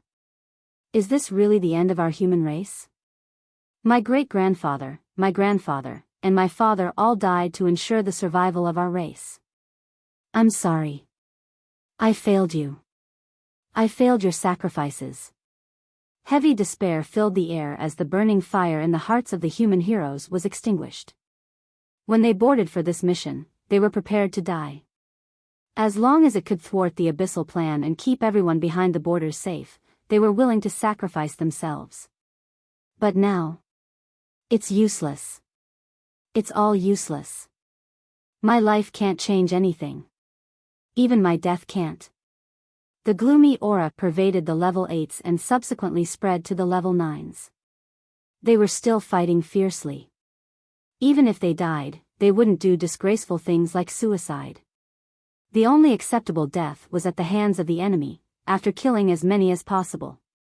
So, as the human warriors grew increasingly desolate about their future, their fighting style slowly changed. They became more and more ferocious. The level 9s were relatively calmer than the level 8s, but that was only relative. Most of them went into a frenzy and attacked madly. However, a few remained indifferent to the situation and acted rationally. Retreat and regroup, an order came abruptly. Despite the warriors' frenzy, their training kicked in, and they broke away from the Abyssals to regroup. The Abyssals also used this gap to regroup and recuperate, already certain of their victory with the new Abyss King. They didn't see the need to engage the humans and make unnecessary sacrifices. As a result, the human side got a breather. Looking at the formation, some had already fallen, but most were still alive. However, the serious injuries on most of them showed that if the order had come a few minutes later, they would have died. The order isn't to fight recklessly, but to contain your enemy, a solemn voice reached their ears. Their eyes instinctively searched for the owner of that voice. It was William, the leader of this operation, an old man said to be a retired expert. William was looking at them with a disappointed and furious gaze, as if they were the world's biggest failures. You are not allowed to die, a man clutched his bleeding chest and roared. But there's a new Abyss King, it's over, it's all over. Shut up and take the order. Want to die? Fine, you can die. But on my order. William's words weren't hopeful, but they broke the gloomy atmosphere like a ray of light piercing through darkness. But the darkness wasn't over. A woman stepped forward, her gaze determined to die. Sir, with all due respect, the Federation can't stop such a powerful Abyss King. That monster won't even bother to take care of our planetoids. It will come straight to our planets. Billions will die. Then, what can we do? Our attacks won't harm him. Just the aftermath of his attacks will severely injure, if not kill us. I wish to kill as many Abyssals as I can before I die. It's better than watching the civilization my ancestors protected with their lives. I can't stay alive to see its destruction. I didn't have a choice in my life. But this is my choice in death. Please allow it. Hearing the sincere but disturbing confession, William frowned. But he eventually shook his head. I can't allow that. The woman's eyes widened, and she clenched her fist, lowering her head. This was too much. She had dedicated her life to the army. Wasn't she allowed to at least die? She had made the request just because she didn't want to see everything she had protected perish. She would go crazy if she witnessed it with her own eyes. Even if she was known as the Blood Lady of Uranus, Jonah couldn't bear to see the deaths of 50 billion humans. The fight between Irene and the undead raged on in the background, sending shockwaves through the area. The trees shook, the clouds scattered, and the soil rose into the air. Unperturbed, the old man continued, "We are the army. We can win or lose, but we cannot quit. We certainly can't win against this sovereign, nor can our federation. Until now, our goal was to protect the solar system from the Abyssal. That is no longer possible. So from now on, our goal will be to protect as many humans as we can." The gloomy hearts of the men and women were suddenly lifted. But there was still a doubt in their minds. Without the planets, how could they save humans? Take them away in spaceships? "We still have some secret realms that are truly a secret," William revealed a top-notch secret, even unknown to most level 9s. "They aren't much, but around 100 million people can survive in them." Some were disappointed by the number. 100 million out of 50 billion is only 0.2%. To put it nicely, they would save 2 people out of every 1,000. To put it badly, they would let 49 billion people be slaughtered. Most were excited by this prospect. As long as human civilization remained alive, there would always be a chance for rejuvenation. One day, they could reclaim the solar system. One day. But that day would never come in their lifetimes. If they followed the leader's suggestion, they would spend their entire lives protecting the last survivors of human civilization. They would be chased by the Abyssals, and might even be targeted by alien races. Their lives would be filled with hardships. Compared to life in the Federation, it would be a living hell. However, thank heavens, there is a way out. Even if we lose the planets and the ruins, as long as we can save the people, it is enough. Haha. One day, our great-grandchildren will avenge us. They will settle our grudge with the Abyssals. Some cried, some laughed, but most stared at each other with bright, red eyes. When despair was at its peak, even a tiny bit of hope was enough. A moment later, the human warriors gathered at a distance and watched the new crater with mixed emotions. Irene Nile stepped out of the crater with firm footsteps. She was their leader, the strongest person on their planet. A casual attack from her could determine the fate of a Planetoid's army. Even if all the generals of a Planetoid army came together, they wouldn't be able to draw a single drop of her blood. But now, that woman was bleeding profusely from multiple injuries.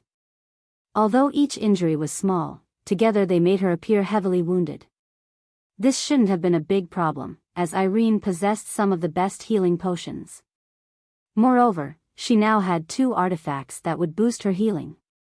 So, why was the first injury she received still not healed? This question crossed the minds of many level-headed members. But they didn't delve any further. They knew the answer wouldn't be pleasant. However, one man was curious about the truth. "This is..." William held his breath as he noticed small flashes of black energy on Sovereign Irene's wounds. The energy was similar to that in the crystal. Is it suppressing her vitality? Ignoring the group of humans in the distance, the undead Abyssal approached Irene and raised his fist.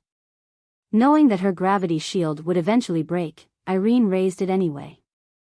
Then, she turned to the side and gave William a glance. "You." William instantly understood her intentions. Suppressing the heavy emotions in his chest, he ordered everyone, "Let's leave and start our preparations. Even though there's a high chance we'll have to evacuate, we will do so only after dealing a severe blow to these bastards. War first." The men and women in uniform nodded vigorously.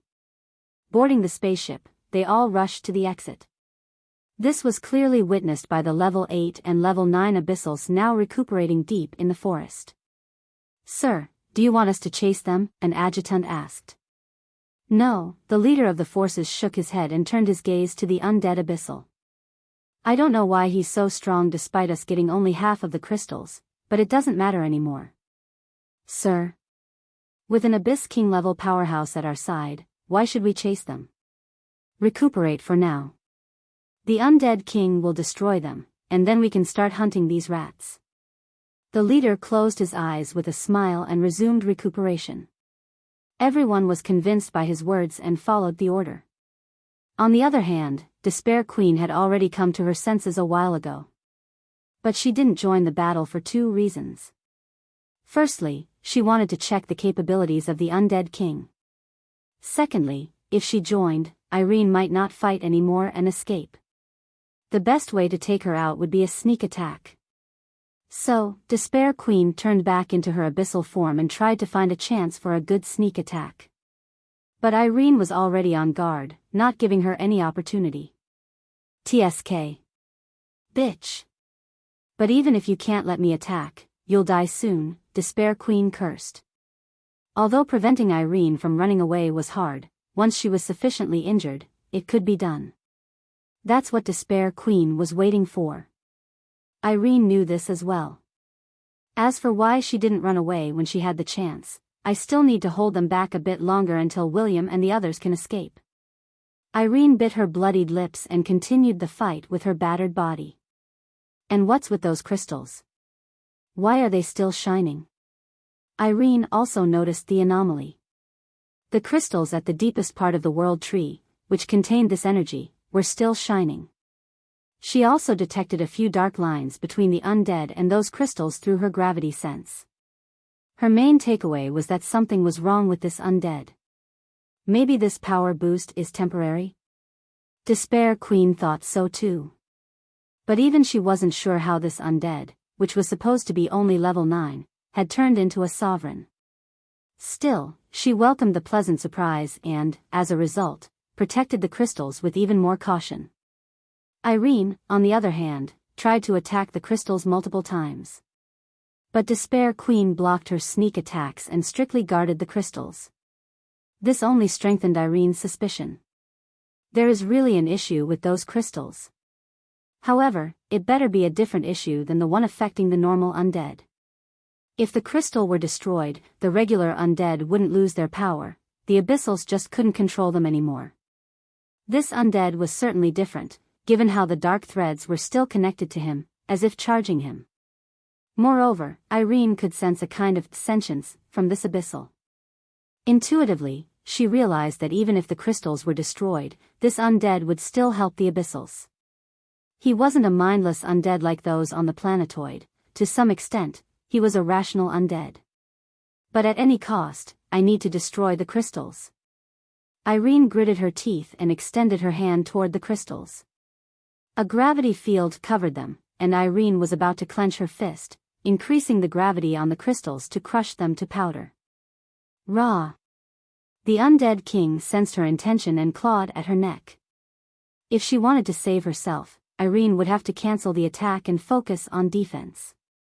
Irene didn't do that and was about to continue applying pressure to the crystals. Just then, a bunch of multicolored leaves covered them.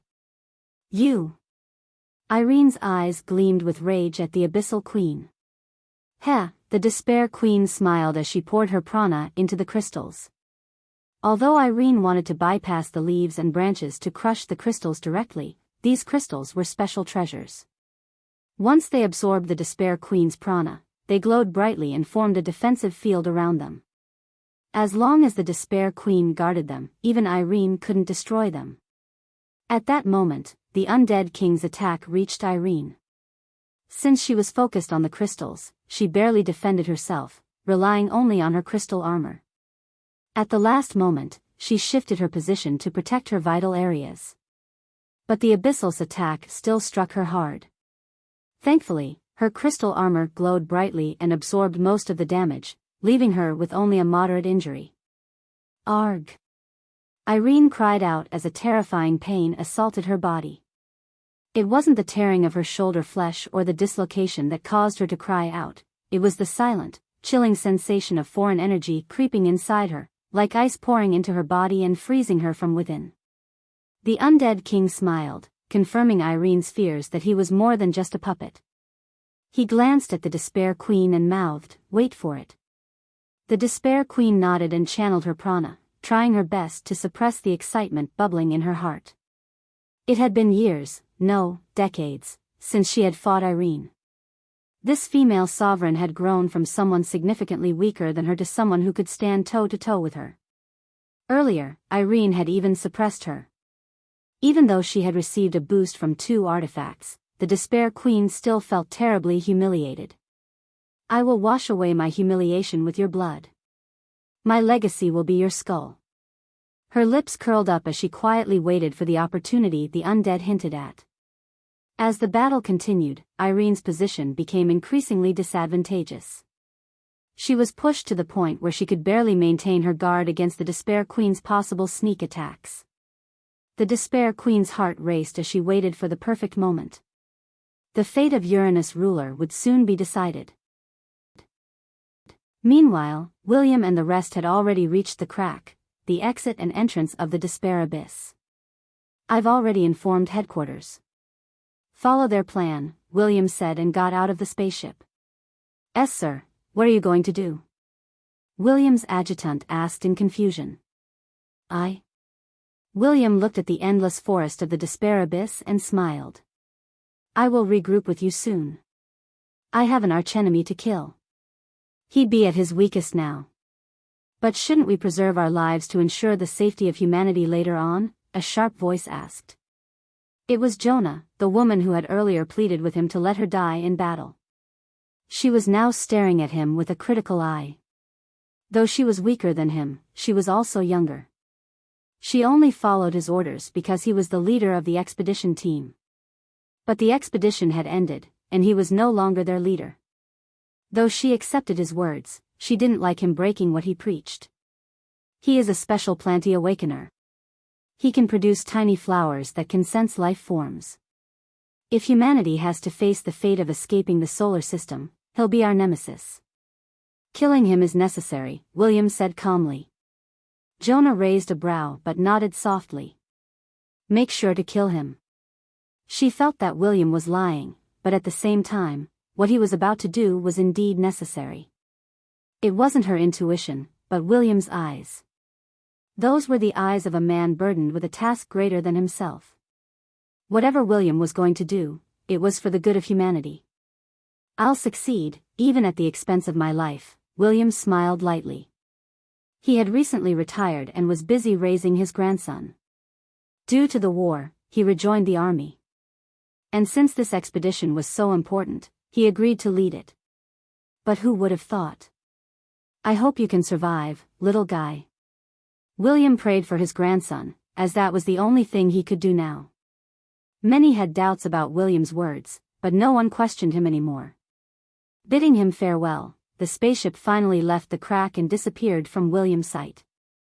Of course, a certain someone had quietly slipped out of the spaceship and appeared in the Despair Abyss. What is this old guy going to do? Enigma hid herself using her dark powers and spied on the old man. Things escalated too quickly. It was just a high-priority mission, but it turned into a battle between sovereigns. Now, they had a new sovereign whose strength was comparable to that of Albert and Julius. Enigma knew there was no hope for humanity anymore. An extra sovereign was something they couldn't face. Even Varian wouldn't be able to reach the sovereign state soon. And with so many paths, I'm not sure if he can even reach the sovereign state at all. Out of worry, Enigma had already warned Varian about the situation. She wanted him to find a way out of the solar system. Once the planets fell and the sovereigns died, the Abyssals would target Varian without hesitation. Keeping him alive was akin to leaving a growing time bomb. Only a foolish ruler would do that. And from this war, Enigma knew that the so-called Abyss Emperor was a clever and cunning person. Varian, respond. Where are you? Enigma frowned and was about to contact Boo when a change occurred. The old man turned around, and his figure blurred. If I can't go after him now, I'll lose him. Enigma clenched her fist. She stayed behind to check if there was any secret. But Varian wasn't responding now. Varian or the secret? Enigma didn't hesitate for a second and slammed her communicator. I should have stayed with you. You. Even though Enigma's face remained expressionless, she was furious inside. She had a strong feeling that Varian had broken his promise and entered the despair abyss. And if he did, where would he go? To the most dangerous place. Arg. Hiding her anger behind an expressionless face, Enigma teleported near the World Tree, or where it used to be. Old Man William had teleported to a nearby location and hid in a hill.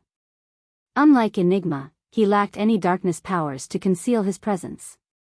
Fortunately, this area had already been ravaged by Irene and the Despair Queen's earlier battle. Thus, there were no plants to sense him and reveal his location. William spread his spatial sense and locked onto the coffin a few hundred miles away. Near it, he also detected the crystals. As expected, they were still glowing and contained some black energy. If I can destroy them. William's eyes flashed, but he quickly withdrew his spatial sense and hid his presence. The Despair Queen looked north and saw nothing but barren hills. Is it just my imagination? She checked the nearby messengers, but the plants found nothing suspicious. Whatever, no one can even get close to this place. She shrugged. Indeed, the area she stood in was constantly hit by shockwaves. The ground had long since caved in, forming a crater nearly half a mile deep and dozens of miles wide. Even the strongest level 9s wouldn't be able to navigate through this storm of shockwaves, much less reach the crystals next to the Despair Queen. I must get there at any cost, William resolved. This was a plan he had formulated long ago. Yes, they all decided that humanity was going to face near extinction and be expelled from the planets due to this extra sovereign. But this undead was just that, an undead. What would happen if he could destroy the crystals that birthed this undead? Maybe then the Abyssals would have to deal with this monster. Just like how the undead had turned against the Abyssals on the Planetoids. Or maybe that's all my wishful thinking, William smiled wryly. The biggest problem was that even if he was certain the undead could turn against the Abyssals, he had no confidence in destroying the crystals. After all, the Despair Queen was protecting them. So, he devised a plan with the greatest success rate. He sent everyone else back to relax the vigilance of the Abyssal army and the Despair Queen. Now, he was waiting for the Despair Queen to move to fight Sovereign Irene. At that moment, he'd teleport and destroy the crystals. Of course, the moment he teleported there, he'd be noticed by the Despair Queen. As a Planty Awakener, Irene had the option to leave behind her roots or branches near the crystals, even while fighting Irene. And she certainly would. So, when she sensed his presence, she'd directly attack him with her roots or branches. Her attacks would reach him first, even before he could attack the crystals. Once her attack hit him, it was over. Because even if he was one of the strongest level 9s, it wasn't much in front of a sovereign. Even without the Despair Queen, the shockwaves there would blast him away and seriously injure him. William could transport to the crystals, but attacking them was almost impossible. The only way out he saw was self-destruction. He'd turn the whole space chaotic and die with as much impact as he could. I know I'm hoping for too much, but if somehow this undead abyssal threat disappears, we can go back to the status quo. We don't have to face a future where humanity nearly goes extinct. William prepared for the most important action of his life. Despair Queen waited for the opportunity to sneak attack Irene. William waited for the opportunity to sneak attack the crystals. Enigma, on the other hand, was ready to pick up Varian and teleport out of this place. Boo had already informed her that they were inside, but before it could say more, Boo was muted by Varian. That was enough, though. Enigma was already seething. Why is it that every time you can go to safety, you jump ahead into danger and try to die? Is it that fun? Huh. No one noticed Enigma's presence, and the plans proceeded. William held his breath and locked his spatial sense onto the crystal. Despair Queen quietly transformed her lower form into roots and spread them in every direction for several miles. The opportunity arrived. Following a resounding slap, Irene blasted through several mountains, spitting out blood. At that moment, Despair Queen drilled a root near Irene into the ground and pulled herself to that place using it as support.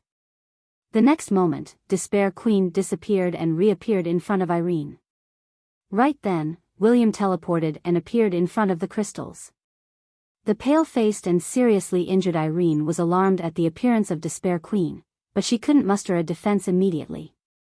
Now, she could only watch helplessly as Despair Queen raised her branches to attack her. What?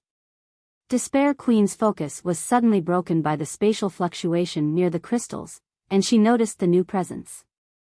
Without hesitation, she ordered the roots she had secretly buried near the crystals. Even though William calculated Despair Queen's speed to be extremely high, it was higher. So, the moment he appeared and was about to self-destruct, a root slapped him away. That brief distraction allowed Irene to retreat from Despair Queen, saving herself from a fatal injury. After confirming that the human had broken all his bones and was at his last breath, Despair Queen channeled all her focus on Irene. TCH. I missed the chance just now, but it's over. You're going to. Despair Queen suddenly froze and turned toward the area with crystals. There was. A spaceship appeared at some point and had just pulled in the crystals. Ghost ship. Despair Queen's heart stopped for a moment before pounding with rage. Varian. You dare. Despair Queen roared, lashing her branches at the most brazen thief in history. The ghost ship hurried to escape the attack, but the assault was too swift.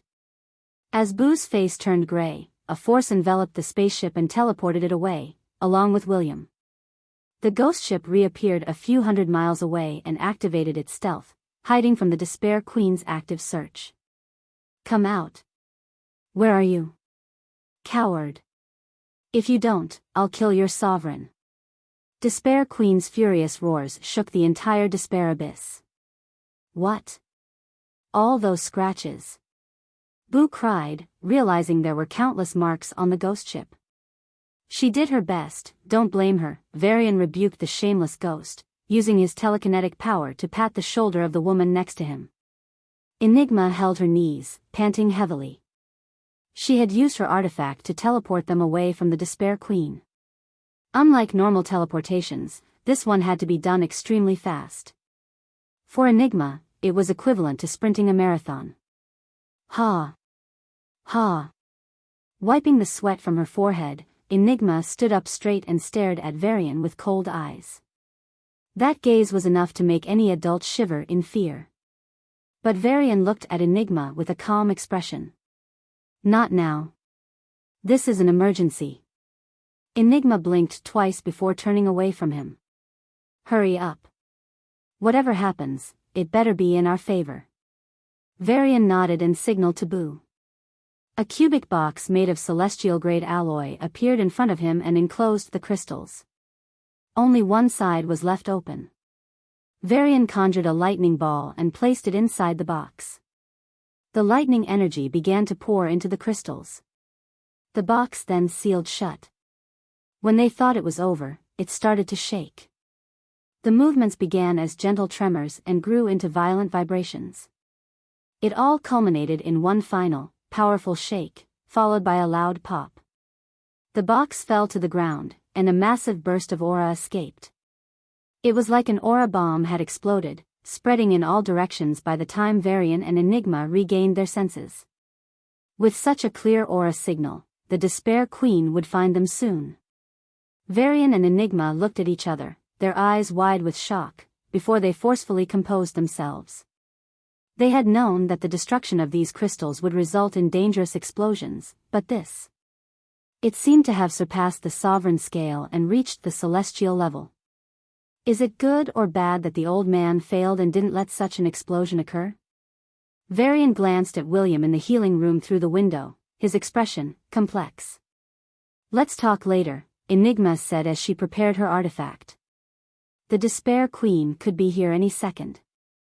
I'll have to teleport us again. Please do, Varian replied. He desperately wanted to see what had happened to the undead. If their actions could bring down his powers from the sovereign state, then he couldn't ask for more. If that undead remained in the sovereign state. Varian's eyes flashed, and he glanced at the celestial alloy of the box with a determined smile. If he's still a sovereign, we'll have to take the risk and seal him here. But that was nearly impossible. The undead was stronger than most sovereigns and couldn't be easily tricked into the box. Varian wasn't optimistic about this desperate plan.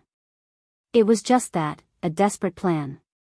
As Enigma was about to teleport them again, horrified screams filled the air. No. It's impossible.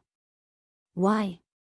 Hearing the Despair Queen's despair, Enigma paused and gave Varian a look, who then gave Boo a look. Boo rolled its eyes and called up the holograms from the spy drones. Varian and Enigma saw it clearly then. The sky was shaking, and the forest on the ground was trembling as Despair Queen attacked Irene like a rabid dog. Irene, already heavily injured, wasn't able to mount a proper offense. But thanks to her defensive artifact, she managed to keep herself safe. Seeing Irene remain unharmed despite all her attacks, Despair Queen grew madder and madder. Her plant form grew a few more meters, and her attacks became more vigorous. All of this was well and good, but, where the hell is that undead? Varian squinted his eyes. Enigma narrowed her eyes at the screen and pointed to an inconspicuous dot in the corner. Zoom in there. The screen now showed an undead kneeling and clutching his chest as his aura went rampant, shaking the ground. With him at the center, the land for 100 miles around was cracked like a spiderweb. A single person affecting 100 miles. What a terrifying power. Wait a minute, isn't that a bit too weak for a sovereign? Varian raised a brow. Yes, but I'm not sure if his strength was really reduced or if he's just bluffing, Enigma voiced her concern. Then something extraordinary happened. The undead got up and approached the corpses of the plants, trees, and abyssals scattered all around. These were the collateral damage. Without hesitation, he took a deep breath, and a black energy flowed out of the corpses and into his body. The ground beneath him sank slightly, and the 100-mile crack now extended to the 101st mile. Varian and Enigma understood the gravity of the situation at a glance. Oh fuck, Varian said, slapping his forehead. Boo, go there quickly. I can, Enigma started, intending to teleport them, but Varian stopped her. Preserve your strength. He looks like a strong level 9 to me. A high level 9 or at least a peak mid-level 9, Enigma replied with a wry smile. Not something I can handle. It's best to inform the Federation. By the time they get here, this guy will have regained sovereign strength, Varian pointed out the crux of the issue. Then what should I do? Fight and see, Varian sighed. Master, we're here. The undead was beyond furious. After realizing that humans had come to destroy him, he used a special method to temporarily raise his strength to the sovereign state. However, the cost was that his permanent strength would be lowered if the crystals were suddenly cut off. With their destruction, he lost his source of power and returned to his permanent strength. Instead of being at peak level 9, as the abyssal rulers had hoped, he was barely at a high level 9. Thankfully, I can strengthen myself with the dead, he thought, which was his only solace. Of course, he formed a deep grudge against the human called Varian and the ghost ship. He vowed to utterly humiliate and destroy them when the time came. But for now, he decided to focus on. The undead bent backward and watched a dark sword pass just above his forehead. Gulp. It was a near-perfect sneak attack. If not for the intuition honed through thousands of battles, he would have died there. The undead was first scared, then enraged. His legs dug into the ground, and the next moment, his figure blurred as he reappeared 50 miles away, in front of Enigma. His muscles bulged as he threw a punch right at her face. The sheer shockwaves from his punch caused a large cut on Enigma's face, making her bleed. I can barely handle a mid-level 9, his strength is beyond my range, Enigma gritted her teeth and jumped back. The undead chased after her like a bullet, ready to follow up with another punch. His mind suddenly turned sluggish and the space around him froze, while an invisible force held him in place. But they barely managed to hold him back for a moment before he continued his attacks. Fuck. Varian slammed his fist into a wall in the ghost ship and cursed. He had already informed the Federation. But even if they hurry now, it would take at least 30 minutes. 30 minutes for a high-level 9 was too long. The real problem, however, was, die, you bitch. Despair Queen slammed a pointed branch at Irene. The invisible gravity shield covering Irene held on for only a few seconds before it scattered. The branch reached her armor, which barely held and repelled the attack. Though she repelled the attack, Irene's face turned paler. Her consumption of aura was already too much, and she couldn't continue the battle for long. She would have to retreat in a few minutes or die there.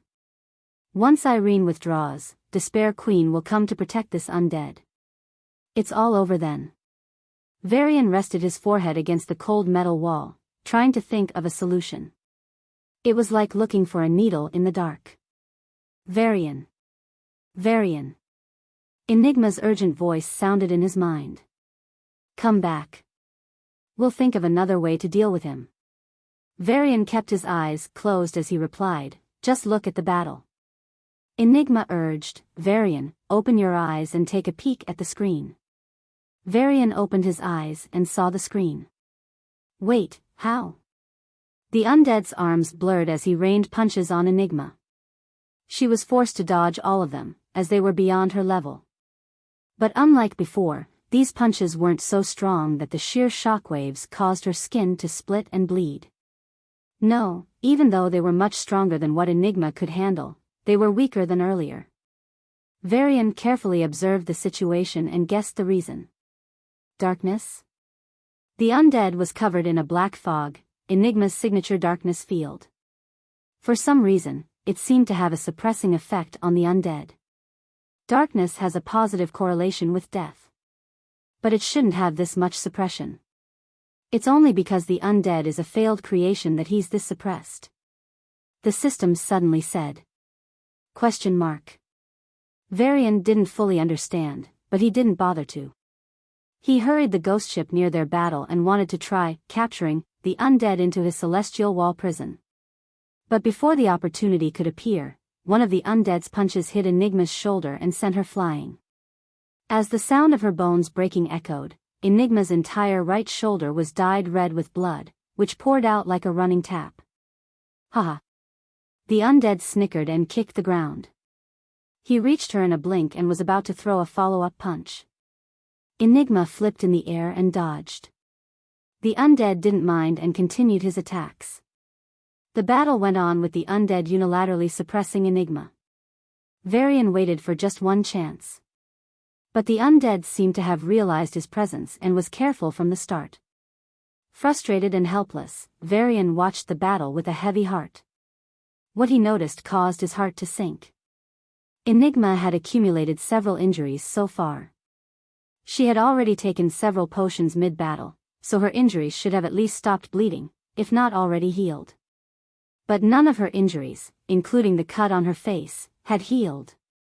Patches of dark energy were present over her injuries, and if his inference was correct, these energies were directly fighting her vitality. So, not only was Enigma not healing, but she was also growing weaker. Thankfully, the injuries so far were few and small. Otherwise, a chill shot down Varian's spine. Should we retreat? Varian had an urge to do just that. But if we retreat now, that undead will be protected by the Despair Queen and will return to the sovereign state. Then what should I do?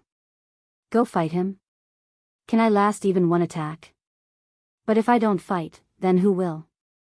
Enigma can't win, and this old man is out of commission until tomorrow. The more I think, the worse it seems. If we retreat now, the undead will become a sovereign and destroy all the planets. But with the ghost ship, I can still escape their pursuit and take revenge. Varian struggled with this tempting yet horrifying thought. He never considered himself a morally good person. He saw himself as a selfish person with a bit of kindness. But even for him, the thought of leaving 50 billion people to die was too much. This dilemma wasn't just for them but also for himself. If he left now, Varian wasn't sure if he could even respect himself again. Still, he wanted to leave. It was foolish to fight when death was certain, but it was even more foolish to die without a purpose. Varian was about to call back Enigma when the sacrifice of Mars' High General, Scad, flashed in his mind. This man knew he was going to die, but he went ahead and bought 2 minutes of time for his planet at the cost of his life. In retrospect, those 2 minutes were critical in saving Mars. But Scad had no way of knowing that. From his perspective, his death might have had no impact at all. Mars could have still been destroyed. Mars could have been saved regardless of his sacrifice. Most sacrifices didn't change the final outcome. So, Varian couldn't even convince himself to sacrifice since it might have no result at all. Would his death be worth it? Master, Enigma's condition is getting worse, Boo said in a pitiful voice. Varian raised his head and watched the woman, covered in blood, face off against the monstrous undead alone. Despite facing an enemy far stronger than herself, she refused to give up, appearing pitiful. But why did she keep fighting? Because he had asked her to? The more he looked at her, the more she reminded him of Scad. Did I do my best? Varian recalled the final words of the great general and clenched his fist. The same thought flashed through his mind incessantly. Did I do my best? Did I really? Varian closed his eyes and took a deep breath. He wanted to keep Sia and Sarah safe and didn't like seeing Enigma in such a pitiful state. Though he wanted to fight for humanity, he didn't want to sacrifice himself. He decided to leave, but before he did, he wanted to try at least once. Even for just a moment. Boo, open the door, Varian said. Just once, that way he could convince himself that he had done his best. It was unlikely to change anything. There was no way he could help Enigma defeat this undead. The disparity was too great. Varian knew it, but he still wanted to try. It didn't matter if things failed after he tried. But running away without even attempting it was something he couldn't accept. Enigma, I'll support you from behind, Varian's voice sounded in her mind as she dodged the undead's attack. Enigma flipped in the air and teleported to a mountain. Her mind was blank for a moment before she erupted in fury. Do you think you can make any difference here? You're too weak, she said coldly, jumping off the hill. A blurred silhouette crashed into the hill, and the next second, the giant hill exploded, sending dust and rubble flying. Not just the hill, but the ground for 50 miles around sank as if it were clay. Even though he was far from the attack, Varian could feel its horror. But he still stuck to his decision to intervene. The undead hadn't yet realized Varian had left the ghost ship. He set his sights on Enigma standing in the clouds and kicked the ground. Like a rocket taking off, he shot up and reached Enigma. Enigma's darkness powers engulfed him, suppressing his powers from high level 9 to mid-level 9. But doing so, Enigma had to expend all her dark mana, leaving none for herself. Her mind power forced his brain to stop the attack, but his instincts overruled her command, and he continued the attack involuntarily. Enigma used her gravity power to create a repulsion shield to protect herself. Even though the Abyssal had been weakened to mid-level 9, it wasn't enough. However, she faced a problem she could no longer ignore. Arg. Enigma's wounds refused to heal, no matter what. Her injuries were all covered by patches of black energy. Though she had noticed them long ago, she couldn't neutralize them due to the ongoing battle. They drained her vitality, and with each passing second, Enigma grew weaker. Even if she could survive this battle, despite being the weaker party, she couldn't survive the loss of her vitality. Under these circumstances, the undead's punch reached her. Enigma braced herself for another injury when the undead suddenly paused. The space around his neck fluctuated, and a metal needle appeared, propelled by an invisible telekinetic energy. It pierced his neck, spilling green blood, but was stopped halfway by his extraordinarily thick skin. The chi of the undead also flowed through his neck, preventing further penetration. The attack succeeded only because of the element of surprise. However, it failed to cause any major damage to the undead. The undead had sensed Varian's location and decided to kill this bug. Before that, he reached for the needle with his hand, intending to pull it out to prevent any accidents.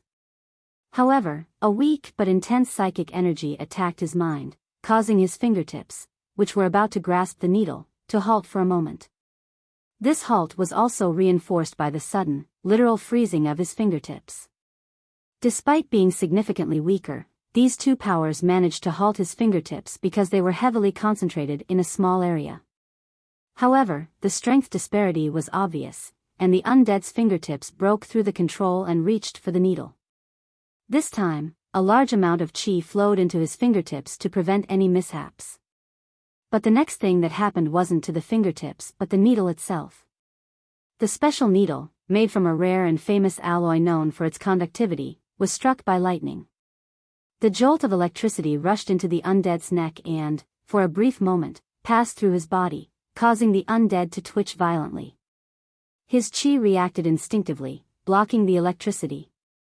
The area around the undead's neck was charred, and a roasted smell filled the air. 3 inches of flesh had melted under the attack. If a human had suffered such damage to their neck, they would have died without a doubt, as half of their neck would be destroyed. But the Abyssals, while humanoid in structure, had much larger skeletons than humans. This undead, like many Abyssals, was nearly 8 feet tall. For such a structure, his neck was much thicker. So, despite the brilliant attack and extraordinary damage, he wasn't fatally wounded. However, if the attack had been 100% more powerful, he would have died for sure. And while the current injury wasn't lethal, it was by no means minor. "You rat." The undead stopped his attack on Enigma and turned to Varian, who was standing on a faraway hill. Varian sighed in disappointment. He had concealed his presence and launched a sneak attack, but that would only work once. And that one successful attack wasn't enough to turn the tide in their favor. Varian. Enigma was also shocked by Varian's intervention. Even though his individual attacks were weak, when used together, he did more damage to the undead than she did. Of course, that was mainly due to the element of surprise. But still, it was remarkable. Unfortunately, the current situation left nothing to celebrate. Even Varian's brilliant intervention wouldn't change the final outcome. Enigma used her artifact to teleport in front of Varian. Looking up at the undead with caution, she said, "Let's leave. There is no hope." Varia looked at her injured, bloodied, and frail back. She wasn't Sia. But he didn't want her to suffer anymore. Because of his decision, she had already risked her life. It was enough already. Besides, he had done his best and confirmed that the final outcome wouldn't change. "Let's retreat," he said. After consulting her on her condition, he asked Enigma to teleport them to a particular location for a safe escape. They appeared on a plain, with the ghost ship appearing behind them. "You're both staying here forever." The undead spat and shot towards them. The ghost ship's door opened behind Varian and Enigma as the distance between the undead and Varian continued to shrink at an astonishing pace. The ground split in two as the undead approached them at a breakneck speed. Varian had already stepped into the ghost ship, and Enigma was just a single step away when the undead reached her. No. Varian's heart sank as he realized that his calculations had gone wrong. Enigma should have entered the ghost ship by now, and the door should have closed. Once that happened, even if the undead punched it, they would be safe and could quickly escape. But an error occurred. The abyssal speed was within expectations. However, Enigma, she was much slower. Varian noticed the dark energies floating around her injuries and Enigma's pale face, and the reason flashed in his mind. That energy, the death energy. He had considered this issue in his calculations, but he had underestimated how detrimental it could be to the victim.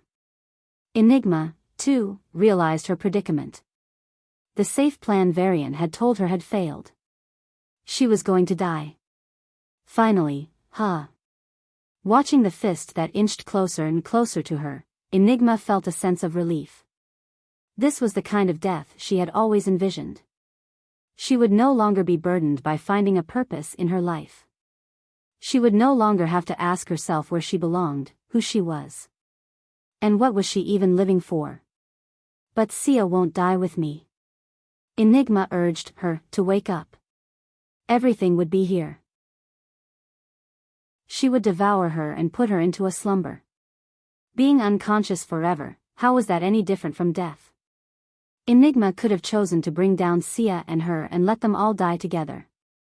But she didn't. She was grateful to Sia for giving her the opportunity to live.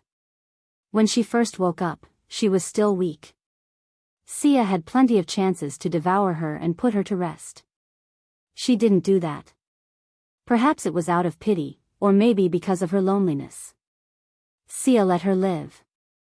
Just for that, Enigma couldn't let Sia die. Moreover, he didn't want her to die.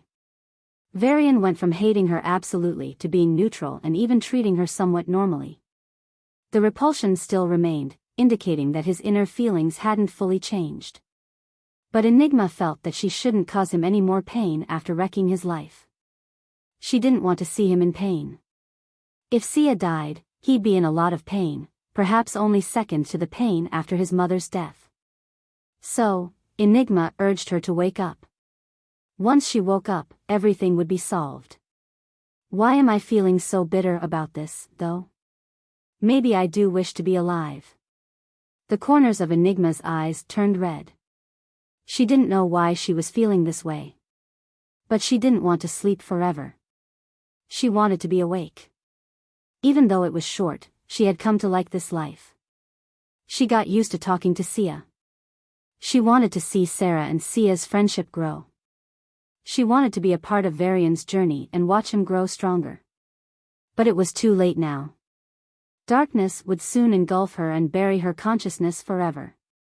As Enigma prepared for the inevitable, an unforeseen error occurred.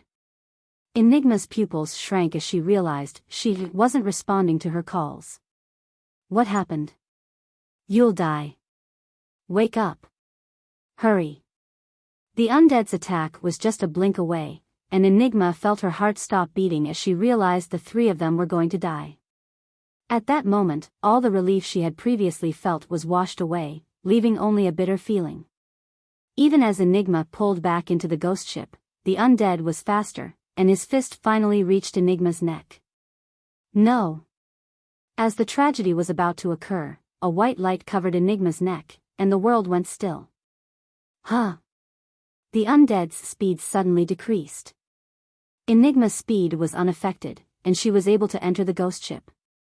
The door closed, and the Undead's speed suddenly increased. It had just reverted. His punch struck the ghost ship, and due to the sheer momentum, the ghost ship shot into the sky. Thankfully, Boo had temporarily placed high-quality walls for the door, which saved the ghost ship from damage. Master, we're retreating now. Boo said and rushed the ghost ship toward the abyss exit. But just as it was advancing, a few vines appeared out of nowhere and were about to slap down the ghost ship. These attacks exceeded the threshold of level 9 and were something the ghost ship couldn't resist. Boo didn't even have time to announce the bad news. Is Boo going to die alone? The heavens seemed to pity the ghost, as the vines were forcibly twisted in another direction at the last moment, and the ghost ship escaped safely. You bitch. Do you think you can keep saving him? The Despair Queen glared at the woman. From head to toe, Irene had several small injuries that continued to bleed, making her look more miserable than she actually was. Still, her condition wasn't great. Compared to when she had suppressed Despair Queen earlier, Irene was barely stalemating her now. The injuries were one thing, but the slow loss of vitality was another. Irene wiped the blood flowing down her eyebrow that clouded her vision and gave a tired but determined smile. I only need to save him until he can save us all. Ha! Despair Queen also knew her chance of killing Varian was over. If she went after Ghost Ship now, Irene would destroy the Undead, ruining their entire plan. Even if humans lost Varian, they would still be barely below Abyssals in overall power. They would still progress and surpass the Abyssals in a decade or two. On the other hand, the condition of the Abyss Empire in a decade would be. Despair Queen shook her head and decided to kill Irene today. The Undead could recover quickly and regain sovereign strength. That would mean the end of humanity, Varian, and Enigma. You can't save him if you die. Despair Queen launched her attacks, and Irene responded with defensive measures. On the other hand, as Ghost Ship approached the exit, the interior was completely silent. Varian stared at the injured Enigma in silence. For a second, he thought she was going to die. No, she might have really died. Right in front of his eyes. Varian's heart was in turmoil. He tried to open his mouth to say something, but his throat was too sore to utter a word. Enigma leaned against the wall, staring back at Varian, her chest heaving up and down. Just 1 second. No, it wasn't even a full second. It was supposed to be over, but I am alive? When the realization finally sunk in, Enigma slid down the wall and plopped onto the ground. She raised her head to look at Varian with teary eyes. Is this real? Varian walked up to her and knelt down to face her at eye level. He looked into her teary violet eyes and felt the emotions surging in her heart. His own heart was thumping uncontrollably, a mix of relief and fear. No, Varian shook his head. You're safe. Thanks. Enigma said in a low voice. Her words only pierced the guilt in his heart. Varian closed his eyes and lowered his head. I'm sorry for implicating you because of my selfish desires. You almost died. Your exit plan was perfect. It's my body, I overestimated it. Enigma shook her head. They had discussed the exit plan mentally. Enigma had reported her capabilities, which Varian used to decide the teleportation distance and ghost ship timing. Facing a significantly stronger opponent, the calculations had to be precise, and there was little room for error. Varian made it as foolproof as possible, yet a tragedy nearly happened. Looking at the patches of black energy hovering over her injuries, Varian retrieved the healing potions and floated them over her wounds, pouring them over. Enigma closed her eyes and focused her aura on the black energies, using the immense vitality from the potions. The black energies quickly dissipated, and her injuries began to heal at a rapid pace. Varian sighed in relief and sat next to her, his back against the wall as he waited for her to recover. He didn't notice that the distance between them was almost non-existent, they were just half a foot apart. I nearly caused her death. Varian closed his eyes. The image of Enigma's fragile back facing the Undead's fatal attack kept flashing in his mind. She had no part in this, she could have refused to fight. But for him, she put herself at risk. That one punch would have been enough to kill her. And it should have killed her if not for him strangely slowing down suddenly. As for why the Undead slowed down. Varian felt a soft body hug him as his head was pulled onto a familiar bosom. Her lavender scent made him unconsciously relax as her sweet voice sounded in his ears like music. After we finish him off, I want you to hold me like this all day, okay? Varian's tense heart relaxed as he slowly opened his eyes. Although he wanted to rest his head on the soft pillow, he wanted to see her more. So, he raised his head and paused. Sarah's lovely face filled his vision. Was it just him, or had she grown more beautiful? Varian didn't know, and he didn't want to think about it. Sarah was looking at him with a smile when Varian suddenly cupped her cheeks and bowed his head. At $. Feeling her wet, cold, and soft lips pressing against his, Varian's heart slowed to a near halt before it pounded against his chest. Varian pulled her closer and sat her on his lap. After the initial panic, Sarah wrapped her arms around his neck and kissed back with more passion, as if she wanted to melt into his body. At some point, Varian's tongue slipped into her mouth, and they began a secret battle of tongues. Savoring his lover's sweetness, Varian chased her cute tongue. Not to be outdone, Sarah chased after him, her heart throbbing in her chest. Even though it had been only a few weeks, it felt like they had been apart forever. During her retreat, Varian had infiltrated the Abyssals, pushed himself to save Mars, and since the war began, he had constantly put himself at risk.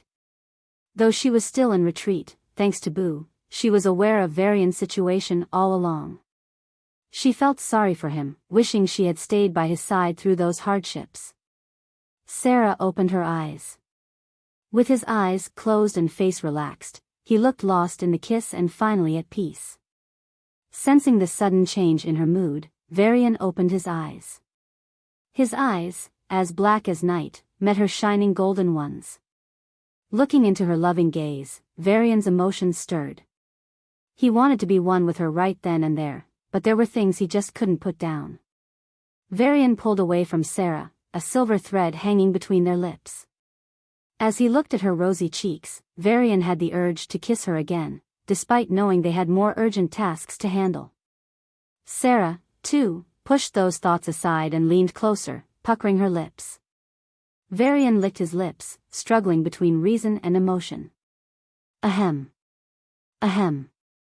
Thankfully, Enigma's awkward coughs startled them, ending their kissing session. Sarah looked at Enigma, intending to greet her, but realized she was sitting on Varian's lap. Feeling self-conscious, she wanted to get up. But Varian turned her around so her head rested on his chest, facing Enigma. With Varian's arms around her waist, Sarah concluded it was impossible to get out of this position. Besides, why should she? It's Enigma, after all. Perhaps sensing the change in Sarah's expression and her decision to remain in that intimate position, Enigma's lips twitched. First, they treated her like air and went on kissing. Now, they wanted to talk to her while sitting on his lap. What was this? A public display of affection? Enigma wanted to protest. She had no parents to give her parental love, no siblings to bicker with, and no friends, even though her relationship with Sarah was improving. And a lover? Many had proposed to her during the early days of Shadow Guardian, but none had truly captured her heart. They didn't even see her face, much less talk to her, but said they loved her. The ones who accepted her rejection were let off with a small beating. The ones who persisted got a heavy beating, and the really stubborn ones were directly thrown into dangerous missions. So, it's my fault that I don't have any good relationships? Enigma blinked her eyes in confusion before Sarah's voice caught her attention. Thank you for staying by Varian's side all this time, Sarah said with a grateful smile, then elbowed Varian with a glare. This guy can't stay still without courting death every other Friday. Varian coughed and turned away from her accusatory gaze. Miss, do you really think I enjoy risking my life? Heck no. I'm forced by the circumstances to choose. Enigma stiffly nodded in response to Sarah's gratitude. She helped Varian not only because of Sia but also because she wanted to. I've seen your darkness powers restrain his, I think I can do the same. Wait, how come we are so close? Sarah exclaimed in the middle of her speech. Close, what? Ah. Varian and Enigma realized they were almost sitting side by side. It's only a half-foot distance, wow. Sarah's face brightened. Well, Varian was equally surprised and delighted. Regarding the distance between them, he always stopped when he felt repulsion. The same thing now. If he just moved a bit closer, he'd feel the repulsion. But he didn't expect the repulsion to have decreased so much already. Damn, I can finally kiss C, ouch. Varian looked at Sarah with an innocent gaze, asking why she elbowed him again. Sarah's lips curled into a beautiful smile, and she said, You want the repulsion to go away so you can kiss her? Sarah expected Varian to defend himself. But against all her expectations, he nodded. It's part of the package. I actually want to do more. With you too.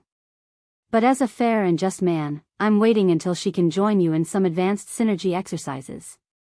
Against such shameless statements, Sarah blushed and gave him a cute glare, while Enigma punched the wall and said, I'll book a room for you too, but wait until that undead is killed. He is much stronger than me. He's a high level 9, though a new one. Otherwise, I would have lost long ago.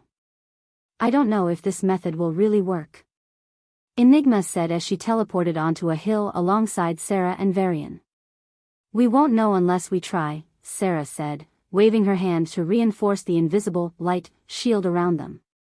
The area at the base of the hill was filled with many plants and trees, which served as the eyes and ears of the Despair Abyss. Enigma usually had to use her darkness powers to hide her presence from them. Now, Sarah was using her light powers to achieve the same effect. To the plants and trees below, there was no one on the hill.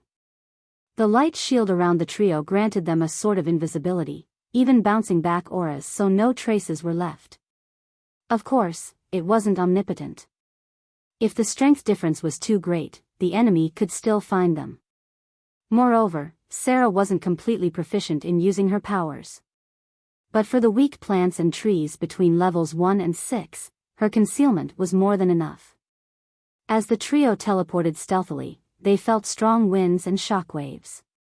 The soil was blown away, mountains were shattered, and even rivers changed course under these intense shockwaves.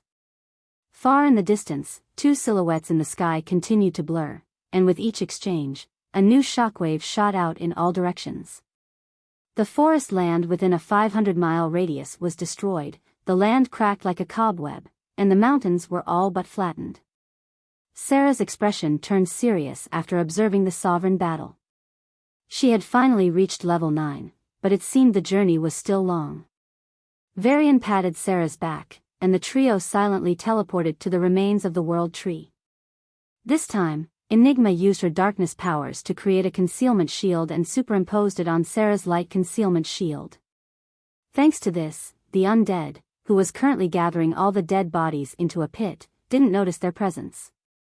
Once he sucks the energy from all those dead bodies, the chances of our plan will be near zero. Varian said. Enigma frowned and replied, I can suppress him with my darkness, mind, and gravity powers. I'm confident I can bring him down to the power of a mid-level 9. However, the price of that is I won't be able to do anything else. Once I stop using any of my powers on him, his strength will rebound. Sarah gave a wry smile. I can use light to suppress him further. But he'll still be a strong low-level 9. If I add my time powers, I can slow him down, but the more powerful an opponent is, the less effect my time powers will have on them.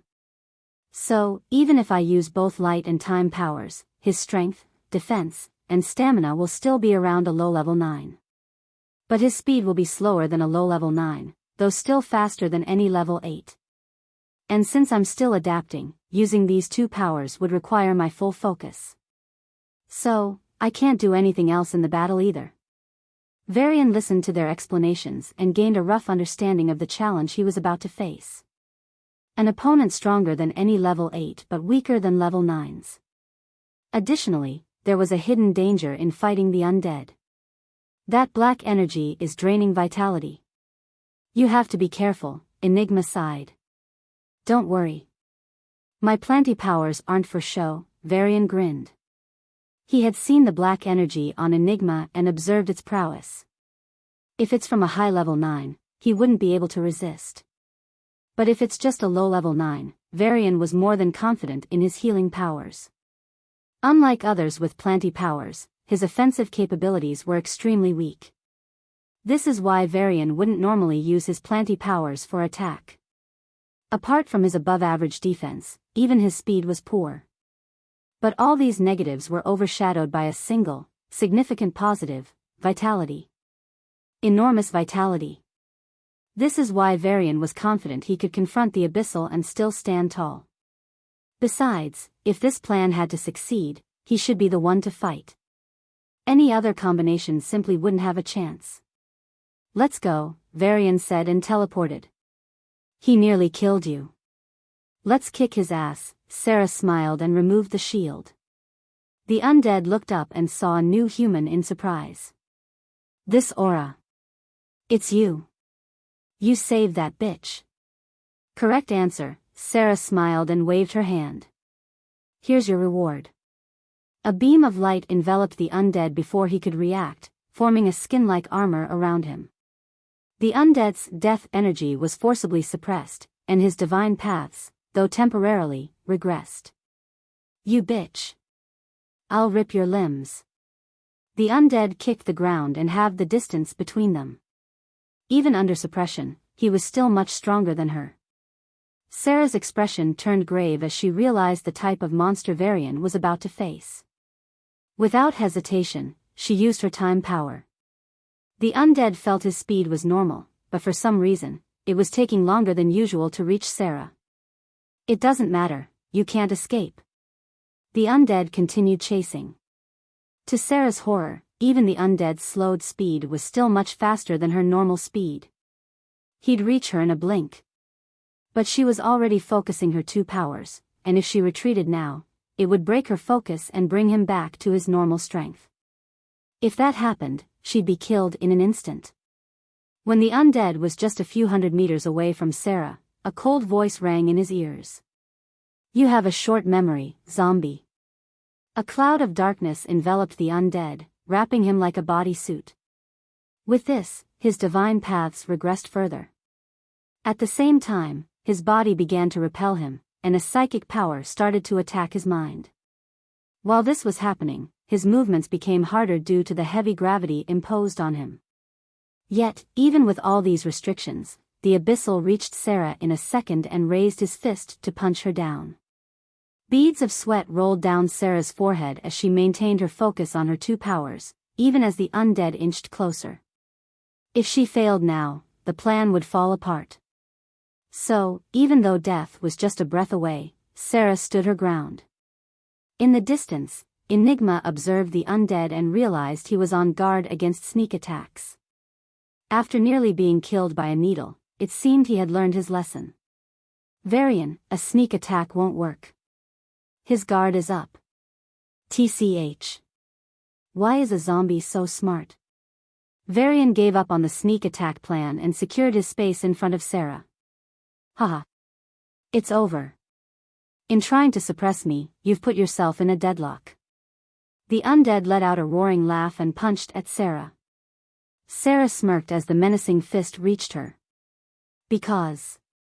Varian appeared and punched back. The two fists clashed, sending a powerful shockwave in all directions, raising dust and cracking the ground. Varian felt the skin on his fist split and crack all the way to his elbow, like a cobweb. As blood was about to spill out, the prana in his body circulated, and the cracked skin restored itself in a blink. However, the pain in his bones from the undead's powerful punch remained. The pain told Varian that even though he used all his powers, attacking the undead mentally, superposing his telekinetic, spatial, and physical powers on the punch, and applying ice and lightning to his fist, the undead was still significantly stronger than him. However, Varian grinned and dashed forward, his speed causing the ground to split. The undead responded with a punch, and this time, he was not taken by surprise. He exerted all the power he currently could. When their fists met, Varian was blown back as if hit by a truck, while the undead remained in place, though slightly shaken. The difference in their strengths was clear. Even though I've been tremendously weakened, even though I can't kill you with a sneeze like before, I'm still much stronger than you. I'll still kill you and then torture these two pests, the undead sneered, his gaze fixed on Sarah and Enigma. The two women were already sweating from the strain of using their powers to suppress the undead. This plan was very dangerous. If their concentration wavered, the undead's strength would be restored. Sarah and Enigma had a chance of surviving and fleeing, but Varian had no such option. Once the undead regained his strength, Varian would be dead. So, this was a very high-risk mission for Varian. He had literally entrusted his life to Enigma and Sarah. And the two were determined not to betray his trust at any cost.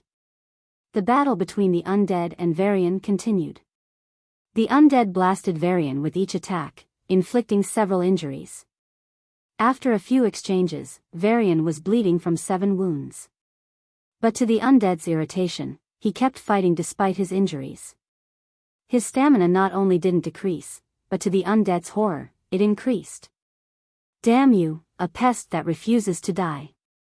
The undead kicked Varian away and turned his attention to the two women. It'll take me forever to kill you like this, but if I attack them.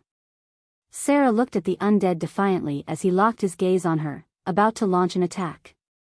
But a bleeding forearm stopped him in his tracks. You're not reaching them. Not even a chance.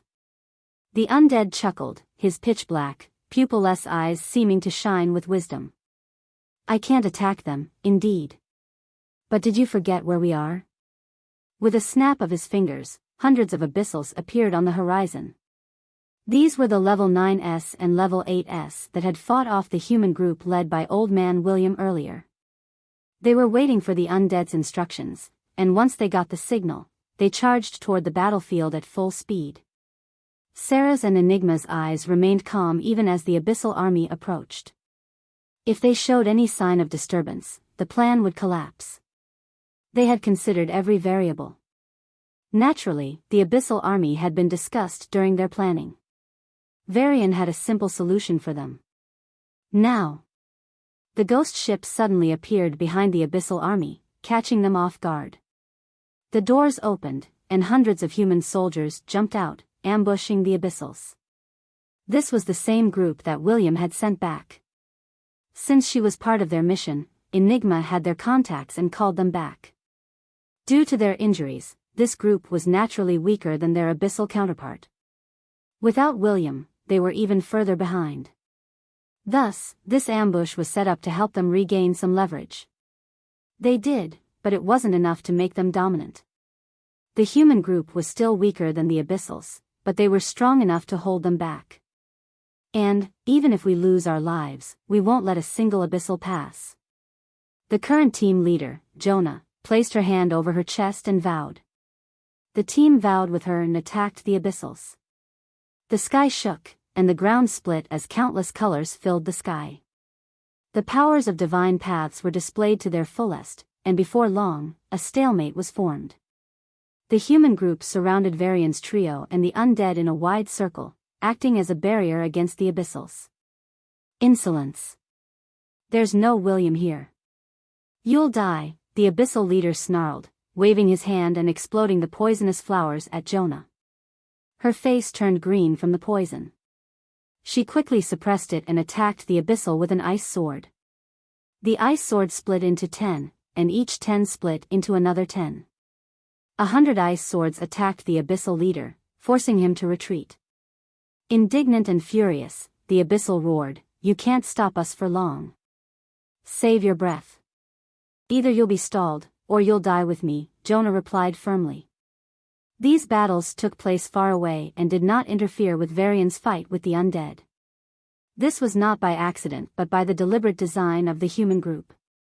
After learning from Varian that there was a chance to prevent the undead sovereign's nightmare, they rushed back. Initially, they were skeptical. The undead was already a sovereign, how could they stop it? But for the tiny, desperate hope, they still came. What they saw inspired their confidence. Somehow, Varian had brought down the undead strength. Then, he might really be able to solve this problem forever. But if they failed to follow his instructions and let these Abyssals attack the two girls, his mission would fail, and the undead would regain their strength. What awaited them would be the destruction and near extinction of the human race.